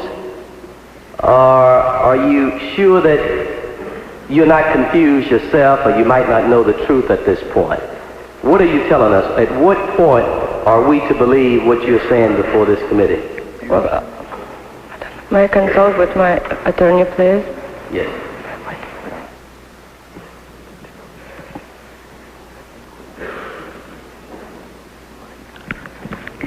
Marina Oswald. Marina Oswald is consulting with her attorney, Jim Hamilton. This, of course, is the crux of the issue. Since Marina Oswald Porter has told so many versions of her story, which one are we to believe, or are we to believe any of them? Well, if you asking me if I do know anything more than I already said, that's what the question was. Anyway, I'm telling absolutely the truth. I do not know anything more. Of course, it's very confusing when you read so many things in the newspapers. And I'm just as anxious to find the answers as everybody else will do. Thank you, Mr. Chairman. Chair recognizes the gentleman from Michigan, Mr. Sawyer.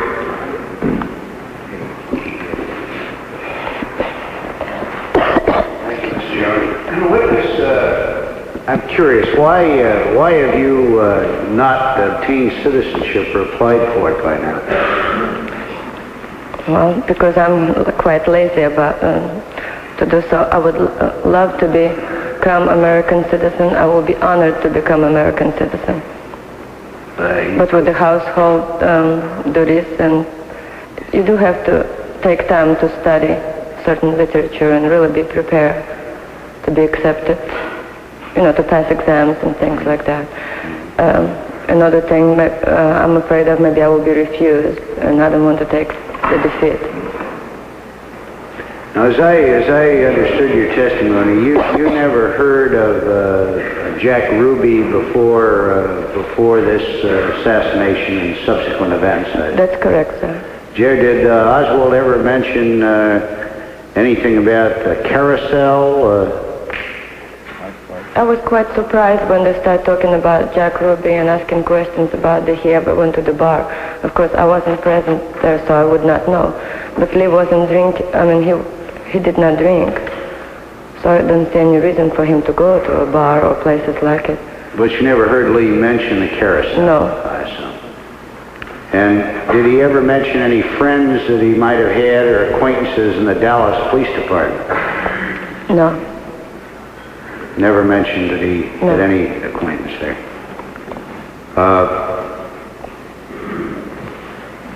Referring now to the writing on the reverse side of the picture that's up there on the board, what does that top two lines say in Russian?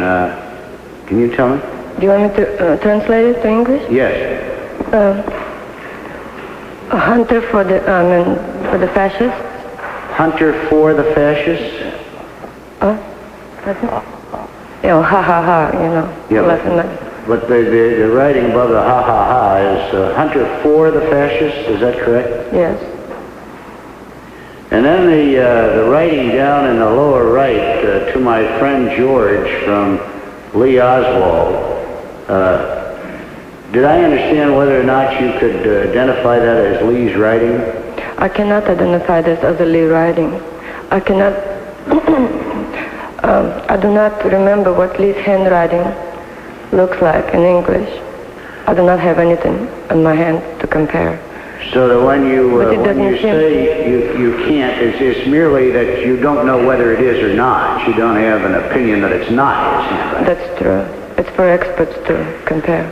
And the way the date is written there, 5 and then slant and then Roman numeral 4 and then slant and 63. Do I understand that would be a way in writing it in Russian of 5 April 1963 in effect? Is that? Yes, sir, that's correct. Because they use a Roman numeral for the month. Some do, yes. And usually they have the month follow the date like they do in the Navy or other places. I guess so. I presume that George is Mohrenschildt. Am I correct on that? Yes, sir. Because down where it says copyright, then in the same handwriting as the copyright's written, it has G and then D-I and then M, which I presume are George de Mohrenschildt's initials. Yeah, I presume that is. Do you know whose writing it is in Russian up at the top where it says 100 for fascists, ha ha ha?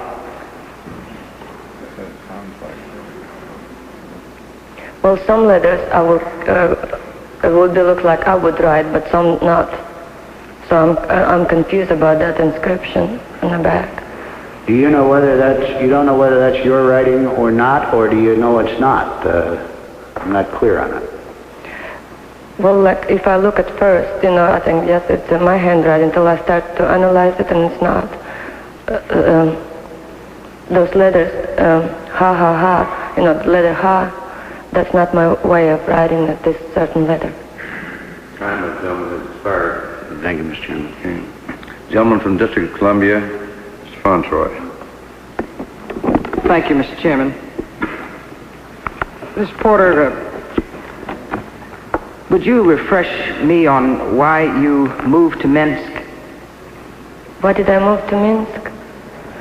I did not have a very good relationship with my stepfather, and it was lots of static in the air and friction between two of us. So I felt like I was in his way, and I had no another place to go except where my aunt and uncle lived. So I took a chance to go over there and find a job during the summer. And you lived with your aunt and uncle? Yes. And your uncle never talked to you about his work? No. At all? No. Did you know where he worked? At the building? No. Did you know for what agency he worked? No. He never talked about his work? No. To you? It wasn't customary for people who work for MVD to discuss their job at work, at home. I see. Excuse me.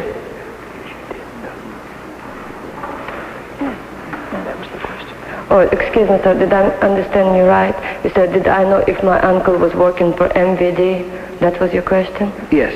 Yes, I did know that he was working for MVD. So your testimony is that you knew that he was working for MVD, but I did not know what he did. But he never discussed that with you in any way? Or with his wife either. All right. Was it customary in your experience as a teenager that people met and married within 6 weeks? I don't think so. Some do and some don't. Some do and some don't. Would you say that your relationship with Lee Oswald was one of love at first sight? No, I liked him, but I did not fall in love right away. It does strike at least this member as strange that you could meet and get married in 6 weeks. Well, he was appealing to me. I did not marry him because he was American who will bring me back, who will take me to the United States. In fact, if I knew that he will come back, I would not marry him. So that it was not a motivation of your wanting to come to the United States that may have been in the... No. That is not the explanation for the 6 weeks? No, it's not because of my hatred to the United States. Yes. Nor is it that you were head over heels in love with him? Pardon me? Nor was it that you were head over heels in love with him? Well... I guess that's a difficult question to answer. You simply stated it wasn't... It wasn't for the reason to come here. All right. I just have one other question, and that relates to the question of whether or not, or whether Mr. Oswald's attitude toward the FBI. You do recall that to the Warren Commission you indicated that he became involved with the Fair Play for Cuba committee in New Orleans after he had lost his job. I guess that's correct. And then to the FBI, you indicated that he had lost his job because of his work with the Fair Play for Cuba committee. Well, that is correct. And yesterday you said that Lee blamed the FBI for the loss of his job. Every time he lost job, he told me that the reasons for that were probably because FBI harassed him. So I got the impressions that the FBI are not treating him, fair. Time is done. May I ask you now to consent for one additional minute, Mr. Chairman? Without objection, the gentleman's recognized. And I understand yesterday that you also said that you admitted you were lying to the Warren Commission? No, I didn't. Which was it? I wasn't lying. I wasn't delivering maybe correct or right away on the spot information to FBI. I think that's what was said yesterday. So, my testimony to FBI and Warren Commission sometimes were contradictory. All right. Now tell me what your recollection now of the truth is. In what regard? I mean, everything I'm telling is the truth. Did Mr. Oswald begin his work with the Fair Play for Cuba Committee after losing his job, or did he lose his job, in your view, because of the work with the Fair Play for Cuba Committee and as a result of FBI intervention? Well, when I was married to Lee, and because only most of the information or whatever I got from him, then I blame FBI for him losing the job. But analyzing later on him as a person, that wasn't the reason for him losing the job. So in my mind right now, he did not lose the job because of the FBI. Thank you.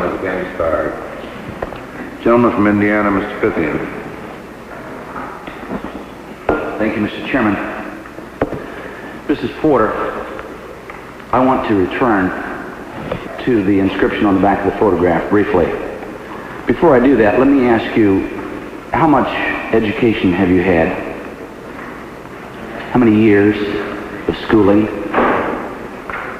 I finished school and I attended pharmacy school afterwards for 4 years. And I have a diploma, to be a pharmacist. I've only had a little bit of study of the Russian language, but even a very cursory, very brief glance at the back of that photograph would indicate that not even a grade school student of Russian writing would have written that. Now, I could go through several reasons why I cannot believe you would ever have written it unless you were intentionally trying to mislead someone. Just a couple of very quick things. The differences between the Russian T, or T, in the Ochotnik as compared to the Fascistami are clearly either written by someone who doesn't know Russian, or the two words are written by different people. Because in that sequence of an internal T, you would simply not make the English M with the crossbar over it in one case and turn around and use the English T in Fascistami. Now I could go on. The 3 A's in ha ha ha do not match. The E in Ochotnik is printed in a very awkward and broken fashion. The F in the Fascistami is written in a very unusual manner with the loops on the F at the top of the cross staff and so on. Can't you testify to this committee that you did not indeed write that on that photograph? As I told you, I'm just very puzzled, and I'm just as curious as you are. But we will get later today to discussing the handwriting of it. I am simply asking you, cannot you at this point specifically testify to this committee that that is not your writing?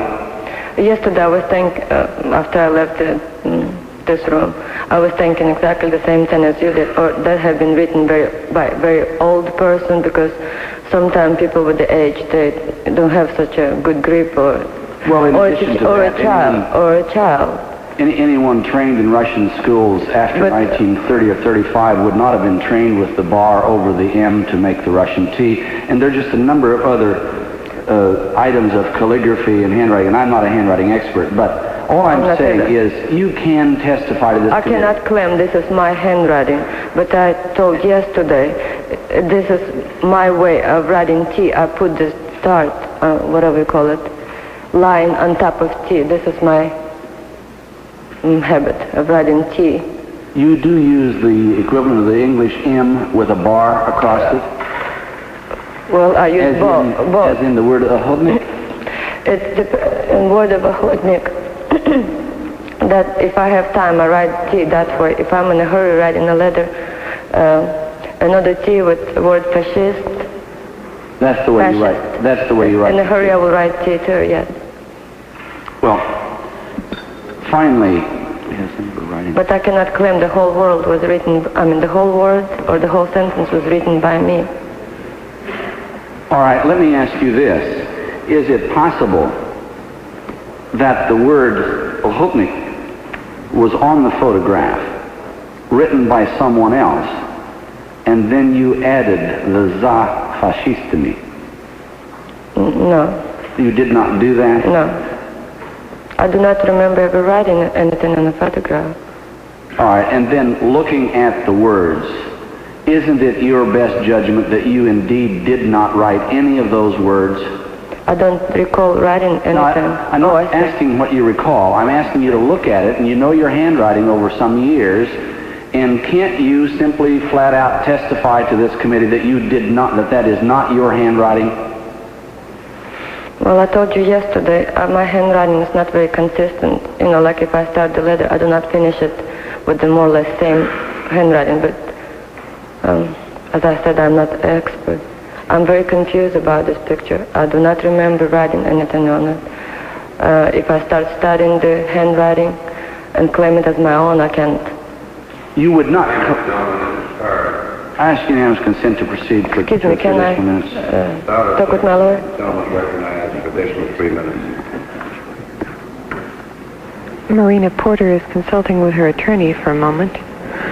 Once again, we're talking about the back of one of the photographs of Lee Harvey Oswald with 2 guns, in which the words in Russian are written, "Hunter for fascists, ha ha ha."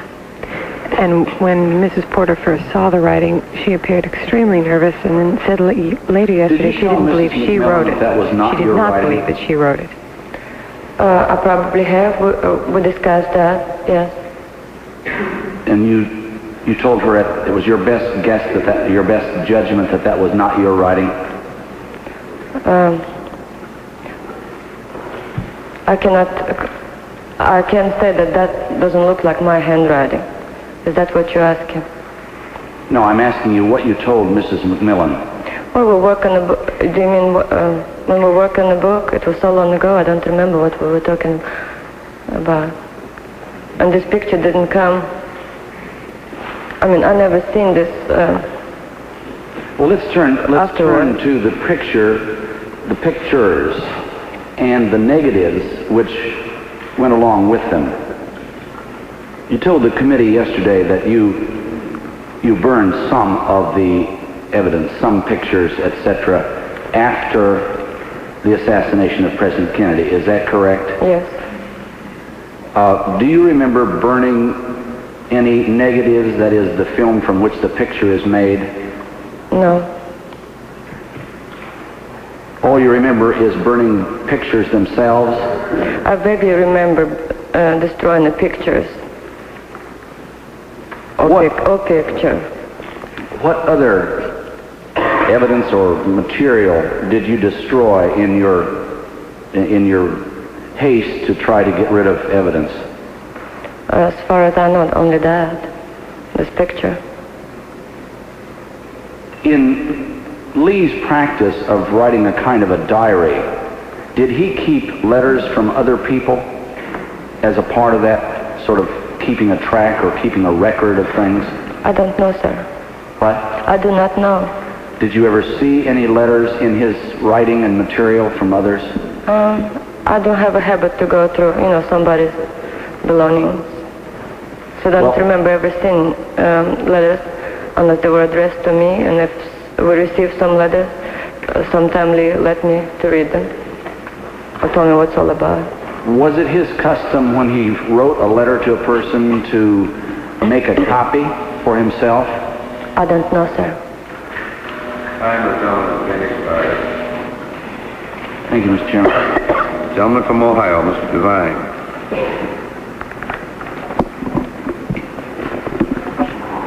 Mrs. Porter, how did you happen to land in Mrs. Paine's residence? Who found that place to live? Was it you or was it Lee? I forgot how I was introduced to Mrs. Paine and how we met. But she was a very kind and generous person.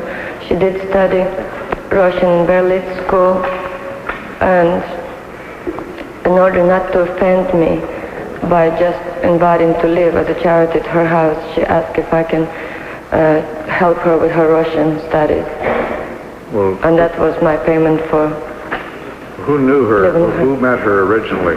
I don't recall. I'm sorry. Who made the initial contact with her to live in her home? I don't remember. I don't know. Was she aware that Lee had ammunition and guns among your personal property there? I wouldn't know. I did not tell her. I believe you said that he kept the gun in a blanket in the garage. Is that correct? He kept the rifle in the garage, yes. So she wouldn't necessarily know that. I don't think so. Following the assassination of the president, this committee has received evidence that your then husband left the book depository, walked several blocks, caught a bus. The bus became involved in traffic. He left the bus, hired a taxi cab, which took him back to the neighborhood. Did you see Lee after seeing the announcement on television that the president had been assassinated? Did I see him? Yes. No. I saw him the next time in jail. He did not come to the residence as far as you know? Sir Irvin is quite far away from Dallas. I didn't understand. I was at Ruth Paine house, and that's suburb of Dallas. Unless somebody drove him there, he could not come. You don't know whether he had the handgun then when he left that morning or not? I don't know. I didn't see him leaving. The evidence further shows that after he was in the neighborhood of the Paine residence, he then, on foot, went several blocks away, at which time he was confronted by Officer Tippett. I believe you're a little bit confused about Paine residence, sir. Yeah, right. But then you would reaffirm the fact that you did not see Lee from the time he left early that morning to go to work until you then saw him in jail. Yes, sir, that's correct. I yield back the balance, Mr. Chairman. Time of gentleman has expired. Gentleman from Indiana, the gentleman from Pennsylvania, rather. Thank you, Mr. Chairman. Mrs. Porter, just to follow up on that question, we had an opportunity to go to Dallas and look at the neighborhood where Lee Oswald had his apartment.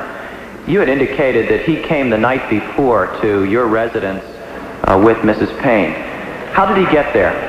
I forgot this man that he worked with at the school book depository. He was a neighbor, and he usually gave Lee a lift. He dropped him off. Okay. I'm interested in trying to develop a personal picture of Lee Harvey Oswald. And you've given us some clues. You have indicated that he did not drink. You had indicated that he sat for long periods of time looking and playing and using his rifle. What is a description of him as a person? This individual you met and within 6 weeks married must have made some impression on you in terms of his personality. Can you describe for the committee what Lee Harvey Oswald was like as a person? I'm afraid I cannot describe a person just in one statement or one small phrase. What did he look like? You mean physically? Physically. He wasn't a very tall man. Oh, he was a little bit taller than me. I mean, whatever. He was neat in appearance. He had good manners. Was he strong? In Russia, pardon me? Was he strong? Well, he was stronger than me, but he wasn't a hayman. What was his attitude towards himself? I don't know, I'm sorry. Let me ask you this question. Did you get the sense from him that he wanted to feel like a man, that is, to be very strong and very powerful? Not physically powerful, I don't think that was... Mentally powerful? I think he wanted to be somebody, I guess. He wanted to be recognized by people or maybe have a better job that he think that he was entitled to. So he had the sense of himself that he was more important, or he wanted to be more important than people were recognizing him to be. That's correct. And how did he treat you? Was he gentle to you as an individual? Well, when we were in Russia, he was quite gentle and nice and thoughtful. But when we came to the United States, his personality was changing, and he was cruel many times. He was cruel. You indicated that he was cruel in the activity around General Walker, and you indicated some other illustrations of his cruelty. Can you recollect any time in which he was cruel to you? Did he beat you physically? That's not a very pleasant thing to talk about, but the answer is yes.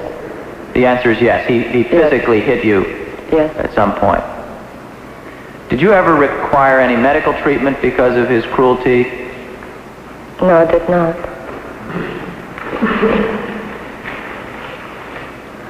You indicated that you knew that he had the rifle, and you knew about the attack on General Walker. You knew about the suggested or attempted attack on Mr. Nixon. To your best recollection, were there any other incidences that you can recall where he fired the rifle, either at someone or in your presence? That's only facts that I know. Can you recall whether he committed any crimes that have so far not been brought out in your testimony? I don't know any of those. Did he have any other rifles or any other weapons other than the rifle and the pistol? Not to my knowledge, that's all I know of.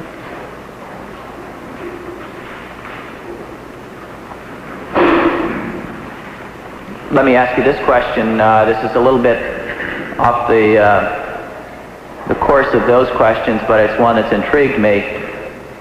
Lee Harvey Oswald met you in Russia. You spent a little over a year together as married, and then you came to the United States.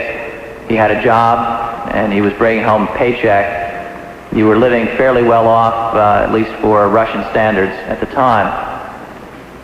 How did you physically pay for your trip from Russia to the United States? Where did that money come from? As far as I know, Lee told me he borrowed from the American embassy. I will tell Mr. Starr. May I have 2 additional minutes, Mr. Chairman? Without objection, the gentleman is recognized an additional 2 minutes. Thank you. To the best of your recollection, he borrowed the money from the U.S. Embassy? That's what he told me. Did he, at any time, to your knowledge, physically go to the U.S. Embassy? Yes, sir. To pick the money up? I answered the question, so did he physically go to the embassy? I said yes, but then you said to pick the money. I do not remember how and when he got the money. When you arrived in the United States, did Lee seem to have some money to hold you over until he got a job? I do not remember how much money he had left. I do not recall if he had any left or not. How did you pay for your food? We lived with his brother for a while. How did you pay for just your general expenses? I never handled the money when I was married to Lee. He was the one. He handled all of the money? Yes. How long after your return to the United States did he get a job? I don't remember. 2 weeks, 3 weeks? That sounds right. So there's a 2 or 3 week period where he was looking for a job and not working? Yes. Thank you. I yield back my time, and I'll come back to questions later. Time, the gentleman has expired. Mrs. Porter, this morning in response to a question from Mr. Dodd relative to your opinion as to whether or not Lee Harvey Oswald killed the president, you said your opinion was yes. Now, this is not the first time you have expressed that opinion, is it? That's correct. Well, let me see if I can refresh your recollection to this extent.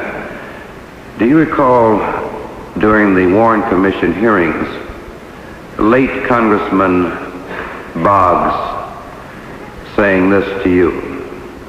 Let's get an answer. I think this answer is quite important.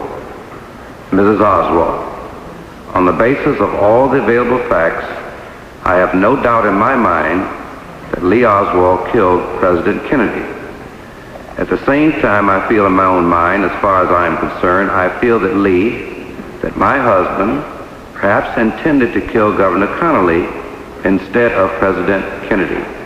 You recall that question being asked by the late Congressman Boggs and your answer being as I read it? I do not recall. I never, went back and read my testimony, but if it's printed, that's... You do not deny... Since you refresh my memory, that's possible. I mean, I'm for sure I said that. Okay. So that I understand you. My having read this to you, does this now then refresh your recollection of what you said on that occasion? Because I do not remember Senator so-and-so that you mentioned it. It was so many people around, so many faces, I did not remember, person as it is. I can understand you perhaps do not remember that particular congressman.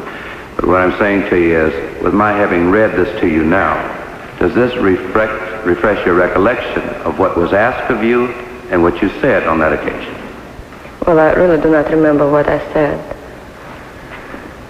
WFCR. If under oath to the Warren Commission I give that testimony, that is my testimony. Okay, then you do not deny that that was your testimony? No. Now, again, you know Priscilla Johnson McMillan, don't you? Yes, sir. That's the lady who wrote the book, Marina and Lee? Yes. And you talked with her with reference to what she was writing about the book, didn't you? Sure. Do you recall you've read that book? Yes. Not recently, but a year ago. Beg pardon? A year ago, yes. A year ago, right. Let me read this passage to you from the book. I'm reading at page 436. Marina was now certain that Lee was guilty. She saw his guilt in his eyes. Moreover, she knew that had he been innocent, he would have been screaming to high heaven for his rights, claiming he had been mistreated and demanding to see officials at the very highest levels, just as he had always done before. For her, the fact that he was so compliant, that he told her he was being treated all right, was a sign that he was guilty. Did you tell Ms. Johnson that? Yes. Now,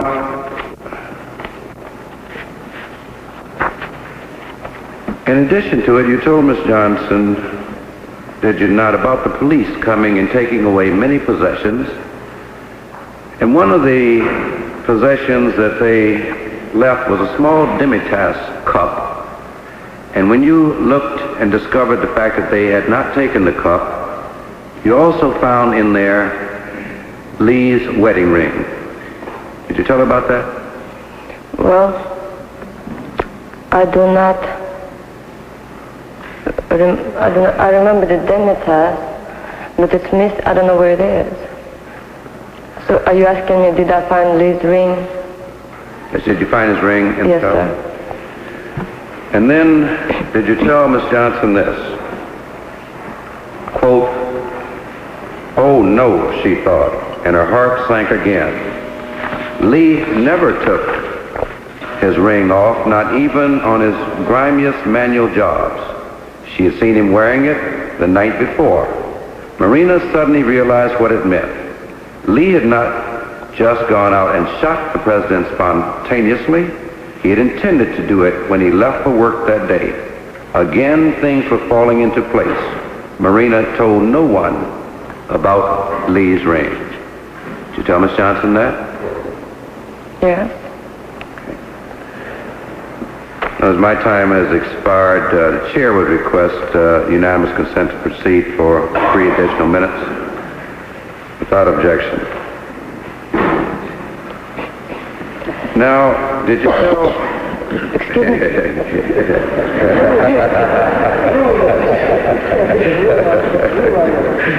That's democracy.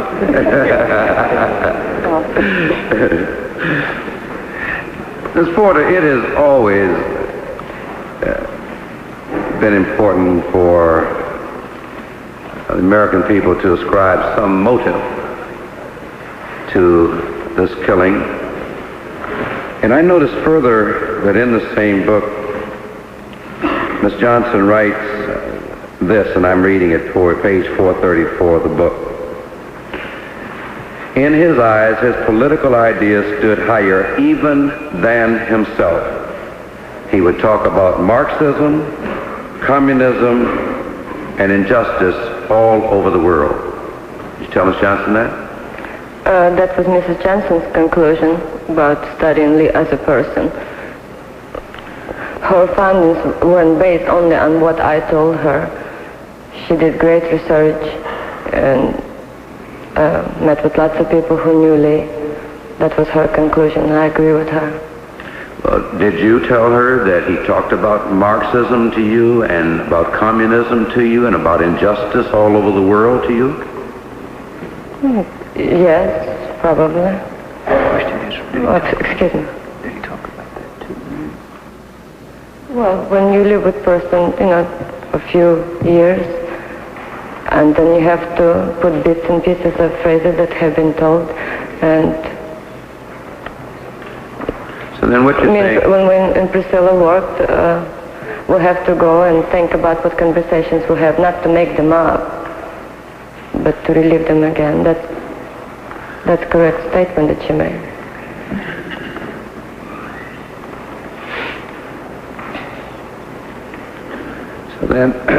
So that we understand you, he did express himself to you on these kinds of subjects, did he not?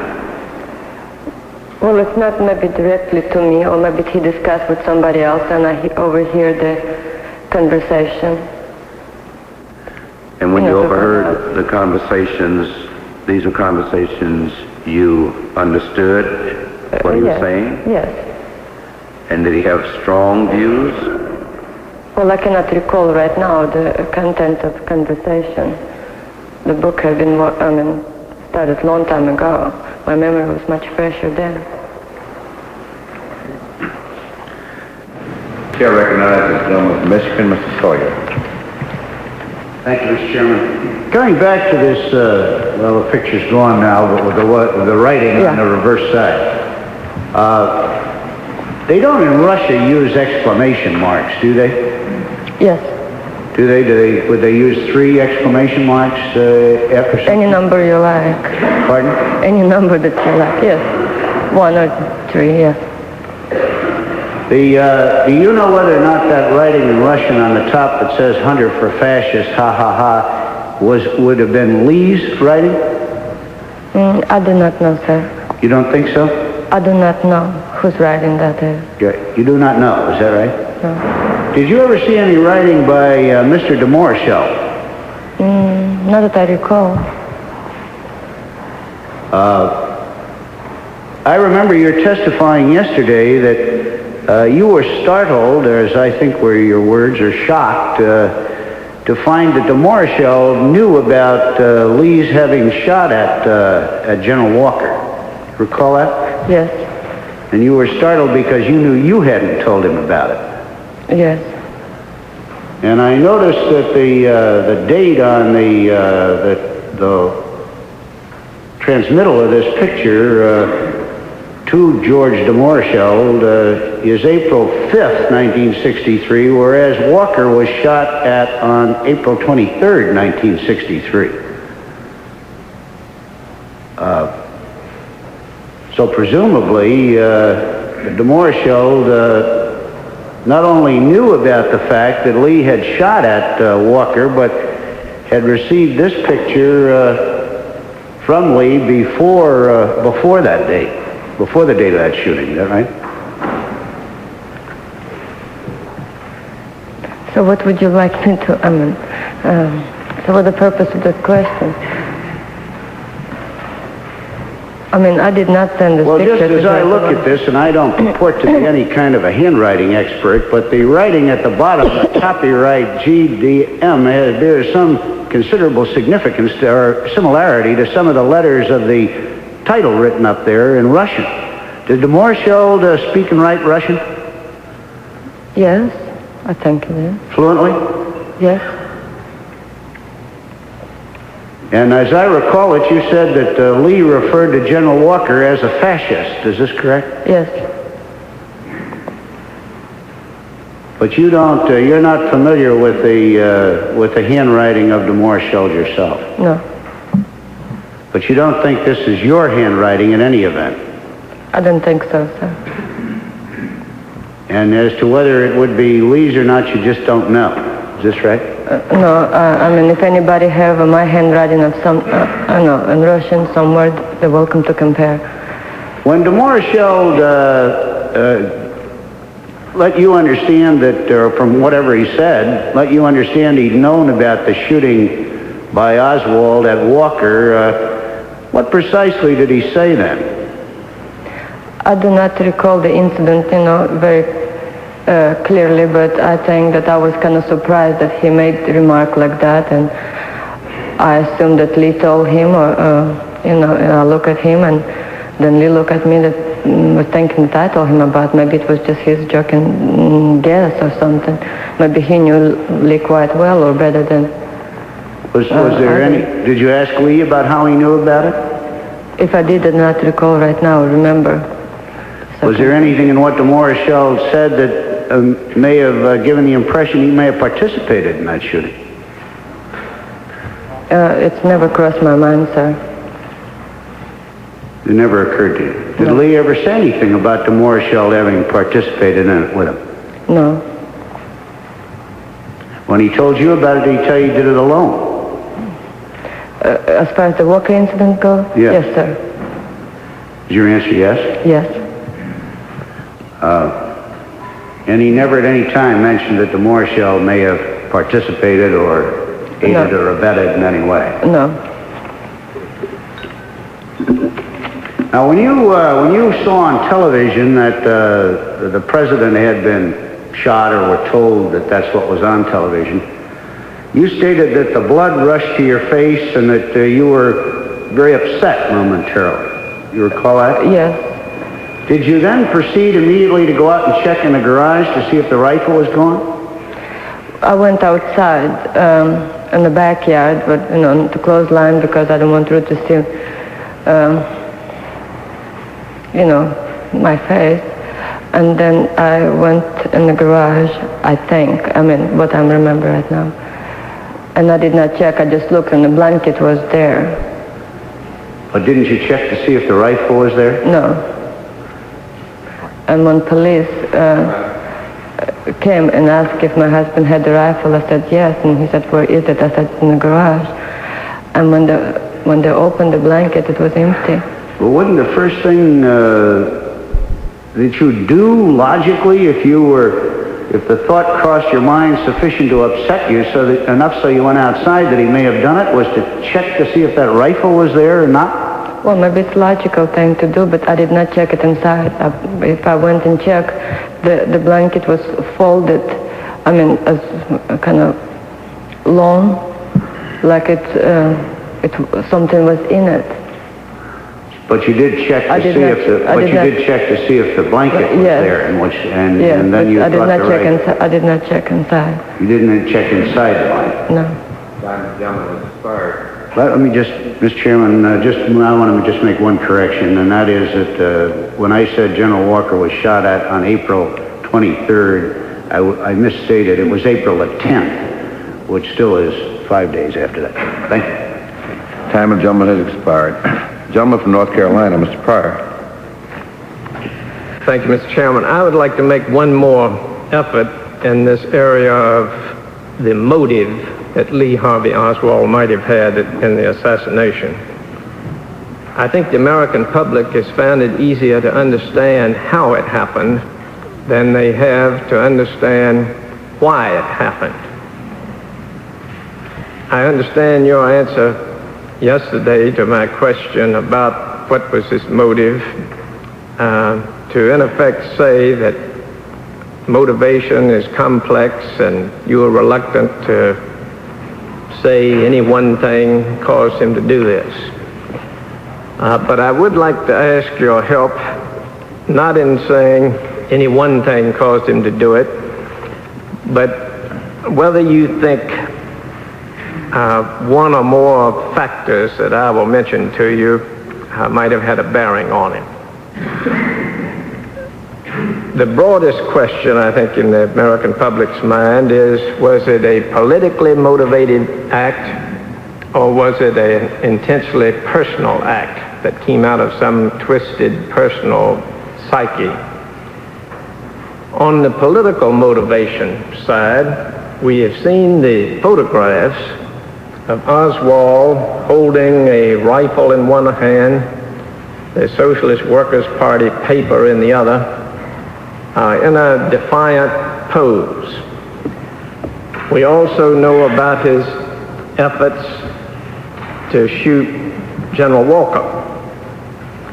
Those two things, when you put them together, raise the question of whether his motive could have been to make himself a hero of the American left, a hero of the left-wing political movement in this country.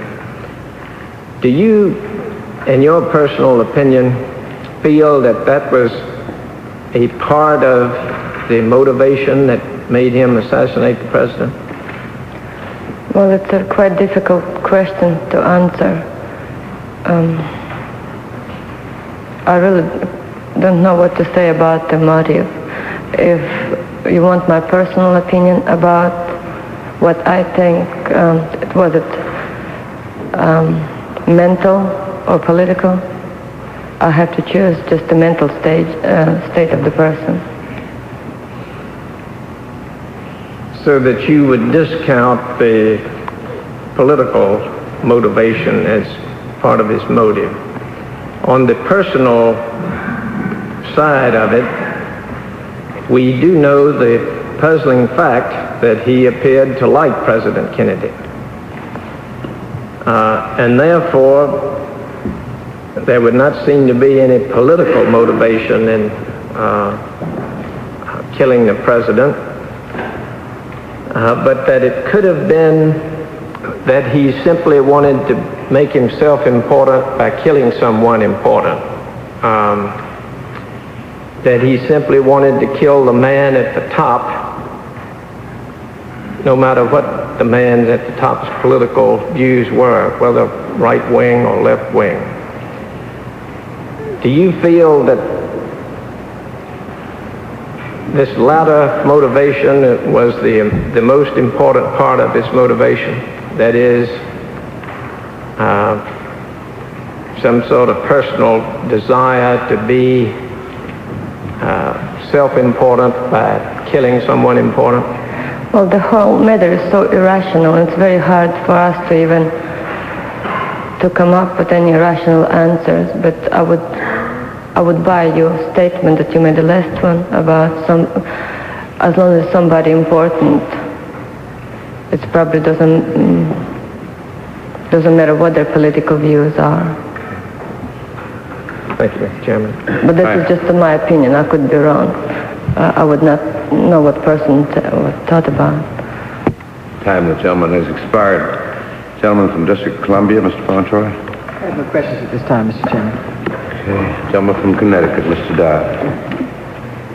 Thank you, Mr. Chairman. Mrs. Porter, just a couple of questions. In your response to a question from Congressman Edgar about the kind of treatment that Lee Oswald gave you described it as brutal treatment. Later in your testimony yesterday, when asked about the FBI and their treatment of you. You described their treatment of you as well as brutal. Those are the words you used. I'm wondering if you'd like to clarify what you mean by that. You described today brutal treatment as being hit by Lee Oswald. Am I to understand that in your use of the word brutal and your description of how you were treated by the FBI, that you are suggesting that you were also physically abused by the FBI? I do apologize for my very poor vocabulary in English language, and maybe I did misuse the word in respect. Well, brutal, in case of Lee, it was a physical abuse. I do not know another better word to describe it.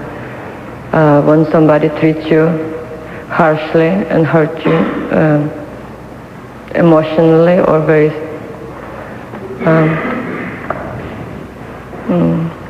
Well, how would you describe it? Well, I don't know. Anyway, FBI did not hit me physically. It was more the tone of the questioning and so forth? Yes. I realize it's been a long time. It's been 15 years, and I think anyone would understand that having total recall of every event or circumstance is a difficult thing for anyone to do.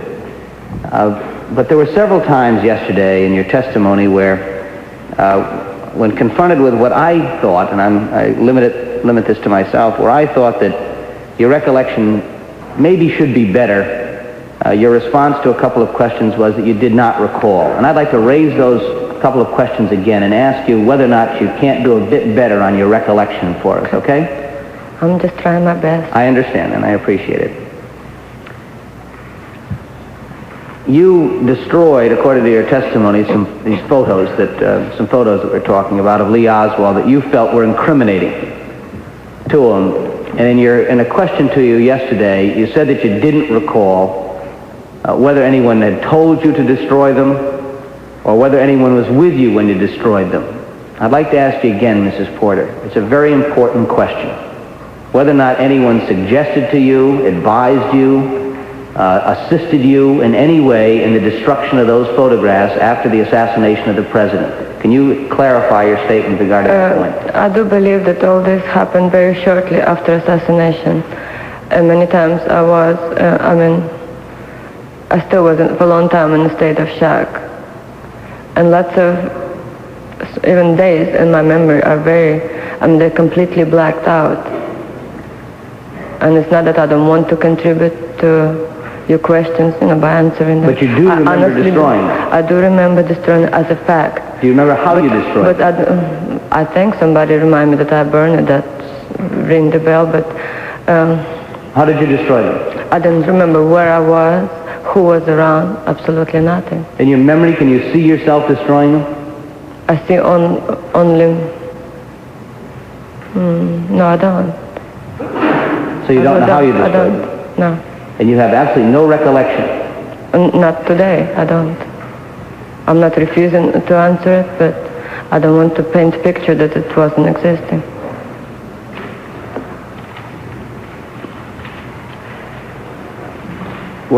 Is your recollection that you destroyed these photographs before or after the FBI came to visit you? I don't remember. I had... Do you remember the FBI visiting you? Yes. But it was so many visits, it wasn't just the one, so they were there every day.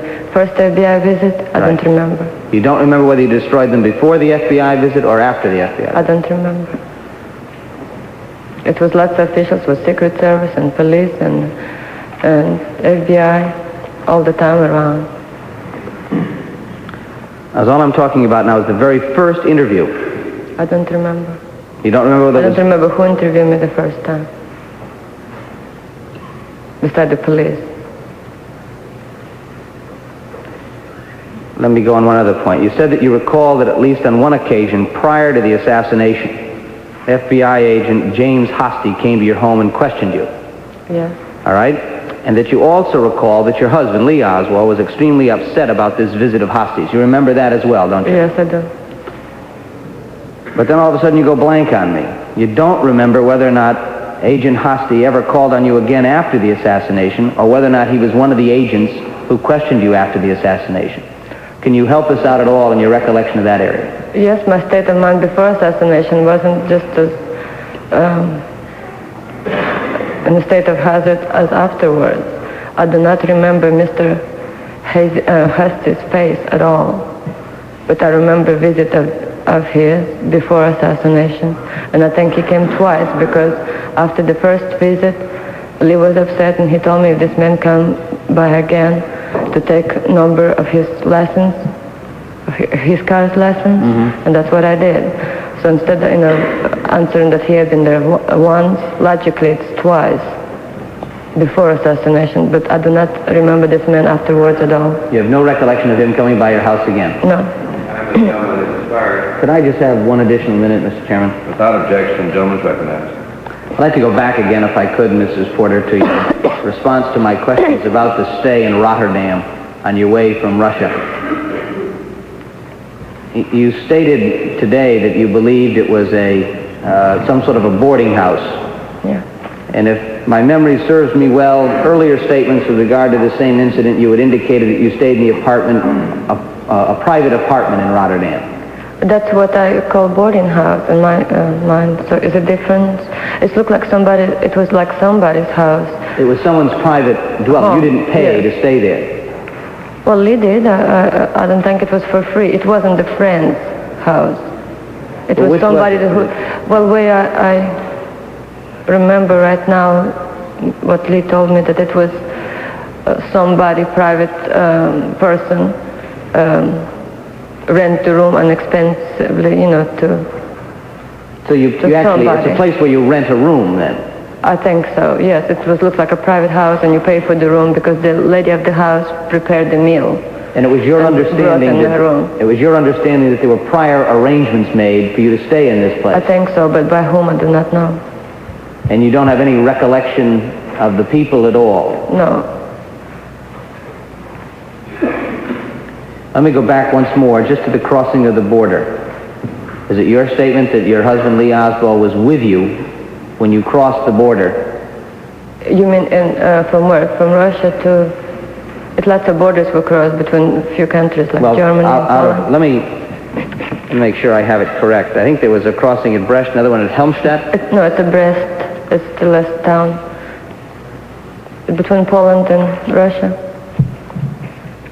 And he was with you at both occasions? Yes, sir. There's no question in your mind about that? Yes, sir. I mean, he was with me all the time. Thank you, Mr. Porter. I have no further questions. Thank you, The gentleman has expired. Gentleman from Ohio, Mr. Devine. Mrs. Porter, taking you clear back to the time that you originally met Lee, this was in Russia, and you said you did not know he was from America or from the United States until someone later told you. Is that accurate? Yes, during the few dances with him, he spoke with accent, but I did not know he was from America.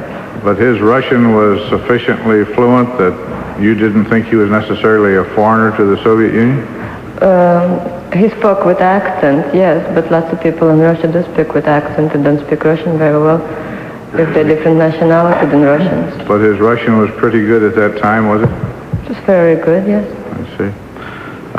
A moment ago when I was questioning you, I recited the route of Lee after the time that he left the book depository, and I misstated his destination as taxi cab. As I understand it, the evidence indicates that he hired the taxi cab and returned to the area of his rooming house rather than Mrs. Paine's residence, whereupon he apparently acquired the handgun and confronted Officer Tippett. After having fired the shots, he ran across a lawn, discharged the cartridge cases, and then ultimately disappeared in the theater where he was finally apprehended. But you would again assert for the record that you did not see Lee from the time he left you on the morning of the assassination, ostensibly to go to work, until you later saw him after the assassination in the jail. That's correct, sir. And you have no recollection of his having called you on the telephone from the jail after the time you visited him? No. Thank you, Mr. Chairman.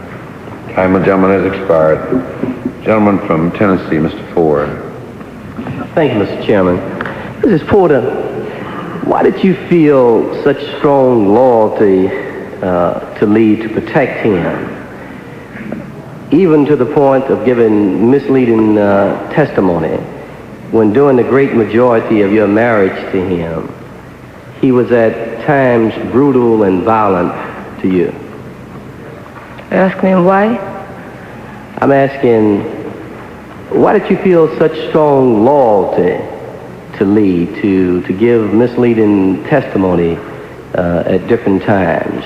Well, I did not have anybody in this country but Lee. Did not what? I did not have anybody in this country but my husband. Well, I do not know why I have this sense of loyalty or whatever. It's just me. Is that why at given times that you misled, gave misleading testimony to different ones because of no one in this country but Lee? Was that the reason? It's not only that reason. It's the lots of reasons together. You don't know why you make decisions. Maybe it's my age, maybe loyalty to Lee, maybe fear, but it's all complex feelings, and that's the decision I had to make. I don't mean that that was the right decision always, but sometimes you do make wrong decisions. You know, considering his actions and personality, did you ever think that Lee might be mentally unstable or ill? Well, I was only 21 when he died. I wasn't mature enough to recognize the symptoms, but I don't think anybody in the right mind can commit crimes like that.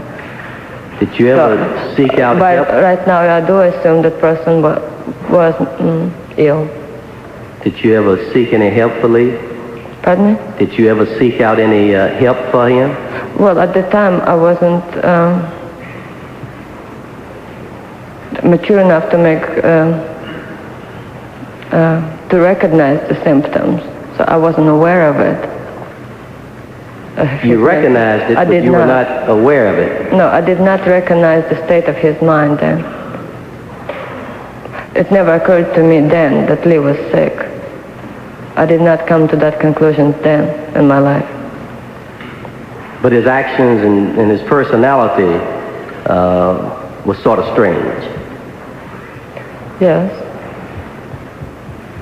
Mr. Chairman, no further questions. Time of the gentleman has expired. Gentleman from Indiana, Mr. Fitzy. Thank you, Mr. Chairman. Mrs. Porter, when you destroyed the photographs, did it not occur to you that there would be negatives around somewhere and that you ought to look for those and destroy them too? No, it did not occur to me. And has it occurred to you since as to what happened to the negatives? Since clearly we've had three different pictures, there would have to be three different negatives somewhere. The Warren Commission reports say only one, but we'll deal with that at another time. But do you know what happened to any of the negatives? I assume that the government has them. I'm sorry? When they confiscate Lee's belongings, I assume that they got the negatives from there. You did not burn the negatives? I don't recall doing that. Let me turn quickly to another set of questions. Did Lee have any Cuban friends in New Orleans? Not that I know of. Did he ever mention any Cubans that he might have had contact with? No. Did he ever talk to you about his political activities? Oh, excuse me, may I correct myself? When he was arrested for this fair play for Cuba, he did mention that he met some Cubans on the street, so that's the one who gave him the pamphlet. But I do not, it wasn't no specific names mentioned. So he did talk to you about passing out pamphlets? Yes, he told me about that. And did he talk to you about speaking about Cuba on the radio? That would be a little unusual that a person would speak on the radio. Yes, he told me. He mentioned that to you? Yes. And did he mention the formation of the Fair Play for Cuba Committee? Yes, till I discovered that he was only one who... And did he mention lecturing on Cuba? and communism to a group of Jesuit priests? Yes. Did he ever mention the CIA? No. At any time? Not that I recall. Now, turning to the time that you lived in the Dallas area, did he have any Cuban or Spanish-speaking contacts in Dallas? I don't think so. I don't know any of them. Do you recall any of Lee's friends in Dallas or in New Orleans ever referring to him as Leon rather than Lee? No. The other area I want to get some additional information on is the circumstances under which you met George de Mohrenschildt. Mr. de Mohrenschildt is an aristocratic, very wealthy individual, educated and smooth and the rest, rather from a different walk of life than Lee. Can you give us any indication as to how the two gravitated together, how they are so very, very different?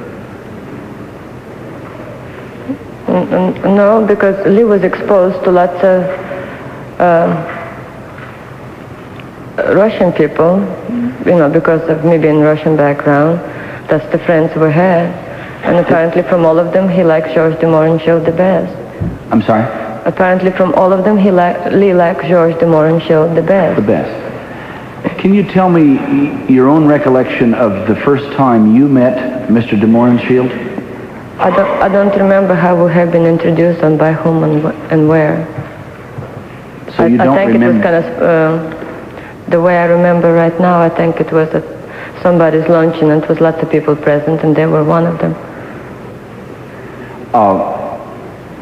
Did you grow to know George de Mohrenschildt well?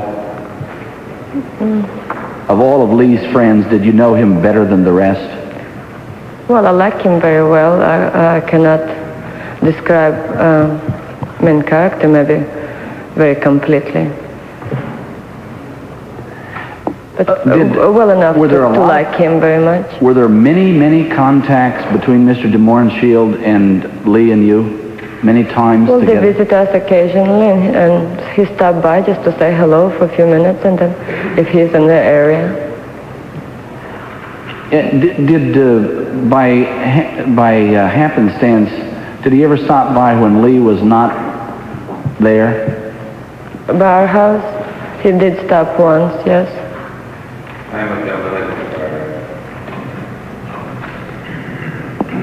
I have just one additional minute, Mr. Chairman. Without objection, the gentleman is recognized.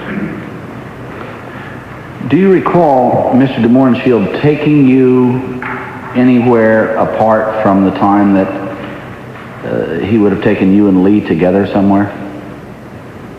I don't remember that. When I said that he came by once by himself, it was somebody else with him, some gentleman, and he said he had been in the area and he wanted me to meet so-and-so. It was some businessman or business associate of his, but I don't know who it was. I do not recall the gentleman's name or the face. And we talked for 5 minutes. He didn't even stay for coffee and he left, and that was it. Do you remember him taking you to visit the Brutons, Admiral Bruton and his family? No, I read it somewhere about that, but I don't recall the incident at all.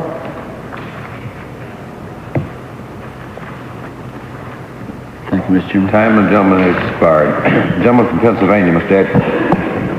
Thank you, Mr. Chairman.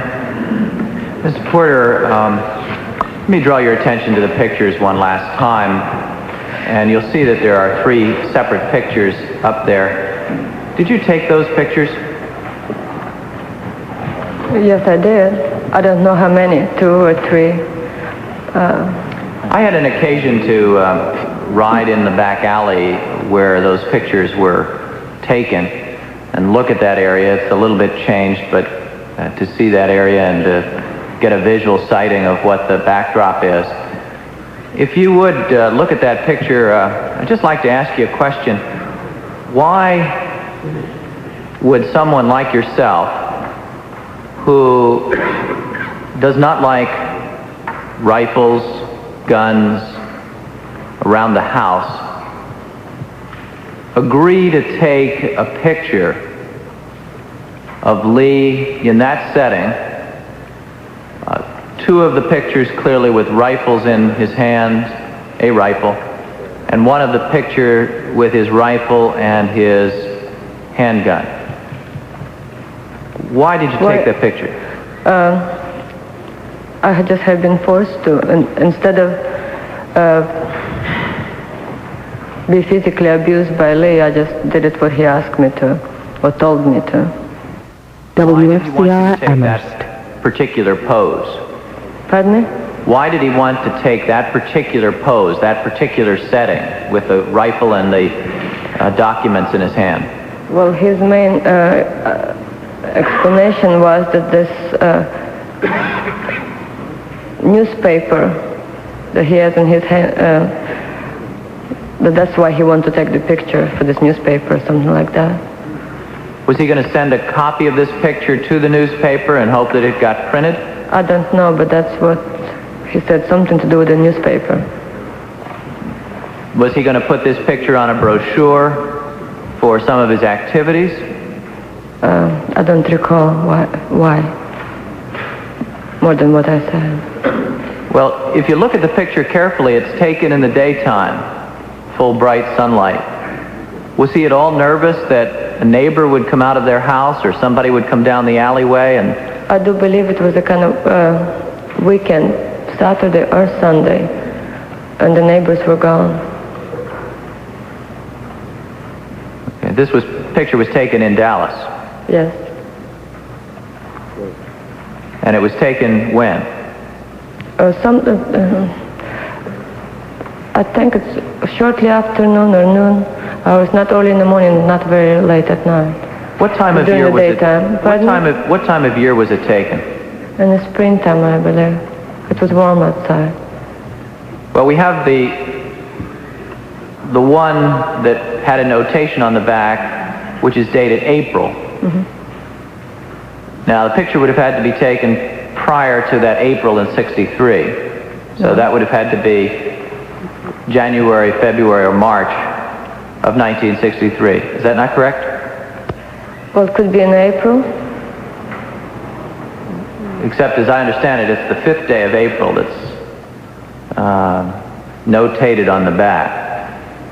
Well, but that have nothing, I mean, I'm sorry, I'm not expert and I'm trying to prove something. But the spring gets very quick in Texas. And You can tell it's a spring picture because he has short sleeve shirt on. I'm just telling you that what I recall, if it was a spring, what picture shows, I don't know. You said yesterday something that intrigued me. When we were trying to figure out who wrote the Russian inscription on the back, you said, well, it doesn't look like my handwriting. I think you said, it sounds like me. Yes. Could you clarify that for me?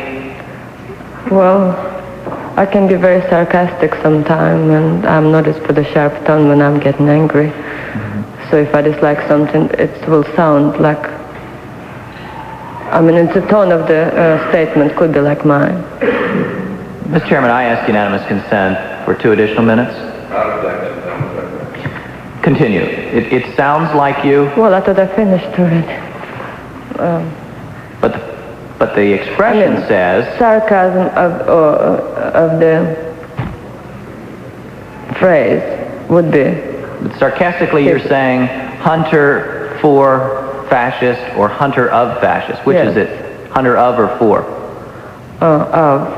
Hunter of fascist. Yeah, I probably misinterpreted before the same phrase. What is a fascist? Fascist?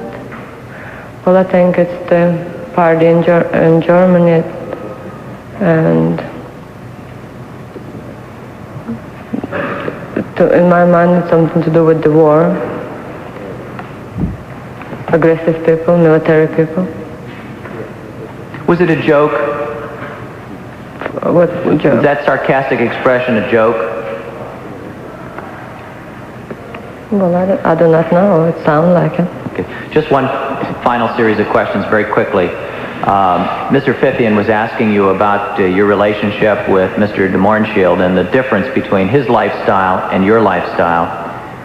Did you see Mr. de Mohrenschildt after the assassination? Not shortly after. I did see him, I think, on 2 occasions afterwards. And what were the purposes of those 2 occasions? Well, I think it was a Russian Easter party once, and he was present. And I think once I attended a Russian movie at the campus, and lots of Russians were present there too, and he was one of them. In the Dallas area at the time of the assassination, there were a number of clubs and organizations of Russian people, were there not? No. Was there an organization of... No, it's just it's a social gathering. You know. But there was a social group of people who sent out cards and said, come to a movie, or come to a luncheon, or come to a... No, it wasn't organized. How did you know that the Russian community was getting together to do a particular thing? Occasionally they do this, as at the church or something like that. I think maybe somebody called me and invited me to go. Could you have met Mr. de Mohrenschildt at that kind of a setting? I don't think so. I think it was a dinner gathering or something like that. And just finally, on the 2 occasions that you met Mr. de Mohrenschildt after the assassination, did you have occasion to talk to him about Lee Harvey Oswald and about the assassination? I don't recall. I don't think it was the right atmosphere or place to talk about, to discuss in details. Just more likely like polite hello, how are you, and things like that. But he didn't volunteer that he had a picture from Lee, or? No. He didn't share with you any information at that time? No, sir. Did he offer to help you out at all financially? I think he did. Did he give you any money? I don't recall, but they were very generous about inviting us to their house and sometimes bring something over. They were helpful. I don't mean like you trying to say that he paid me a big amount of money or not. He did not. Not necessarily a big sum of money, but did he assist you after the assassination with your children? After assassination? No. Okay, but prior to the assassination, he might have helped you out financially. Well, maybe he buy a box of candy or some toy for a child. That's things I'm talking about. Thank you, Mr. Chairman. Time of gentleman has expired. Mrs. Porter, this morning you told me that you and Lee did not have a telephone while you were staying in Russia. Is that correct? Yes, sir. Did you have access to a telephone at any time? Yes.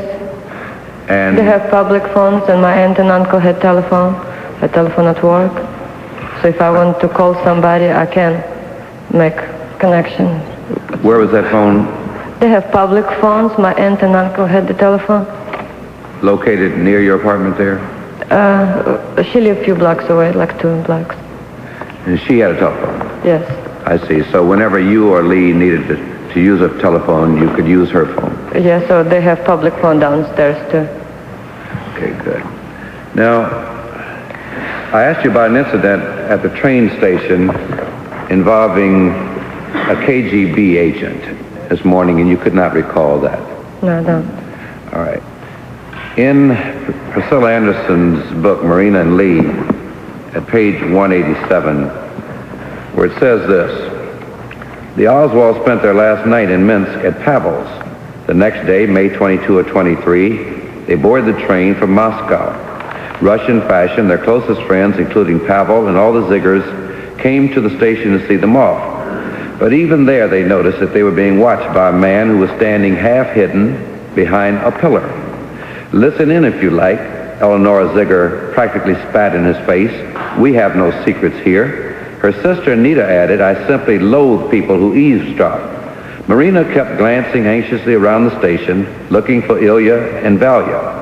Finally, she saw them standing way off by themselves in a corner. Their faces were forlorn, and they looked as if they were fearful of being seen by the KGB. Does this... I read all of that, starting here. Having heard that, does that refresh your recollection of what you told Miss Johnson? Well, this is the correct statement. I mean, this is the fact that Mrs. Johnson did get it from me many years ago. I do not remember right now the man and where he was staying. I remember where my aunt and uncle were staying, but that's correct. If it is in this book, if it's in the book, it's correct. Yes. Thank you. I think I have just one further question. In reply to Mr. Pryor's questioning of you this morning with reference to motivation for Lee doing this type of a thing, you gave some indication that you could agree that it probably was done just to perhaps make himself a bigger man. But you did know, by virtue of the General Walker experience, that he was capable of killing for political reasons. Did you not? I still really did not ever consider it, that was really that political. It's a political figure. Mr. Walker was. He will be well known if he will be killed. I mean, the public, he's known to the public. Well, he gave me his reasons for shooting him as a political. And maybe at this point it was somewhat. Maybe he tried to make rational explanation to me, but still it's irrational enough to make a statement that man was sick. Let me just refer you to a couple of things. Number one, he had said to you, with reference to General Walker, that he was worse than Hitler and he should be killed, had he not? Yes. All right. He made the comparison. Right. And then let me just make reference to a statement that you gave us in the deposition we took from you on August the 9th. And we asked you this question with reference to what happened when he came back to the house with you. The question was, what did he say when he returned? You said, well, he turned the radio on, and he was very pale, and he was listening to the news, changing from station to station. I asked him what it was all about, and he said that he tried to shoot General Walker. I told him, how dare you to take somebody's life, and you should not do things like that. I mean, you have no right to do it. He said, well, if somebody shot Hitler at the right time, you would do justice to humanity. So since I don't know anything about the man, I should not talk about it. Is that what he said? Yes, sir. Okay. And at the point he said that, so since I don't know anything about the man, I should not talk about it, he was talking about you. But I mean not knowing anything about him. So from that statement to you then, you then did know that he was capable of killing for political reasons. Is that correct? I still think the reasons, well, I'm sorry, but anytime if person capable of killing somebody is not stable-minded person, whatever the reasons are, maybe it's the political excuse, I don't know. I still don't think it's just strictly political. Thank you, Mrs. Porter.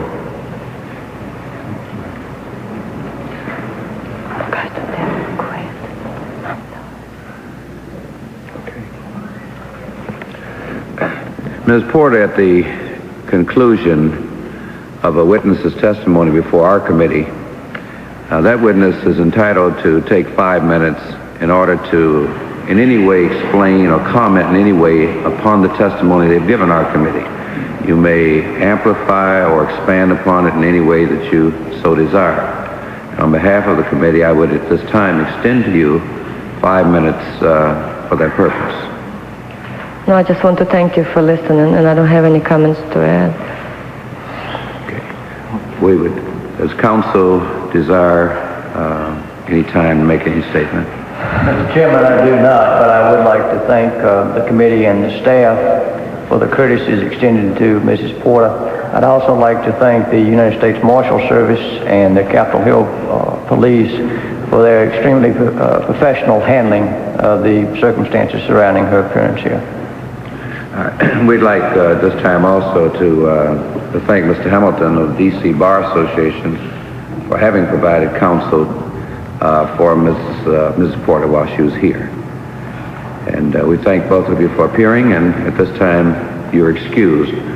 All persons are requested to remain in their seats until Mrs. Porter has left the room.